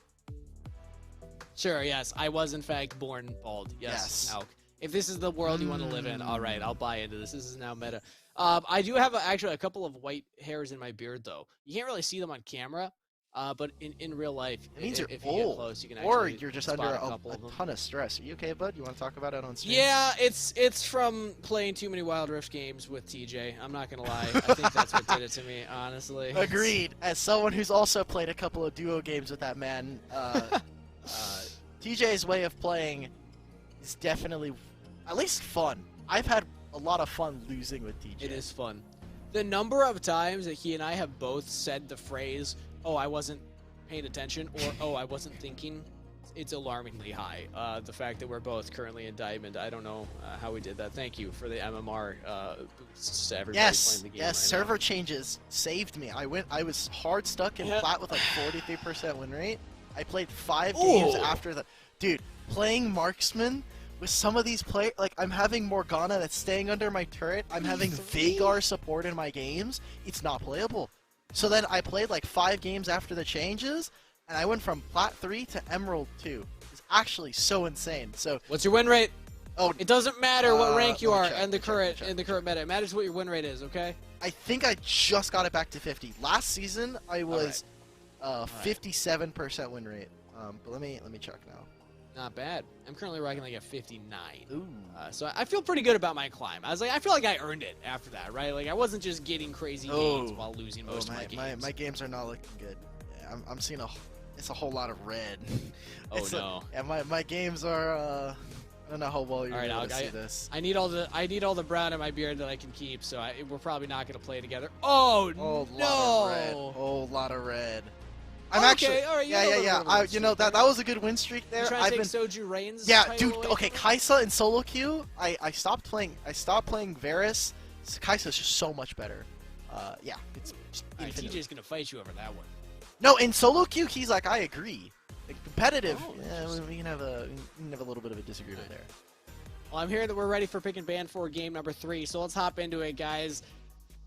This is not going to be the end. It's not a sweep either way because it's tied 1-1, but this will determine who's on match point and will get the momentum going into what could be the deciding game. So Ailish now on the blue side for the first time in this series, banding away the Yasuo still with the Lulu and the Gragas. So Gragas, interesting that that's back on the list for them. BYG, they did not take away Camille, but Ailish went the set instead. Wow. So now we finally get a new Baron laner for Cloud. He's just only been playing set on stream at least. Oh, true, right? Yeah. I thought you meant a new Baron laner for the side of Baby, but I was gonna say. You we think they're don't know if replacing that's that going to man? the Baron You lane. think they're replacing that man already? No way. Exactly. No way. Diana locked in for BYG though, so we've seen it flex into the jungle, usually in the mid lane though. Very early for them to lock that in as a blind pick, but it's frontline, it's engage, and they do lock in the Camille. Okay, This is big. We're learning that BYG is willing to grab this if the set's already taken. Yeah, and Camille, this just means it's a flex. It can't go to Baron lane. It can't be going into the dragon or into the jungle. I think it's also very dangerous to send into the Baron lane, considering what we've seen from Baby. If you lose both sides of the matchup, that is a lot for your mental. You're just like, yeah, not good. Not feeling too good about that one. I'm not gonna lie, I'm actually not sure. I haven't been doing research on the Set versus Camille matchup, so I'm not necessarily sure who I favor just based on the stats in that one. But at least we don't see the combo, because Galio's locked in from Ailish again, so we don't get the Camille Galio on the side of BYG. But we do get Lee Sin, and that is definitely, I think, the best jungler on the patch. I think this champion is ridiculous if you can get him, especially if you can go for aggressive early games. This is a champion that punishes BYG a lot. We're talking about early set plays, going for it. And I was talking about how we may not see Yuumi for the rest of the series. She makes it on 3. The kitty cat's here. Good engage, good synergy with Camille and Diana. I like it. She's too good. She's too good right now. It infuriates me, but I will admit the truth. Yuumi is a really strong champion in the current meta here. They don't have necessarily the best carriers for Yuumi. I mean, Diana's probably the one I'm looking at the I like most both there, of these carriers. I think Diana is, deceptively tanky. Rod of Ages, the shields on the champion. It's exactly what she wants. Gives her a little bit of movement speed, the slow as well. Also just raw damage stats from the you and me, like that she gets from Adaptive Force. Problem I'm having here is she looks across from herself as, the Yuumi. She's like, oh, let me just take a look. Oh, they have all these bruisers. This is not good. I do not like this. I want to go home. Where's my master? Well, let's see what they want to pair it with in lane here. Ooh, Kai'Sa back for Owonowo. Okay, so the Lulu is taken away. They grab the Yuumi instead. Kai'Sa's up. We saw what Owonowo did in game 1. This might be a big mistake from Ailish, not banning that away. Oh, but big change here is that there is actually a damage-dealing marksman dragon laner here for the side of Lin. It's not Senna, so and we're talking about team fights. There is a way for Ailish to win. And it's Galio mid versus the Diana, so an okay matchup there. It's not great for either of them. They can both leave lane. But Leona, this is perfect against the Yuumi. Yuumi is like, oh no, like I'm just going to detach. Leona's running straight for the Kai'Sa. Exactly, and even if you're on the Kai'Sa, like you're not going to be able to stop Leona from getting onto you. And the reason that Kai'Sa was able to pop off so much in the last game, no hard CC, well, there was hard CC, but not a lot of like primary engage. Now with the Set and the Leona locked in, this is a lot of primary engage on the side of Ailish, so they can start fights when they want to. It will be more difficult for Owonowo to get away from these fights as J4 is the final lock-in. So BYG have their engage tools with the Camille, J4, and Diana. Ailish have their engage tools as well. And arguably less scaling. It's kind of tough, actually, looking at these two teams. They feel almost very similar. Kai'Sa is definitely really good in the mid game. Like, I'd say around 8 minutes when she has her Acathia and Rain done and she has the AD requirement. But Ailish, I think, just have a lot of tools they can play on sides, and their engage is just so much better, I think, in my opinion, against BYG. Like, Jarvan goes to setup and puts down the Cataclysm. Almost every single one of these guys gets out of it. Jarvan can ult, Galio can ult. Lee Sin just safeguards out, and Lin can buy a ton of time. Same thing with the Kai'Sa, just using their ultimate. And honestly, if you Hextech Ultimatum in, if you Cataclysm in, well, if you're not on the Galio, you're kind of locking yourself into Galio's ult now. So. Yep. Interesting to see how all these different ultimates will interact with each other. Got a lot of circles, again, in game number 3 here, loaded onto the Rift to determine who will be at match point up in the series. Fight Night Rift, it's getting spicy here, Alk. Can't wait for this one to get underway. Yeah, especially since we already have the Kai'Sa in the game again for Owonowo. I kind of referenced Yuumi as the big eraser because you can take a terrible trade and she's like, here's a heal. I'm just gonna erase any mistake you just made recently, and doesn't cost all that much mana, especially for utilizing the passive really effectively. Very, very hard to push a Yuumi lane out. And once again, Cloud struggling in the early lane matchup here against Baby. Not a great sign when you lose both sides of the matchup. You know Cloud's strength is in the late game, not necessarily in lane, and maybe it just seems good everywhere. Yeah. No matter when the game is, Baby's popping off. It might just be a Baby diff. which I didn't think I was going to come into tonight saying. So proud of BYG for Ailish for getting us to this point. But again, look at how much vision pressure has actually gone down on the bottom side. They want to try and protect Owonowo and this Yuumi. They will spot Misty Rain here, and they're even making the collapse. They want to try and get the bottom scuttle and just set up dominance across the map. BYG with much better control in the early game here. This is actually a big turnaround as Misty Step does go in. They have just Mobile Gamer here as well. Studs land. Sultini double daunted as Jungle Kingdom is in a lot of trouble. Has the barrier and the flash though. Everyone's low on health. Oh no, will die first. Even though Sultini gets a nice 3-champ knockout. Okay, wait a minute. Double kill. Maybe they can turn it. Jungle Kingdom's here. Scrooge is here. This is multiple kills. A 4-for-2 trade in advantage of BYG. Do you see how broken Yuumi is? Like, yeah, the damage dealers were there, but the shielding that this cat provides, the healing as well, means that the longer it goes on, BYG will end up winning it. Ailish with a huge loss as they got the scuttle. Ignite last tick. Nicely done. I love Baby, man. He's so good. So good. Yeah. Baby is quite a menace in the Baron lane right now, but more fights over more scuttles here, Alk. As the taunt lands again, Jungle Kingdom pretty low in health right now, but here's the re-engage coming through. Scrooge has joined, and he just can't do enough damage to the kitty. Even Baby here. Oh, Haymaker. Not quite enough. Very close. All I'm seeing is that Yuumi is broken. Yuumi saved Jungle Kingdom there. That kill, so important. It would have equalized some of the mid matchup here, but you see, for BYG, 3 minutes, a Rod of Ages, I think is pretty huge. Gets that stacking, gets that scaling so much earlier on. And even for the side of Kaisa, like, she still has the flash. So at any point, they could say, well, I'm just going to wait. I know I'm not under a lot of threat if I'm just patient. So good play all around from BYG for this early game. BYG for the first time in the series, for the first time in the day on broadcast with the early game lead. Great looks for them, being willing to scrap and also win these early game scraps. Thing I'm looking at though, Lin with a gold lead over Owonowo. This Xayah could be a thorn in their side because of all the engaged tools BYG have. Xayah is really good at avoiding those and then still outputting damage regardless. She kind of wants people to go into her. So I'm going to be watching Lin throughout this game. How does this gamer position? How does this gamer output the damage necessary? I think the word we're looking for is she is gank receptive. She's more than willing to have people walk towards her. Obviously, she has so many tools for that. Pretty late recalls here from the side of Ailish. BYG are literally in the river, and I don't know if maybe it's because they don't have vision, so they're not willing to contest this. They're starting it up now. They'll now be seen on the Scryer's Wound. Leona can go in, and with Galio here, could look for a huge Hero's Entrance. They also have the Lee Sin as well into the pit. They're looking for the engage. Jungle Kingdom's there. Sultini as well. Yuumi ultimate, but kicked away. It's out! Who's on the dragon? They got it! It's secured by BYG. They will lose the fight afterwards, though. Jungle Kingdom in trouble. The Zoomies. Scrooge saving the mid laners. Oh no, was over the wall trying to get the damage down, but now locked down as well. Winds of War used to pick up a kill. Scrooge in trouble. Oh no, can't get the kill himself. As now Lin will fall to the Hexagon. Here comes Scrooge. Scrooge did survive it. Can he save Cloud? Might be ambitious. Oh, the flash haymaker from Baby, but not enough damage. Oh my god.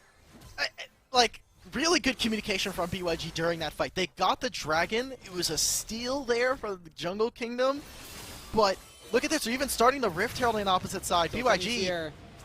He doesn't have the Cataclysm, but they have the damage. Cloud finds the kill. That's a really big timer right there. Okay, like you said, Herald's up. Scrooge is just saving so many of these fights, able to survive for so long, detaches, finds a new target, and it means that BYG are coming up kind of just heads up on all plays around the map. Jungle is surviving, has the ultimate, and with no jungle in sight, Ailish is here. Doesn't get it. Oh, goes for the seal again, doesn't get it, but the engage comes through. Maybe the team fight is won here from Ailish as Cloud will fall. Oh no, gets another kill though. Watch for Baby, watch for Sultini with the Cataclysm re-engage. Now Flying Drag combo, it's just the tanks. They don't have a lot of damage. Oh no, can come in and try and clean these up. Just Mobile Gamer runs away to the safety of a set and a rampage for Tyrant here on the Galio. I don't think Jungle Kingdom has the damage. Oh, but he does! One more auto, gets the kill. That's it. They got the Rift Herald as well. BYG finding a really good early game productivity. I don't know if it doesn't seem like Ailish is behind. Maybe. Maybe. A lot of damage on Oh No, but yeah, he's dead. He's not going to survive this. Oh, wait a minute! He gets a kill? All right, you definitely die afterwards, but 1 for 1. Hey, that's not too bad. Feels marksman, man. Feels dragon laners. That's just literally how it goes. You're like, oh, look, I can try to kill him. No, he's playing set. He's playing a Baron laner. You're dead 9 times out of 10 there. BYG, with something that we've been criticizing them so far, maybe the download is starting to happen for them. They're setting up for objectives, and Yuumi is kind of just buying them a lot of space, making up for some of the mistakes that maybe we were seeing throughout the last couple games for them. Awesome stuff coming from the red side here, as they're in pretty good position to win this game, actually. And on top of that, Oh No is actually coming back in the gold deficit on the Kaisa that we just saw them pilot in game number 1 to great success. Lin! Speaking of marksman, Lin struggling here a little bit in the 1v1 against Cloud. But going back to Oh No, this Kaisa is, again, primed to be a late game carry threat. And there's so many different targets that Yuumi can attach to. She has kind of free reign, and they all do different things, right? Like, we're talking about giving movement speed over to Diana and letting her survive a lot, and you see how tanky she's going to be now. She already has a Crystalline Reflector. The Roa is fully stacked at this point. And then you look across, she can always attach to Kaisa at any given time. Sultani's hiding in this brush. He's not been spotted. Decides to back away. They were waiting to see if anybody from Ailish would come in and try and catch the wave in front of the turret. But it crashes, so resets come through. Herald's still available for BYG. Dragon's up in 20 seconds. I like kind of plays where you drop the Herald mid, you distract members of Ailish so that they have to answer that, and then you go for the objective yourself. They're setting up. Right now, they actually reset. They want a death brush right there. You see that OO's like trying to fish with something with the Prey Seeker. They're like, let's try and see if we can find anything. Maybe Cloud jumps in, can hookshot right back out, and look for an engage now as they come back into the river. Ailish, if they give up this dragon and they lose a team fight, BYG very clearly win this. I like this Rift Herald. I think it's a little ambitious, though, as Lin should be able to clear it. So they need to find someone now. Yeah, you got to go for the dragon immediately. Now that Lin is on the Herald, it does crash into the turret, get some plate gold over to them. Watch for Baby on the engage. This set is in a really good position right here, but it's engaged from Jungle Kingdom instead. Lin has to flash away, plus the ultimate just to survive. Re-engage comes through. Lin can actually walk forward. Hextech ultimatum. Taunted. Lin's still up. Lin's not putting damage, but finally goes down as Oh No will pick up another one as well. Under the turret, Jungle Kingdom's looking for more. Gets the double kill. You just can't stop the Yuumi Zoomies, baby. Scrooge walking forward. Almost dies to the turret, as Tyrant will barely live. So, Misty Ray definitely did just die to a Crystalline Reflector proc, which is just hilarious to me. But now BYG are basically going to win this game from this point on. I mean, Ailish, that fight looks scattered. They're not fighting on the same kind of wavelengths. Yes, Set is on the flank, but by the time that they try to pincer maneuver, BYG are already in your face. They're engaging onto Lin. So your main DPS is gone. Galio does have a rather nice kind of inventory to look at. Rod of Ages, has the decap, but Lee Sin's also been removed from this game. So a lot of the damage dealers you were expecting for Ailish are just not there. BYG in a really commanding position. I don't think you even can find this with this. Like, oh my, he's just dead. You go for the death brush, but who's dead in this situation? BYG ready for it, and they still are taking this fight. They don't even have Oh No, a big setup from Baby, but it's just not enough. Now Hextech Ultimatum continues to play for BYG. They just picked up a triple kill on the Jungle Kingdom, living up to the name in the mid lane.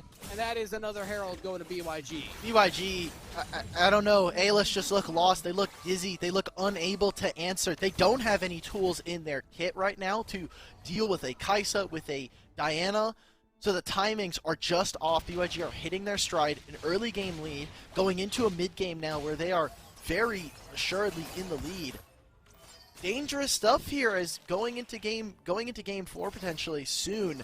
BYG still need to be able to close this out. Let's see if they make any blunders or they clean it out fast. 7,000 gold lead, 2 dragons in their pocket. BYG staring down the barrel of a match point for themselves in this best of 5. Would feel fantastic for the team who were not coming in as the #1 seed. They dropped their round robin game against Alish, but they're about to even that score here if they can close this one out cleanly. And again, off the performance of Noo, incredible Kaisa player. Scrooge still yet to die. Of course, on the Yuumi, so maybe. I was gonna say, there. dude, look at this. He's 0-0-17. That's what you want from your Yuumi, everybody. Giving you the kills and keeping you alive. But also Jungle Kingdom having the performance of their life right now. And this Diana, you just can't do damage to them. There's now Noo on a perfect flank right here, able to output all that damage. Jungle Kingdom as well, locking people down. Everybody from Alish are looking at Noo, but it's Jungle Kingdom that's the real damage threat. Is now even Cloud joins in under the turret. Godlike double kill to Jungle Kingdom, make him legendary. BYG are just dominating on the Rift right now with the Herald. They will take an inhibitor turret. They might just push for the game. Yeah, that's just game. Cloud is joining in from, I think he's trying to take the tower behind my fridge at this point. That's the game. They have the wave. They don't even need the Herald. Are we going to get a dancing Herald on the turret? No way. The charge, it does. No dancing animation in Wild Rift, but it's dancing into our hearts. BYG with a statement, bringing themselves to match point. Insane stuff from them. Anyway, for anybody in North America who needs any convincing, Yuumi's broken. You can see it in this game. The amount of healing and shielding that she provided saved so many members, and the kill gold would have obviously been so valuable for Alish as, the game went on. I mean, look at the gold leads. They're middling for the most part until after the dragon, 6 minutes. They pick up some kills. They finish out the game. It's a rather clean one. Not much for me to add onto this. I mean, we talked about it during it, and Yuumi's broken. Good job from Jungle Kingdom. One of the better games that we've seen from them today, akin to that Yasuo performance we saw earlier. 20-1. 20. Just straight 20 KDA. 11-1-9. That's a 20 KDA. I love it. Holy Jungle Kingdom. What a performance. What a game. Lin was not able to get the damage out necessarily in the team fights, oftentimes because by the time Lin was in the team fight, it was already over. Or Lin hit the grayscale, basically. Every fight. Yeah, really, really rough time for the Xayah in this game. And the fact that Scrooge kept everybody alive in the early skirmishes, in the late game team fights, BYG found a formula that works for them here. And for the first time, we saw them with a gold lead in the early game, able to utilize that and then close it out. Alish are far from immortal at this point. Not to confuse with the team that is currently #1 in North America, obviously. But BYG, they're actually on match point here, Alk. I mean, I went into this thinking, all right, are Alish going to sweep? Are we going to get another 3-0 here? Like, is it going to happen? Then maybe BYG is going to sweep? No, we are at least going to get 4 games, so it's back to normalcy here at Fight Night Rift, but it's definitely entertaining. You know what's funny? You take a look at I'm taking a look at the damage numbers from that game. Lin did as much damage as Kaisa. The Yuumi did as much damage as Leona, which is questionable. So it's not like Lane pretty close as well. Yeah, it's not like we're seeing discrepancies from some of the carries, right? Like, we're not saying like, oh, Baby took a huge step off a cliff on this game, or Lin was not able to do the same damage, because the numbers don't lie. They're there. But the fact that Jungle Knight has a Yuumi attached to them the entire game means that they're unkillable. They will just go into your backline and eviscerate them, and at that point, you lose the game. Yeah, this is one of those games where you put jungle diff. Not because the jungle was the diff, but because Jungle Kingdom in the mid lane was the diff in that game. That was an incredible performance, and we can't sing the praises enough of that player. But I do have to say, going into a Game 4, I can't imagine them getting a couple of the picks from that composition. Because if I'm Alish, now on the red side, I'm definitely looking to take away that Man, the Yuumi ban. Please. Yuumi ban. Like, we will be setting it. Oh, yeah, go for it, Al. No, just Yuumi ban. That's all. I have nothing to add to this game. It's doomed. It's simple. It's simple, everybody. But we will be sending it to a short break before we are back for match point of the grand finals for Fight Night Rift. You won't want to miss it, so we'll see you there.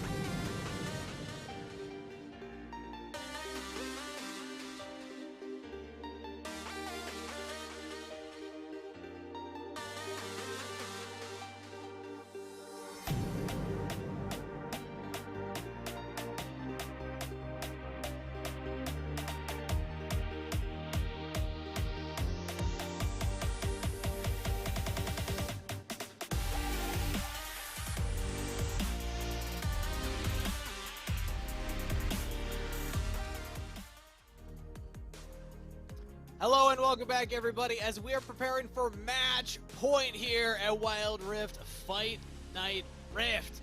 Brought to you by GiantSlayer, of course. BYG up 2-1 in the series right now against Alish here, and they are one win away from being Fight Night Rift winners in the first ever Fight Night Rift without one of the top 4 teams represented. Algae, we're not going to waste any time.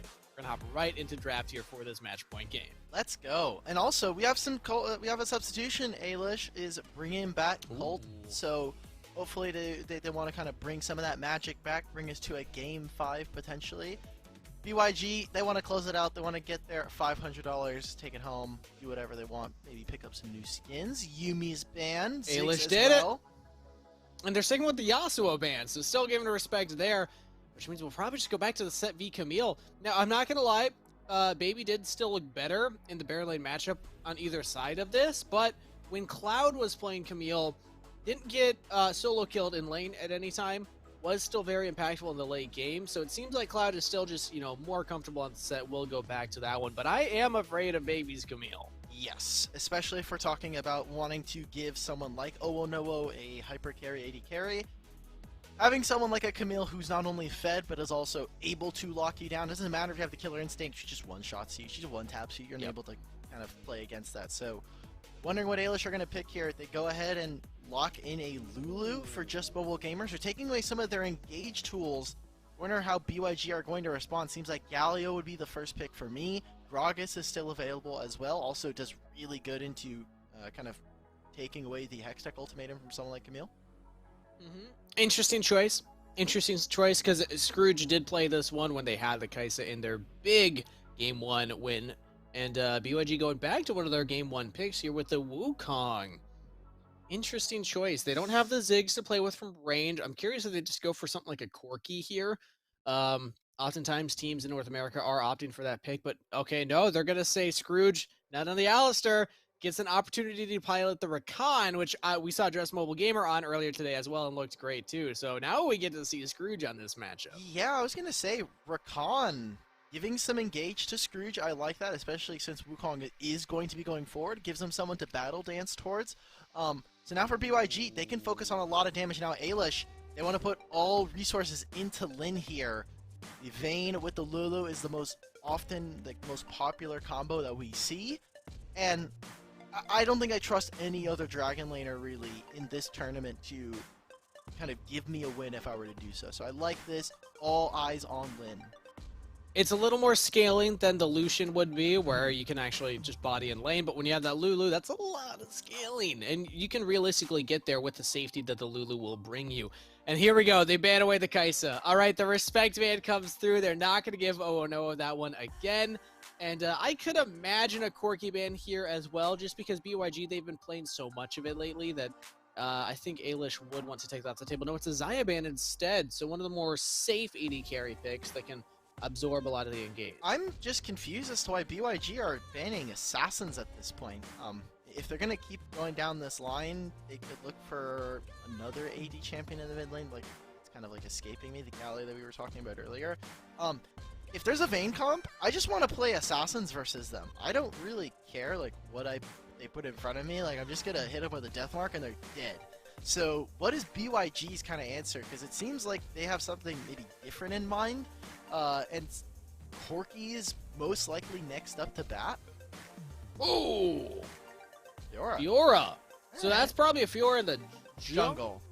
I would assume.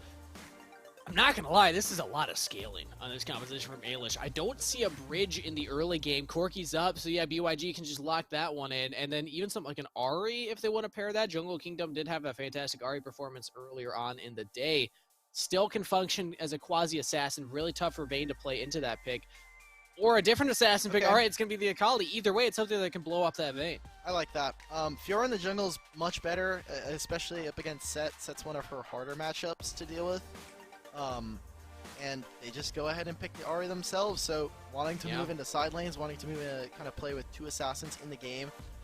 Like you said, there is a ton of like late game scaling here. Camille's very good, obviously, once she picks up her Trinity Force once we get to that point.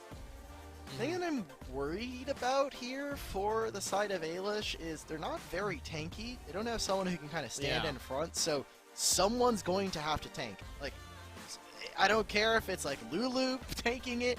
It could be Camille or Fiora.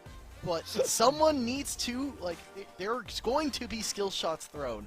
And wait, Alk, what's up? they're putting Fiora in the Baron lane into the set, and it's Okay. going to be Camille in the jungle. So I was on your side. I don't think that the Fiora is a great matchup into the set. This is going to be tough now. But I mean, obviously, this is Baby piloting the Fiora, and we have seen what he can do on pretty much every pick he's played so far today. But this is going to be tough. Definitely, it'll be a lot different. This does mean that Fiora will get a few more resources than just being in the jungle. She will have to drop some of that. Some of that will be mitigated by the fact that Fiora will just move. Oh, wait! Okay, it is Fiora jungle. Okay. Oh, okay. We're getting You got debated. baited. Look, stuff's happening behind the scenes. Shout out to production. There's a lot of stuff going on anyway, so, you know. This makes our more talk- sense. I like Yeah. this a lot more because you're dodging a rough matchup. Baby has won this lane already, and the Camille's just so good. So I'm a fan of this. And now it means that the Fiora can survive a little bit more. Even if there's less resources, you're in less danger. So it's more realistic that you can actually scale. Yeah. Either way, I don't mind the Fiora matchup, especially since what we've already seen from these two players for any matchup. I think Baby will find a way to win it. Charm? No, she Oh, started, wait. yeah, first and second ability, so no Interesting. charm. Gets the electrocute proc already, and just wanting to chunk, doesn't want to kind of risk, like, okay, if I land the charm, what am I actually going to get from doing that? My second ability will just push the wave for me if it's not going to land on a jungle kingdom, and getting a health lead. Interesting trading patterns from Tyrant here. Okay, there we go. Now throws out the Orb of Deception and actually lands both ticks onto Jungle Kingdom. Heavily winning. Ult with a potential in the mid lane is going to show, so won't commit to the surprise gank there, but just help shove this in. Gets lane priority for the Scuttles. As Nowo in trouble. Exhausted down. No ignite means that he should be fine. Me want mid priority, which means the jungle just walks into your lane. He's like, okay, you're taking a little too long, bud. I'm just gonna walk down here, and I like this. Force them off the wave. Say, we know that you guys can't kill us under turret with just the two of you, but Fiora with red buff, that's a different story. We're gonna make sure that you lose out on a cannon minion as well, so big stuff here for Ailish. Means that Lin can get an early lead in this lane. Colt still onto the Scuttle at about the same time as Sultini was, so I don't think you're really losing much as the jungler in this situation. And BYG slowly falling behind, not because of kills, but just because of some farm differential in these lanes. Again, Baby kind of getting the better of this matchup against Cloud, even in these trading patterns, and this is what Ailish want. I mean, obviously, historically, Ailish have also been able to get these earlier leads through kills, through aggressive plays. I don't think that we see that this game just because of the jungler that Colt's on. You also have to think of what the lane matchups are, right? Like, it is main Lulu versus Corki Rakan. If someone dies in this matchup, there was a serious misposition going on. Hey, it almost happened. Exactly. That's true, right? Like, it did almost happen. Obviously, a lot of the explosiveness is just going to come from the normal hubbubaloo of 4 minutes. There is objective spawning, which means we must team fight. Speaking of, Sultini goes for the engage. Let's flash out a lane. Battle Dance under the turret. Lin knocked up, but does survive. Now it's Scrooge taking a lot of damage. Sultini goes back in onto Lin. Nowo has the damage, but low health bars. Lin with the barrier. Can't get the last auto. Sultini picks up first blood. I think that is a pretty big mistake, especially since your mid lane just solo killed. If anything, you just wait. They're going for it. Yeah, they actually didn't get the first blood because of the first kill in the mid lane. Tyrant getting the better of that one. Okay. Kangas, I'm not a happy camper anymore. No? I just What's saw wrong, Lulu. Al? I just saw Lulu exhaust a Wukong clone. I might have missed that one, but yeah, that's rough. That's But you know what helps that's the rough, mental? bud. You know what helps the mental is seeing proper lane swaps here, as Lin Agreed. did die, went to the mid lane to grab the wave while Tyrant was in the bottom lane. And they're actually going to commit to the lane swap here. Good. It gives them options, keeps them flexible with what they want to do. Colt is going to reset. It should have the Trinity Force finish, if not finishing boots, potentially. Okay.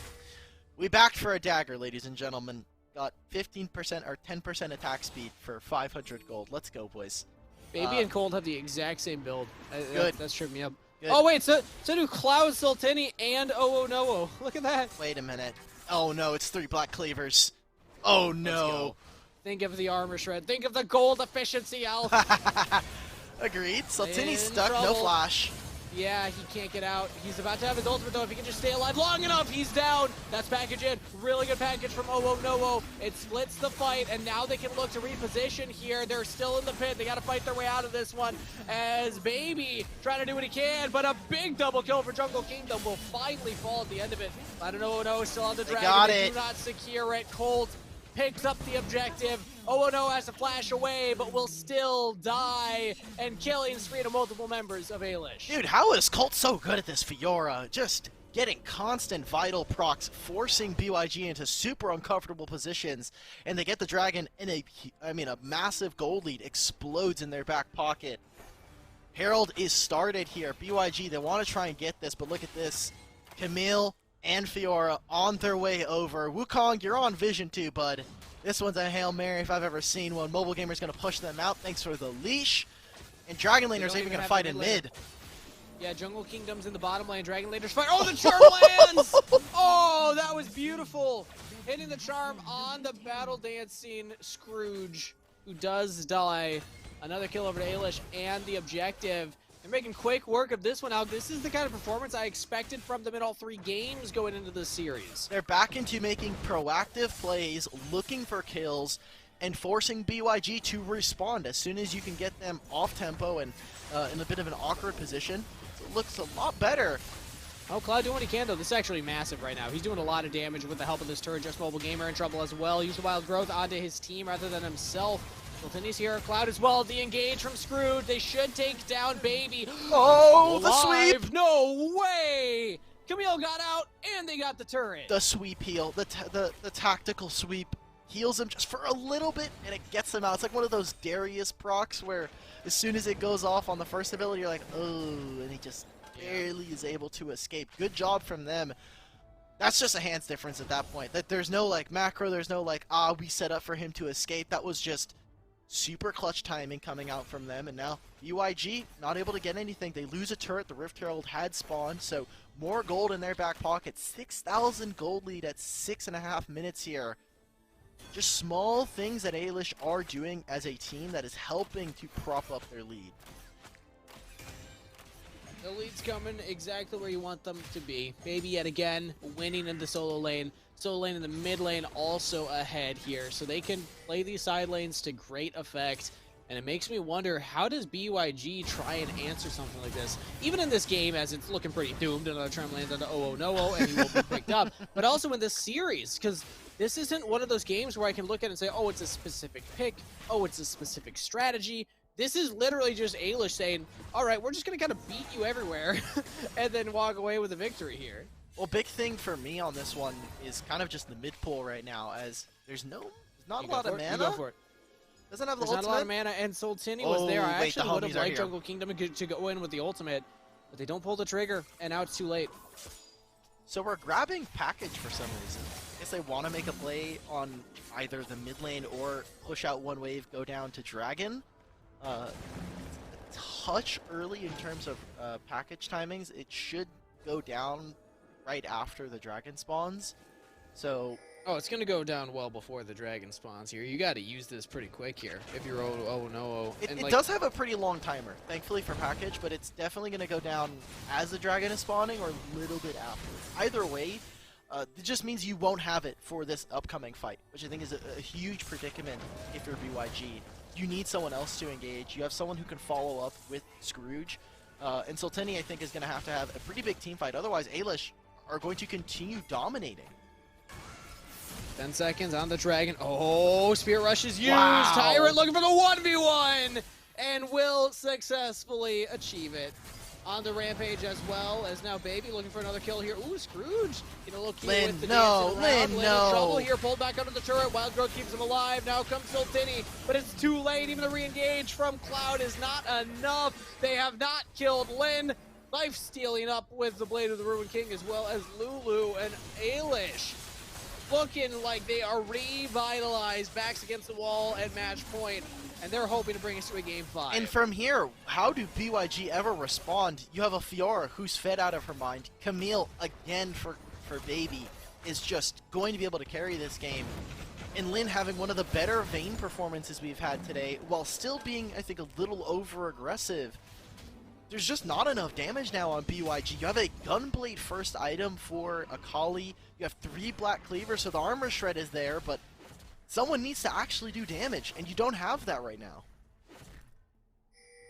It goes back to the Cloud on set versus the Camille. They banned it, and they, I believe, won that game. Actually, maybe they still weren't able to pick that one up. They played it. They definitely won that game.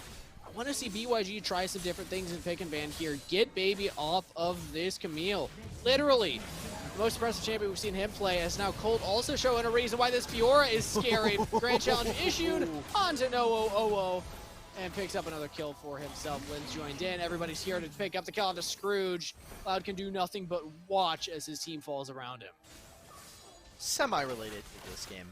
I did talk to some of the players in between the series.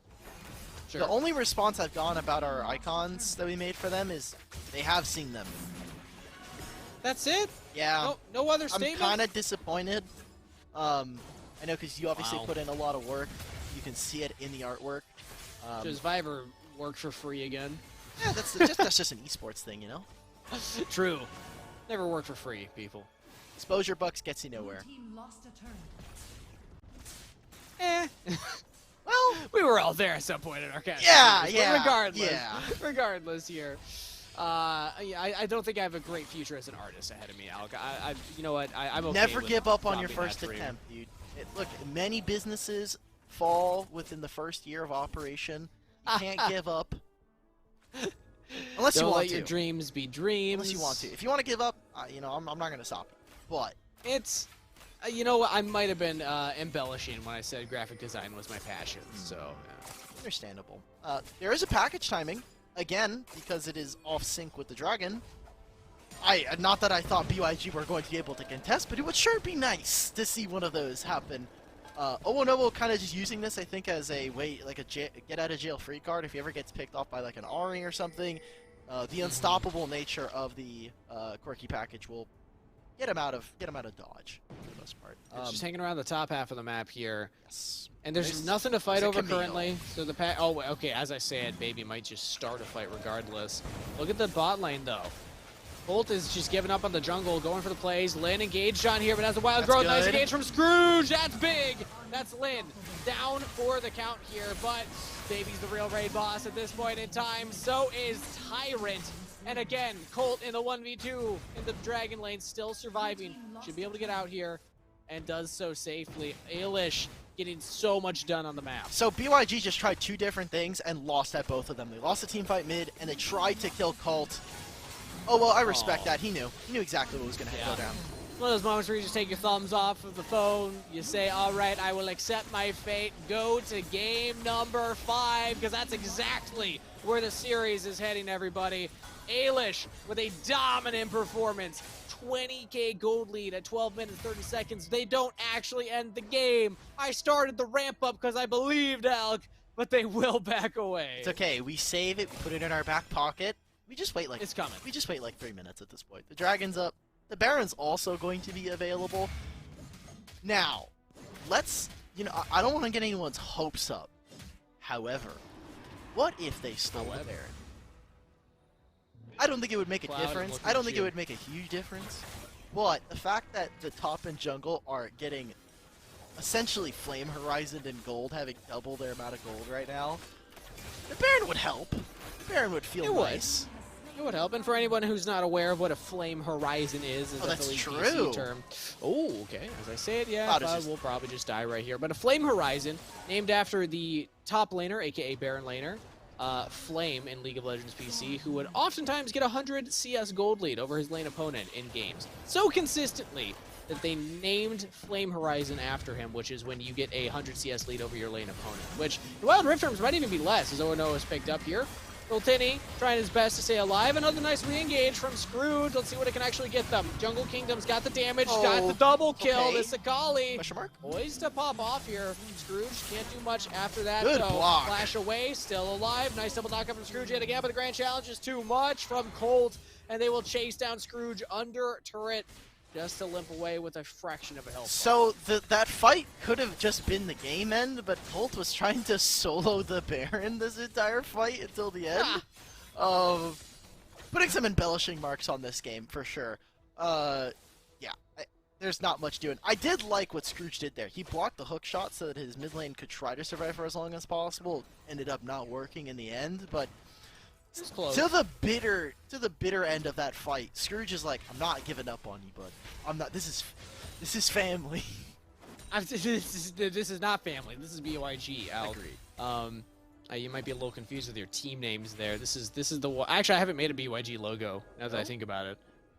I gotta think about that. I might have to make them one at the end of the show here for getting into the grand finals. Yeah, I think that they deserve it, especially for pulling us to game 5 here. The damage on this Ahri is... Oh, yeah. Knockout punch right there from Baby on the Camille. Set up, of course, by Tyrant on the Ahri. That one Ahri combo so far ahead in items. 4/5 of Jungle Kingdom's health bars. Now, oh no, has a package. We'll need to just go straight into the Baron pit. Okay, but it stopped the Baron. A little early. To stop the Baron, but I don't think it's going to do much to stop this fight. This shellacking from Ailish. Again, 20k gold lead. That's what a team fight will look and like. And we're doing Baron again. That. Oh no, he was on vision. Oh no, Lin dropped the ward and he knew exactly where he was. I think they can just end the game at this point. It's only 2 members up. Come on, Ailish. Ah, they want the big purple glove. Oh my god, BYG do have a logo. I just got sent it. They do? They do. I'm posting it in our chat. Wait, I think they kind of trolled some of our production then. Nope. Okay, Posted in all right. Well, there you go, BYG. Yeah, that there means you go. you don't need me to create one for you. But maybe we can get it up for game number 5. Like I said earlier, took a little bit of time, but we are heading there. Game 5, 2-2 on the scoreboard. And we got a best-of-5 series ahead of us as Ailish will pick up another win. A dominant win. I mean, Lin did so much, and another series dictated by mid lane and how important the game is. Ahri finding kills. I mean, afterwards, this gold track. Yep. I'm glad that it's one of those ones. We need a name for this. You know what? Let's make a name for it right now. We call it the slip and slide. When the gold lead matches the time in the game. Okay. That's a slip and slide right there. Okay, I like that. The slip and slide. All right, I'm seeing. I'm just trying to pick apart what I don't like from this game. There's a spooky ghost on Camille. That's one way to keep them locked in. There's a redemption on Corki for some reason. Oh, there is. Yeah, that exists. 3 black cleavers in general. Maybe. I mean, the item individually, very gold efficient. I think it's fine. I think it's fine. I was mostly joking about builds just because, like, my builds don't really matter. Yeah, but again, you just look in mid lane. That's our whole series, essentially. Is Jungle Kingdom popping off? Is Tyrant 1v9ing? Again, Lin and Owo did the same amount of damage. It's 1,000 difference, which is honestly negligible in my mind. Yeah. And the big thing for me is that Jungle Kingdom could have locked in the Ahri. I like Jungle Kingdom's Ahri. Looked very impressive on it earlier on in the day, and I would have liked it with this comp anyway. It's that assassin, it's that early game bridge that can also just kind of get everything else rolling on your comp. But they opted to go for the Akali instead and give up the Ahri over to the side of Tyrant. On top of that, still, blue one set. Cloud, you showed you have a good Camille. I want to see the Camille. Get Baby off of this pick. Yeah, actually, like... I guess it really doesn't even matter. I'll be 100% honest. We've now seen him win both sides of a matchup, different parts of a matchup, different champions. It doesn't really matter. So I do kind of like what BYG are doing, which is just saying, Cloud, lose with grace. We're not going to be able to do much against you, for you. We're not really set up with how our team likes to play, and maybe it's a champion, like a champion pool difference, but there's not much we can do. Let's just focus on what is winning us games in other parts of the map. All right, well, with that said, it looks like we do send it over to another short break. Just to give the players time to refresh themselves, catch their breath, get some water, because it all comes down to one more game between BYG and Ailish. You won't want to miss it. So we'll be right back after this.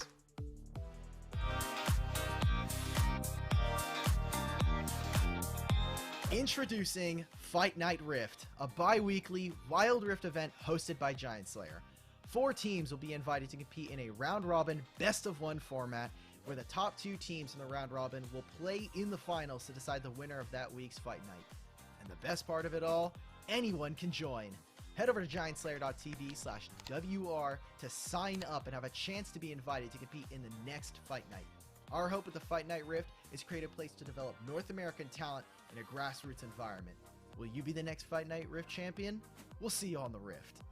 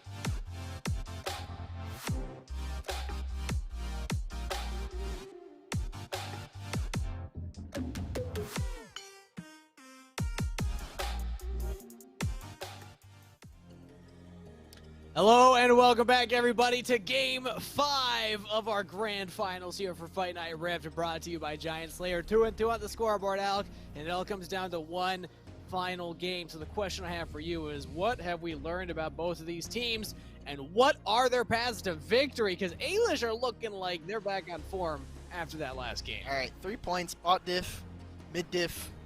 Let's try something different in jungle, please. Okay. That was 3 points. Very succinct, very quick, just as quick as we are getting into pick and ban, because these players are ready to go. It's been a long day of Wild Rift games, Alec, but this game decides who's walking away with the $500 first place prize and who's getting the $250. It's still something. Still feels nice. I would much rather place, have. but you want that. I would much rather have $250 than $0 in my bank account after playing. If you're playing one more game, that's $50 difference per player. Agreed. Yeah, you'll want that one. BYG back on the blue side, and they're sticking with the set blue one, but they have banned away the Camille this time. Okay, so they want that, and Camille being banned opens up a few different options here for Alish, depending on what they want to go with. Picking up Diana for Tyrant is not a bad look. I wonder if they'll try to go for another Jax or a Fiora pick. Maybe they just pick up the Galio that we had seen all throughout the day. Jax has been banned in every game so far, so this is actually, I think, the first time that we're seeing it up. Okay, Alish go for the Kaisa themselves. They had banned away the Lulu Yumi. I actually don't think that they needed to lock this in, but I guess they still just are afraid of Owo Nowo's Kaisa. Yeah, remember that game, it really didn't matter that Owo Nowo had Kaisa. It was the fact that there was a Yumi paired up with X-Champion. I do agree with you. I think if you were going to go for this Diana Shell comp, you could have just gone with Diana Yumi as your response on red side for your first and second pick, but already BYG, they want to take it to them. They want to have a full-on skill matchup. They're getting the Fiora to help out for Sultany. Gauntlet's been thrown. We're getting Scrooge on Alistar again. Let's awesome. go. Let's do this. Sultany's taking away Cold's Fiora that he played in the last game. Scrooge back on the Alistar that we saw in game 1 of the day for BYG. Way back on the group stage, he popped off on this pick. This is exciting. We're getting a lot of these pocket picks, a lot of picks taken away from each other, and Colt back to the Kazakhs. It was piloted in game number 1 as well. Okay, I like this. Giving some extra credence to wanting to just assassinate. All of these members from Alish go in. They go forward. They have some ways of kind of slowing down a team fight, but all in all, they want to try and find kills. They can pop a Fiora if they need to. For Alish, we need to see some more frontline, some better tanks, and from BYG, I want to see some damage dealers. I think you look at how Alish are banning and how they're drafting, I think they're trying to force Owo Nowo onto a low-impact marksman, so Corki, again, could be their look. Yeah. Again, Corki, Owo Nowo on the Corki didn't have the best package timing. I think that's the biggest part about that champion. If you're going to play Corki, you need to have correct package timing when you pick it up. But it's actually, yeah, the brand taken away, so they're leaving Corki up. Alish were not afraid of that last time around.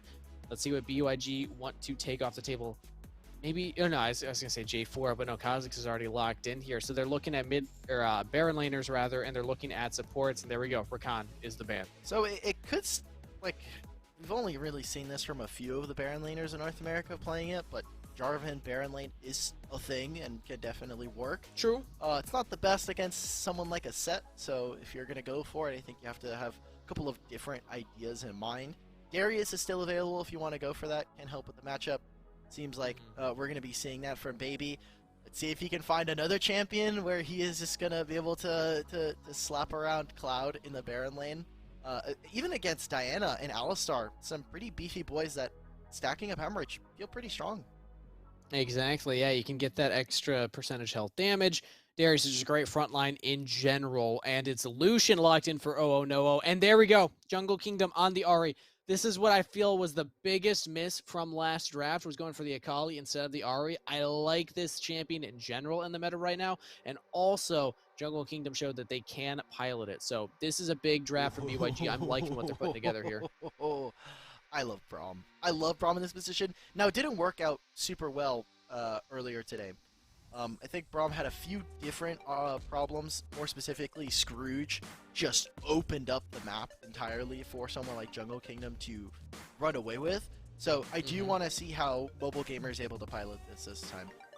Has so much synergy with basically a full melee comp, and someone who could look for a couple of auto attacks to get that Winter's Bite. So I'm looking for Ailish. How do they close out? Can BYG find the win after suffering a few losses back to back? It's kind of scary. Much harder for the likes of a Set Fjord to play now into this Braum. Provides a lot of stuns, a lot of slows, knockups, etc. Ailish with this composition that can go forward or kite back depending on their needs. BYG, honestly, much the same here, but with a little more pick potential when you factor in the Ahri. Comes down to one game, Alk. In this best of 5, we are on game 5 for Fight Night Rift. BYG versus Ailish to take it all right here. Big eyes again on the Dragon laners. Owonowo win on Kaisa has looked fantastic. Win on something like the Corki, not necessarily the same impact. So despite matching Lin in damage, I think impact-wise, Lin has definitely had the better series so far. And got to be able to kind of stand toe-to-toe with them, especially if you're in the qualifiers. Every one of your lanes kind of needs to be at a reasonable level.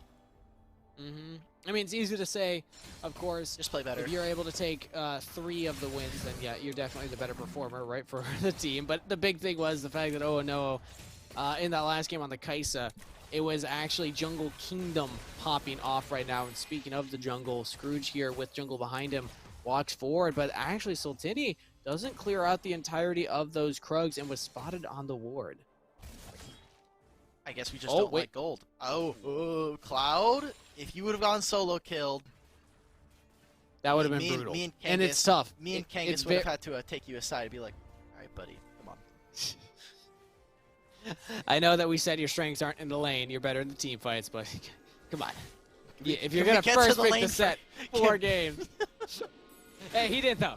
It's still alive, still kicking right now, as this Scuttle is the focus here from the side of Ailish. Team fight. BYG actually going for the engage, double knockup, but here comes Tyrant. Braum frontlining, now Sultini in trouble, stunned up here because of the Braum passive flashes the wall. Over goes Cole for first blood. Now the rest of the team can back him up. Jungle Kingdom in trouble here. Scrooge. Wait, he's dead. Stunned up. He's going to die, but not before a triple knockup. Oh, no. Might have enough damage now with the help of Jungle Kingdom out of mana. Ailish, full retreat. Big win for them in my mind. Getting Sultini behind and specifically getting their jungle mid in a good position to carry this game. Good few kills. It is equaled out for the most part, and with Sultini coming back out first onto the map, got to be careful about how they set up this top side. You already see that Cloud and Scrooge are walking into top river, maybe looking for someone to respond. They could look for something in Baron lane. It isn't warded either, so play in Fog of War. Could look good. Yeah, they might be spotted. Yeah, Sultini will be spotted going into the tri-bush. Scrooge, not yet. And Baby might feel confident now that he's level 5 to actually go up and take this 1v2, but not realizing it will be a 1v3. But wait, no, you're just dead. Alone in the dragon lane. Now he's able to survive, will not fall, but very low in the health department. And now under turret, Cloud pulled down. He's taking a couple of shots. Okay, so he should have seen Alistar's heal through the bush, because he just get like a small heal, and he's like, why? What? He saw Where'd that come from? He's like, pings come out. Oh no, able to escape, but it is going to be a plate going over to Lin and them, so generating a small gold lead as well. What? Not quite the full plate. They actually don't stick around for it. Scrooge does have decent engage range, so Lin giving full respect to that. Braum's just trying to make me look stupid. He's like, I'm warding. I can't put down and put damage on the turret. Unfortunate. Hey, they do have that ward, though, so they'll spot if Sultani wants to come in, and this means that they can have a little more confidence to just keep hard shoving this lane. Oh, and no. Starting with the Krugs here is interesting. It tells me that he realizes, like, I'm probably not going to be able to answer the next wave, so I should just do this jungle camp at the same time, but you lose a little bit for this. Oh, as we say that, though, Scrooge finds a nice flank engage. Just Mobile Gamer and Lin were not expecting that in the 1v1 in the Baron lane. Is Kog going to win it? One more auto. He can't find the face breaker. Cloud with the 1v1 kill. And that's exactly what you needed in Game 5. The one time that you really want to see Cloud step up and find a solo kill onto Baby. It's there. It's right in the end of a series. It gives them priority to start up the Rift Herald. And BYG, they don't need to start the Dragon. They just need to stop Ailish from doing it. Now Lin's low on health, but Just Mobile Gamer has the Braum ultimate. It lands just onto Jungle Kingdom, who gets away. Colt cannot find the kill. Look at Lin! Santini actually gets the Herald, and now the engage from Tyrant. Reposition from Lin. He's doing all the damage that he needs. Colt gets one as well. Make it 2 for the team of Ailish. Okay, let's see it. BYG, I think their bot lane core did not need to step up here. Again, all it was is just simple area denial. Stop them from getting in, wait for Sultini and Cloud to reset, redeploy out onto the map. Getting a little bit too greedy, stepping a little too far. You have so many tools to disengage. I mean, Alistar as a whole just stops Ailish from what they want to do. Good find there from Tyrant to just go in right with the Moonfall and start up a team fight, force the issue. They get an objective, they get a couple kills, and now a 3,000 gold lead, but look at this flank from Scrooge. This is massive. If you can get onto Lin! Knocked up and taken down. Gold in the pocket of Sultini. Ooh, Colt looking for something. Should be seen on the what is Sweeper. that? Oh, the sweeper. Wait, there's another? Oh, no, Oh, this is Cloud! That's Cloud dying. Baby with the revenge kill in the 1v1. And look at this immediately. They killed Lin. They said, let's just go for this. Colt is here. Diana's going to be as well, so they're going to just finish off this turret, first turret here for BYG. I love this for them, able to answer and punish immediately after grabbing Lin. Now it's only a 2k differential. More standing gold on the map for Ailish. If they pick up a turret, that will be more gold in their pocket. But for right now, BYG are mounting a slight comeback. Rough that they lost the solo lane and that Baron lane, with a kill going over to Baby, but still gold in the pocket of a couple of the members, Sultini, Oh No, and Scrooges. Now, I would expect to see lane swaps start to come in around this time, but I guess with no objectives, they're not in a big rush. So Lucian is still competent. I think they just wanted to push more and more wave. There is a small timer that BYG have here to rotate, like you see. Lucian will catch this wave in time once he gets under turret. Maybe needs to be careful. Is it 2D? Going all in, still getting some damage in there. Colt's nearby, though. Scrooge is playing bodyguard, and with the supports roaming up, everybody says, nope, let's not over-engage. Okay. So, you know, the 1v1 is not, like, a deal-breaker here for BYG. Obviously, they're more than happy to just say, oh, Cloud only got the solo kill, but it just lane a little bit more. Baby seems to have picked up a touch more experience, and so he's already level 9. So I'm wondering, for the side of Ailish, how do they force the issue? It's only 2,000 gold, and you already see BYG, they're like itching to look for something. Scrooge is always trying to find a kill. And I like it with a comp like this. If you have the Ahri, if you have the Alistair, you can do these snap engages. One person out of position is all it takes for you to get a pick and then turn the game in your favor. If you can take somebody off the map, suddenly you have lane controls everywhere. You can push in and threaten more turrets and then get in your pocket. So, yeah, if I'm Scrooge, I'm going to keep playing like this. I'm going to keep looking for these windows. At least even just force a summoner spell, right? Like if you get the exhaust, if you can force Lin to heal, if you're lucky flash, I take, like you said, we take those if you're BYG, especially with important objectives coming up. 30 seconds on Rift-Tailed, and because of the way that BYG actually took objectives, there is a huge discrepancy in timers here. So, could look to get both of them if they set up for them properly. And looking at those objective timers, 17 seconds for the Herald, a little bit longer for the Dragon, but both these teams opting for vision control around the Dragon instead. A pick around this time in the game would be crucial. Scrooge roaming down here, but spotted out on these wards, so there's not a lot of vision from either side. They're going to be walking blind at each other, so it'll come down to wave control already. Baby earlier to the roam. Scrooge low on health, has to protobelt away, but now Baby comes in for the flank. Looking at Scrooge, does not get the apprehend. Charm goes wide from Jungle Kingdom, so they don't punish on the Colt, but now the Cloud, though. Engage. Big plays from Tyrant. Cloud from the flank, though. It's Pandemonium Lin? on the Rift. In the enemy jungle, Ailish are going to go for the win here. A double kill for Baby. And they get away from the Grand Challenge as well. 2-for-1 trade in advantage of red side. I loved that start there. Lin tries to flash to get out. That was massive. No. Jungle Kingdom maybe saving the play right here, as well as Cloud with a face breaker onto 3. Jungle Kingdom can chase Ailish away, and they cannot take that dragon. Ailish, you did way too much of an aggressive play there. I like the start of it, chunking out Scrooge, recognizing he's our primary engage tool. trying to leverage the Alistar, but he comes right back into that fight. And Lin, the beginning of it looks so good, using the killer instinct at the last moment, gets into the back line, takes down multiple members with the Acathian Rain. But then they stay a little too long. The flash invested by Lin means that that's no longer available, and we're coming right back out onto the map. Ahri just reset, so numbers advantage for a few. Yeah, I think that Ayla should just confirm this one. Cloud's nearby, has the ultimate, actually looking for the flank. Look at Scrooge, look at Cloud, and those engages, but they don't find the window.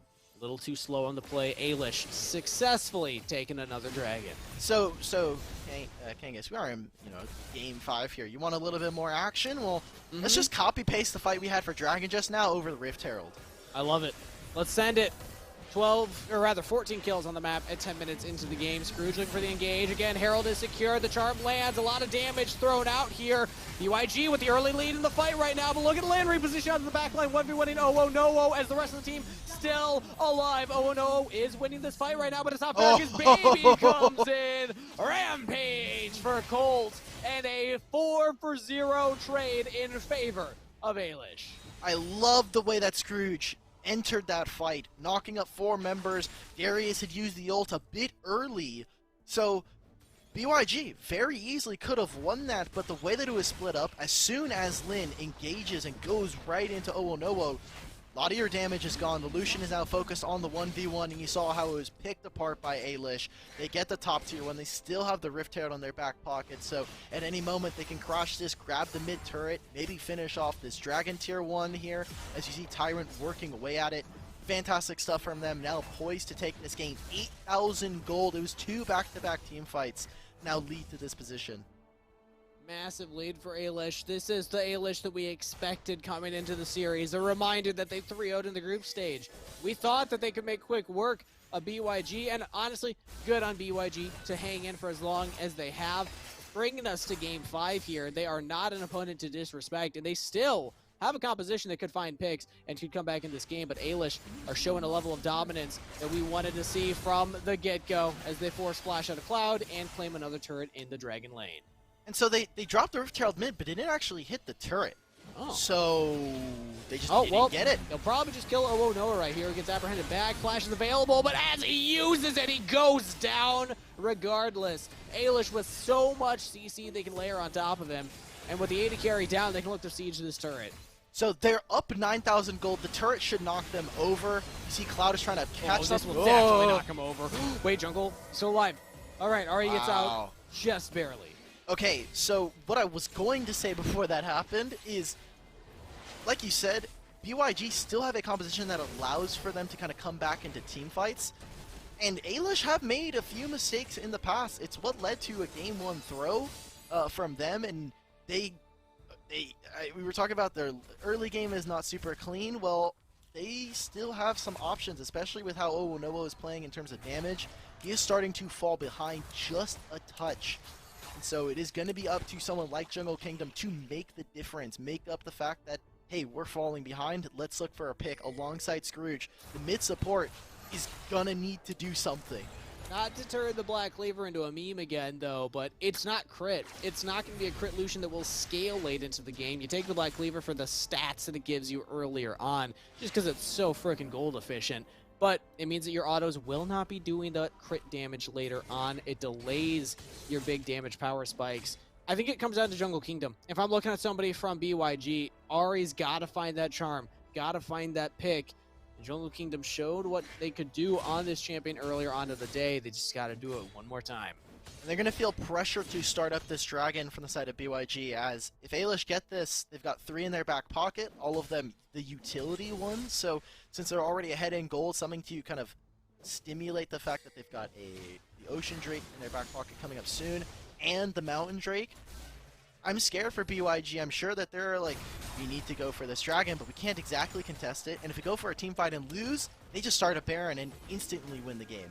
When the dragon's already started, as soon as it spawns, Ailish are on it, because I think they realize, hey, with this massive gold lead, we can force them to come into us. It doesn't matter that there's an Alistar set, really strong engage at an objective. We can just take it and then go for our own engage. Colt onto Jungle Kingdom, forces out the Spirit Rushes. Now in some trouble, actually. Watch the Cossacks. Oh, the stasis is up. Moonfall used. And a big team fight win for Ailish with the objective secured on top of it. Cloud should go down. Is this a clean ace? All right, they do lose, baby. They almost lose Colt, and Cloud does not fall, but it was close. Ailish running away with his game number 5. And Colt, he learned from his mistake that ended up getting him substituted out. He said, okay, I'm resetting before we start this Baron. I am not going back there with 10 HP. I'm going to buy the TP boots and just start this up. Baron in their back pocket now for Ailish. Dragon, like you said. And after they reset, the rest of them, once they redeploy out onto the map, you gotta feel that BYG have lost this one. They're so far in the hole. The items are going to be too big. And, I mean, the mid lane right now, the mid jungle, Colt is just assassinating Jungle Kingdom every fight, taking him out. Yeah, I said it would come down to Ahri. If you lose half your health before the fight's even fully underway, it's going to be really rough to actually carry from that point, as even Cloud here, he knows that Colt's nearby. Baron goes away eventually. And now, of course, with the spikes over the wall, but Colt's just wasting Cloud's time. Meanwhile, they're just in the killing jungle here, Scrooge getting picked off. That's the tank, mind you. He's supposed to be the one that survives, mind you. Live. The bleed, he barely lives. Moonfall used, though. Again, Jungle Kingdom has to use the Spear Rush to jump away. Colton blocked by the Braum Shield. And BYG just have yet to find any purchase back into this game. Scrooge lives that, good for them, but now they're just shoving on 2 different waves. The Baron wave, I mean, Colt just walks up, I love it. And they can engage. Look at how low range they need to walk up and to try and kill these minions, but they're just slaughtering the turret. And now the siege is full underway for Ailish. They are going to take down this mid turret here, jumping away from the engage in the top lane. Supers will now pour in through that lane. They can bring their attention with all these cannon minions. Scrooge has to go for the engage, but the follow-up's not there, and that's going to do it. Ailish showing what they got in these team fights. Dominance on the Rift for 2 games in a row, bringing us all the way to the finals. Ailish are your champions of Fight Night Rift. They did it in style as well. They took the Kaisa. The in-game series meta champion finally comes on through for Game 5. And Lin having a much better performance, I think, than some of the other marksmen we've seen him on today. This wasn't a slippery slope, was Is that another slip and slide? Oh, that is a slip and slide, yeah. By the end it was, but you're right. No, throughout the game, it's got to be an authentic slide. This was more like a dip, a slip and dip. That sounds like when... It's a waterfall. We call that one a waterfall at the end. It's like, it's a river, it's a river, now it falls. When, like, your grandma goes on, like, the slip and slide that you set up in the back, and they just, like, break their ankle. It's like, oh, it's a slip and dip. I'm sorry, man. You know, like, that's just the mental picture. And you see it here. We're talking about injuries. You know, like, Ailish, it's 22-7. We're talking about, like, the mid lane needing to make the difference, and all of those moonfalls just landing on top of BYG's backline. They're just done. You know, I'm also going to say it. We made a joke earlier, Jungle Diff, but it was Jungle Kingdoms in the mid lane. This time it was Jungle Diff here. Colt had an insane performance on this Kha'Zix. Look at that damage differential, literally doubling the damage of Sultani. Pretty sure the last 3 games this has been the case where, like, the jungle outperforms the enemy. So, like, this game, like you see, it's twice his damage. In the last game where we saw Colt playing Fiora, it was twice the damage of Sultani's Wukong. I even go back one more, and Misty Rain got, like, 4,000 down on Sultani's Jarvan. There's just so much missing there, and we got to touch a little bit on jungle difference. Exactly. A great performance from Colt here on a champion that oftentimes, Kha'Zix is kind of feast or famine. Like, either you're doing that in a game, or you're not doing much in a game. So it's cool when we do see the Kha'Zix actually have an opportunity to pop off. And congratulations to Colt for stringing that impressive performance together. 5 games, Alk. 2-3 to close out the day, but let's take a look at the bracket so we can catch everybody up on the entire journey to get here. Ailish were undefeated in the group stage. They beat BYG in their first outing, and BYG brought it back with 2 wins in that grand finals. But Ailish still 6-2 on the day, they should feel pretty good about that. They made them work for it too. That's what we love. And keeping up the fact that Kangas and I still have the only best of fives played fully out on their series here. Yeah. Zephyr got to take the tiebreaker, and you and I still get to hold something special. We get to say we've had both series that go to 5 games. True. You know what? I'll take that. I'll wear that as a badge of honor, honestly. Yeah. I mean, if you go to a best of 5, nobody wants to stomp. It's definitely more fun for the viewers if it's a close series, even if it's not as fun for Mr. East Coast AlkBattery, who's going to have a very late dinner now. What is it, 11 your time? Yes, sir. Make a wish. Make a wish, Al. Congratulations. You've made it! The series is over, and now we're just going to wait for our post-series interview with the support from Ailish, Just Mobile Gamer. So while we're getting that set up here, final thoughts on the day, Alk. Obviously, we didn't have any of the top teams that are qualified for the major already. They are taking a break this week, I imagine, preparing for that major, but still, a lot of fun games. Yeah, I think that some of these teams are probably going to be the ones that we see scrimming some of the better teams, right? Like we're talking about wanting to iron sharpens iron. Obviously, a lot of the top teams are going to want to scrimmage each other and play against some of the other ones in the majors, but there are still some teams around. I think Ailish especially are looking to make that punch, especially Family, another team that did perform in Major 1. They still have, I think, a rightful claim to play amongst the best. Exactly. I think that both of these top teams today showed what they got, and maybe how deep the talent can actually go in North America. It got a little memey in that game 4, if we're being honest, with Ailish kind of playing with their food a little bit.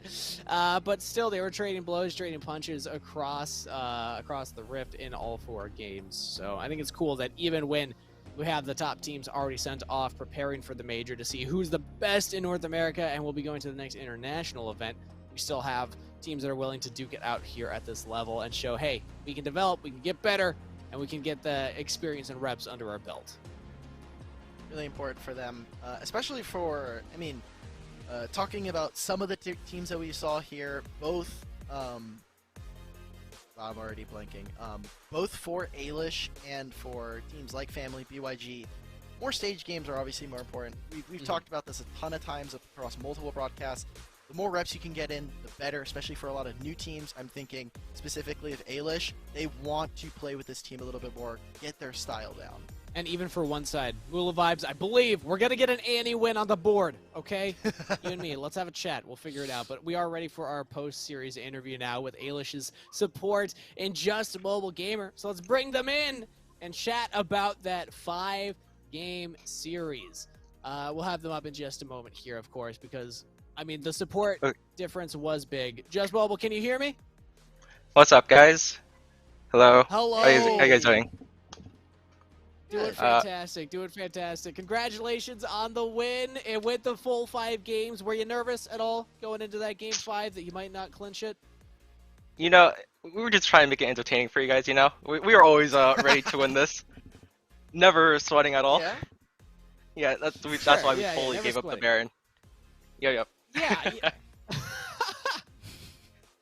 You're juggling dice to Baron, you guys go instantly. We were just handicapping them,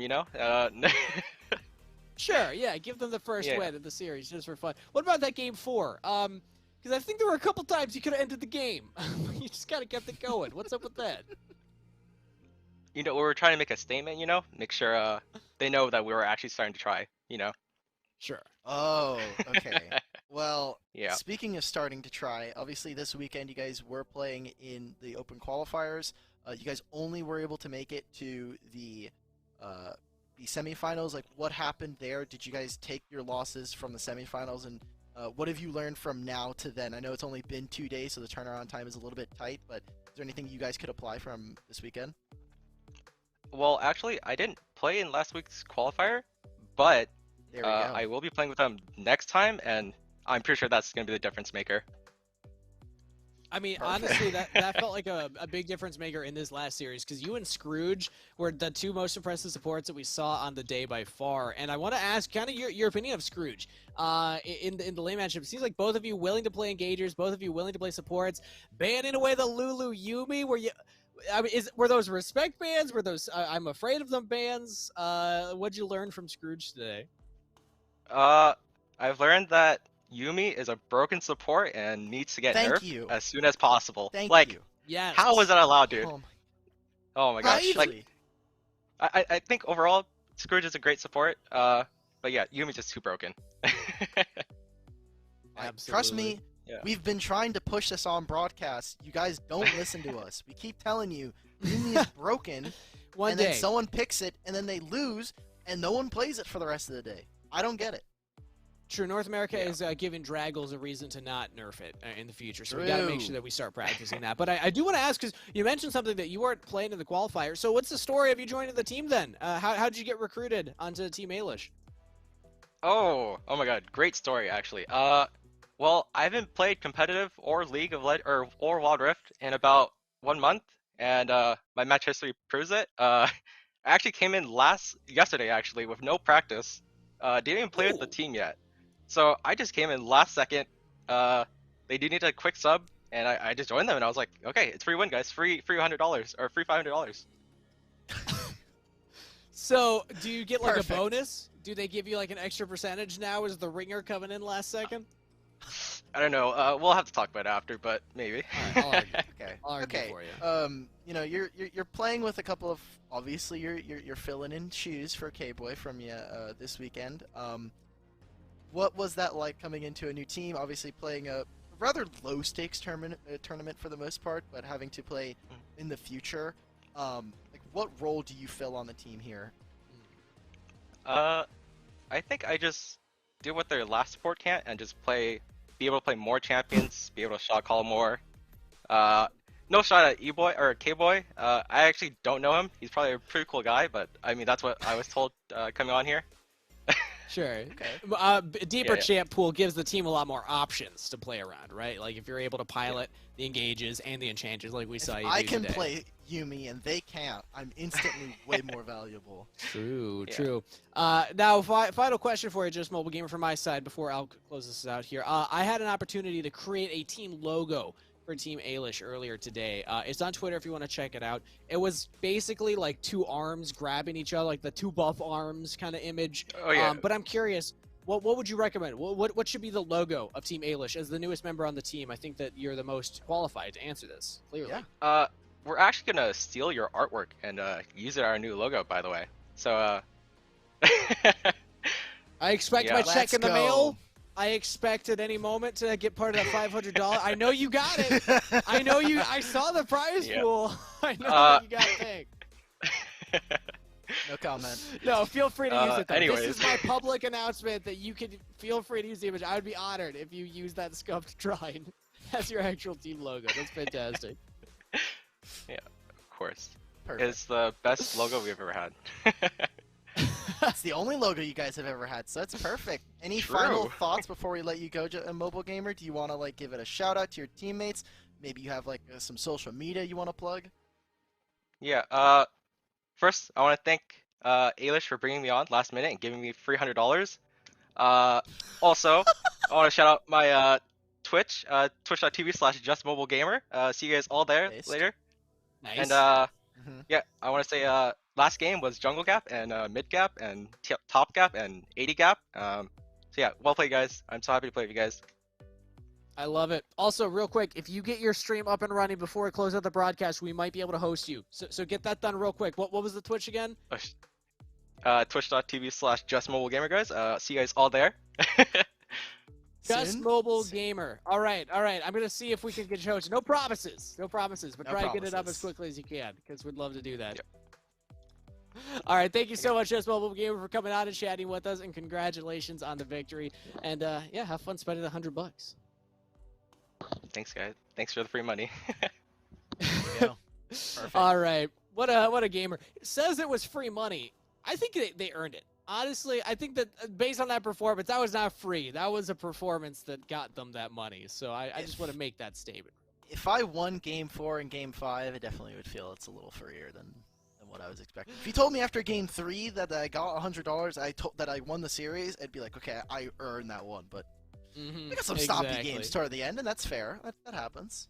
Yeah, they stopped it for sure at the end right there. But Alk, that's it. That's another Fight Night Rift in the books, everybody. A reminder, we're a bi-weekly show, so make sure that you set a calendar reminder for 2 weeks from now for more Wild Rift action. Join in on the Wild Rift action. If you're a player or have a team that wants to compete, we would love to have you on the show. And also, Alk, don't you have a podcast sometime next week? Where can we find that one? If you're like, I just can't get enough Wild Rift, next Tuesday we will have another episode of Rift Reload with myself and Smacks. We'll be bringing in some different guests this time around, so stay tuned for that. When are you gonna get me on the show, man? I haven't. Where's my invite? Okay. You are on the list. You're on the list. Just at the bottom of the list. When I see it. Oh. I see you every day. I don't see starting every day. I don't see Excoundrel I passed this guy in ranked, and suddenly I'm blacklisted from his show. Agreed. I don't know what to say. I don't know what to tell you. All right, thanks everybody for tuning in. It was awesome having you. Thank you for everybody in production, behind the scenes, for keeping the gears rolling. Alk, thank you, as always, for having a great show. You're a fantastic co-caster to have. And thank you to the players for putting on that performance. We'll be back with more Fight Night Rift action 2 weeks from now. And this weekend, make sure to tune in to the Wild Rift WNS Majors that will be going on. I'll be casting on Sunday, so you can find me then. Alk, are you casting this weekend? I am casting with Rafa on Saturday, so... Nice. You'll catch both of us on the show, then. Make sure to tune in and support Wild Rift action. But that's it for us tonight. We'll see you next time. Take care.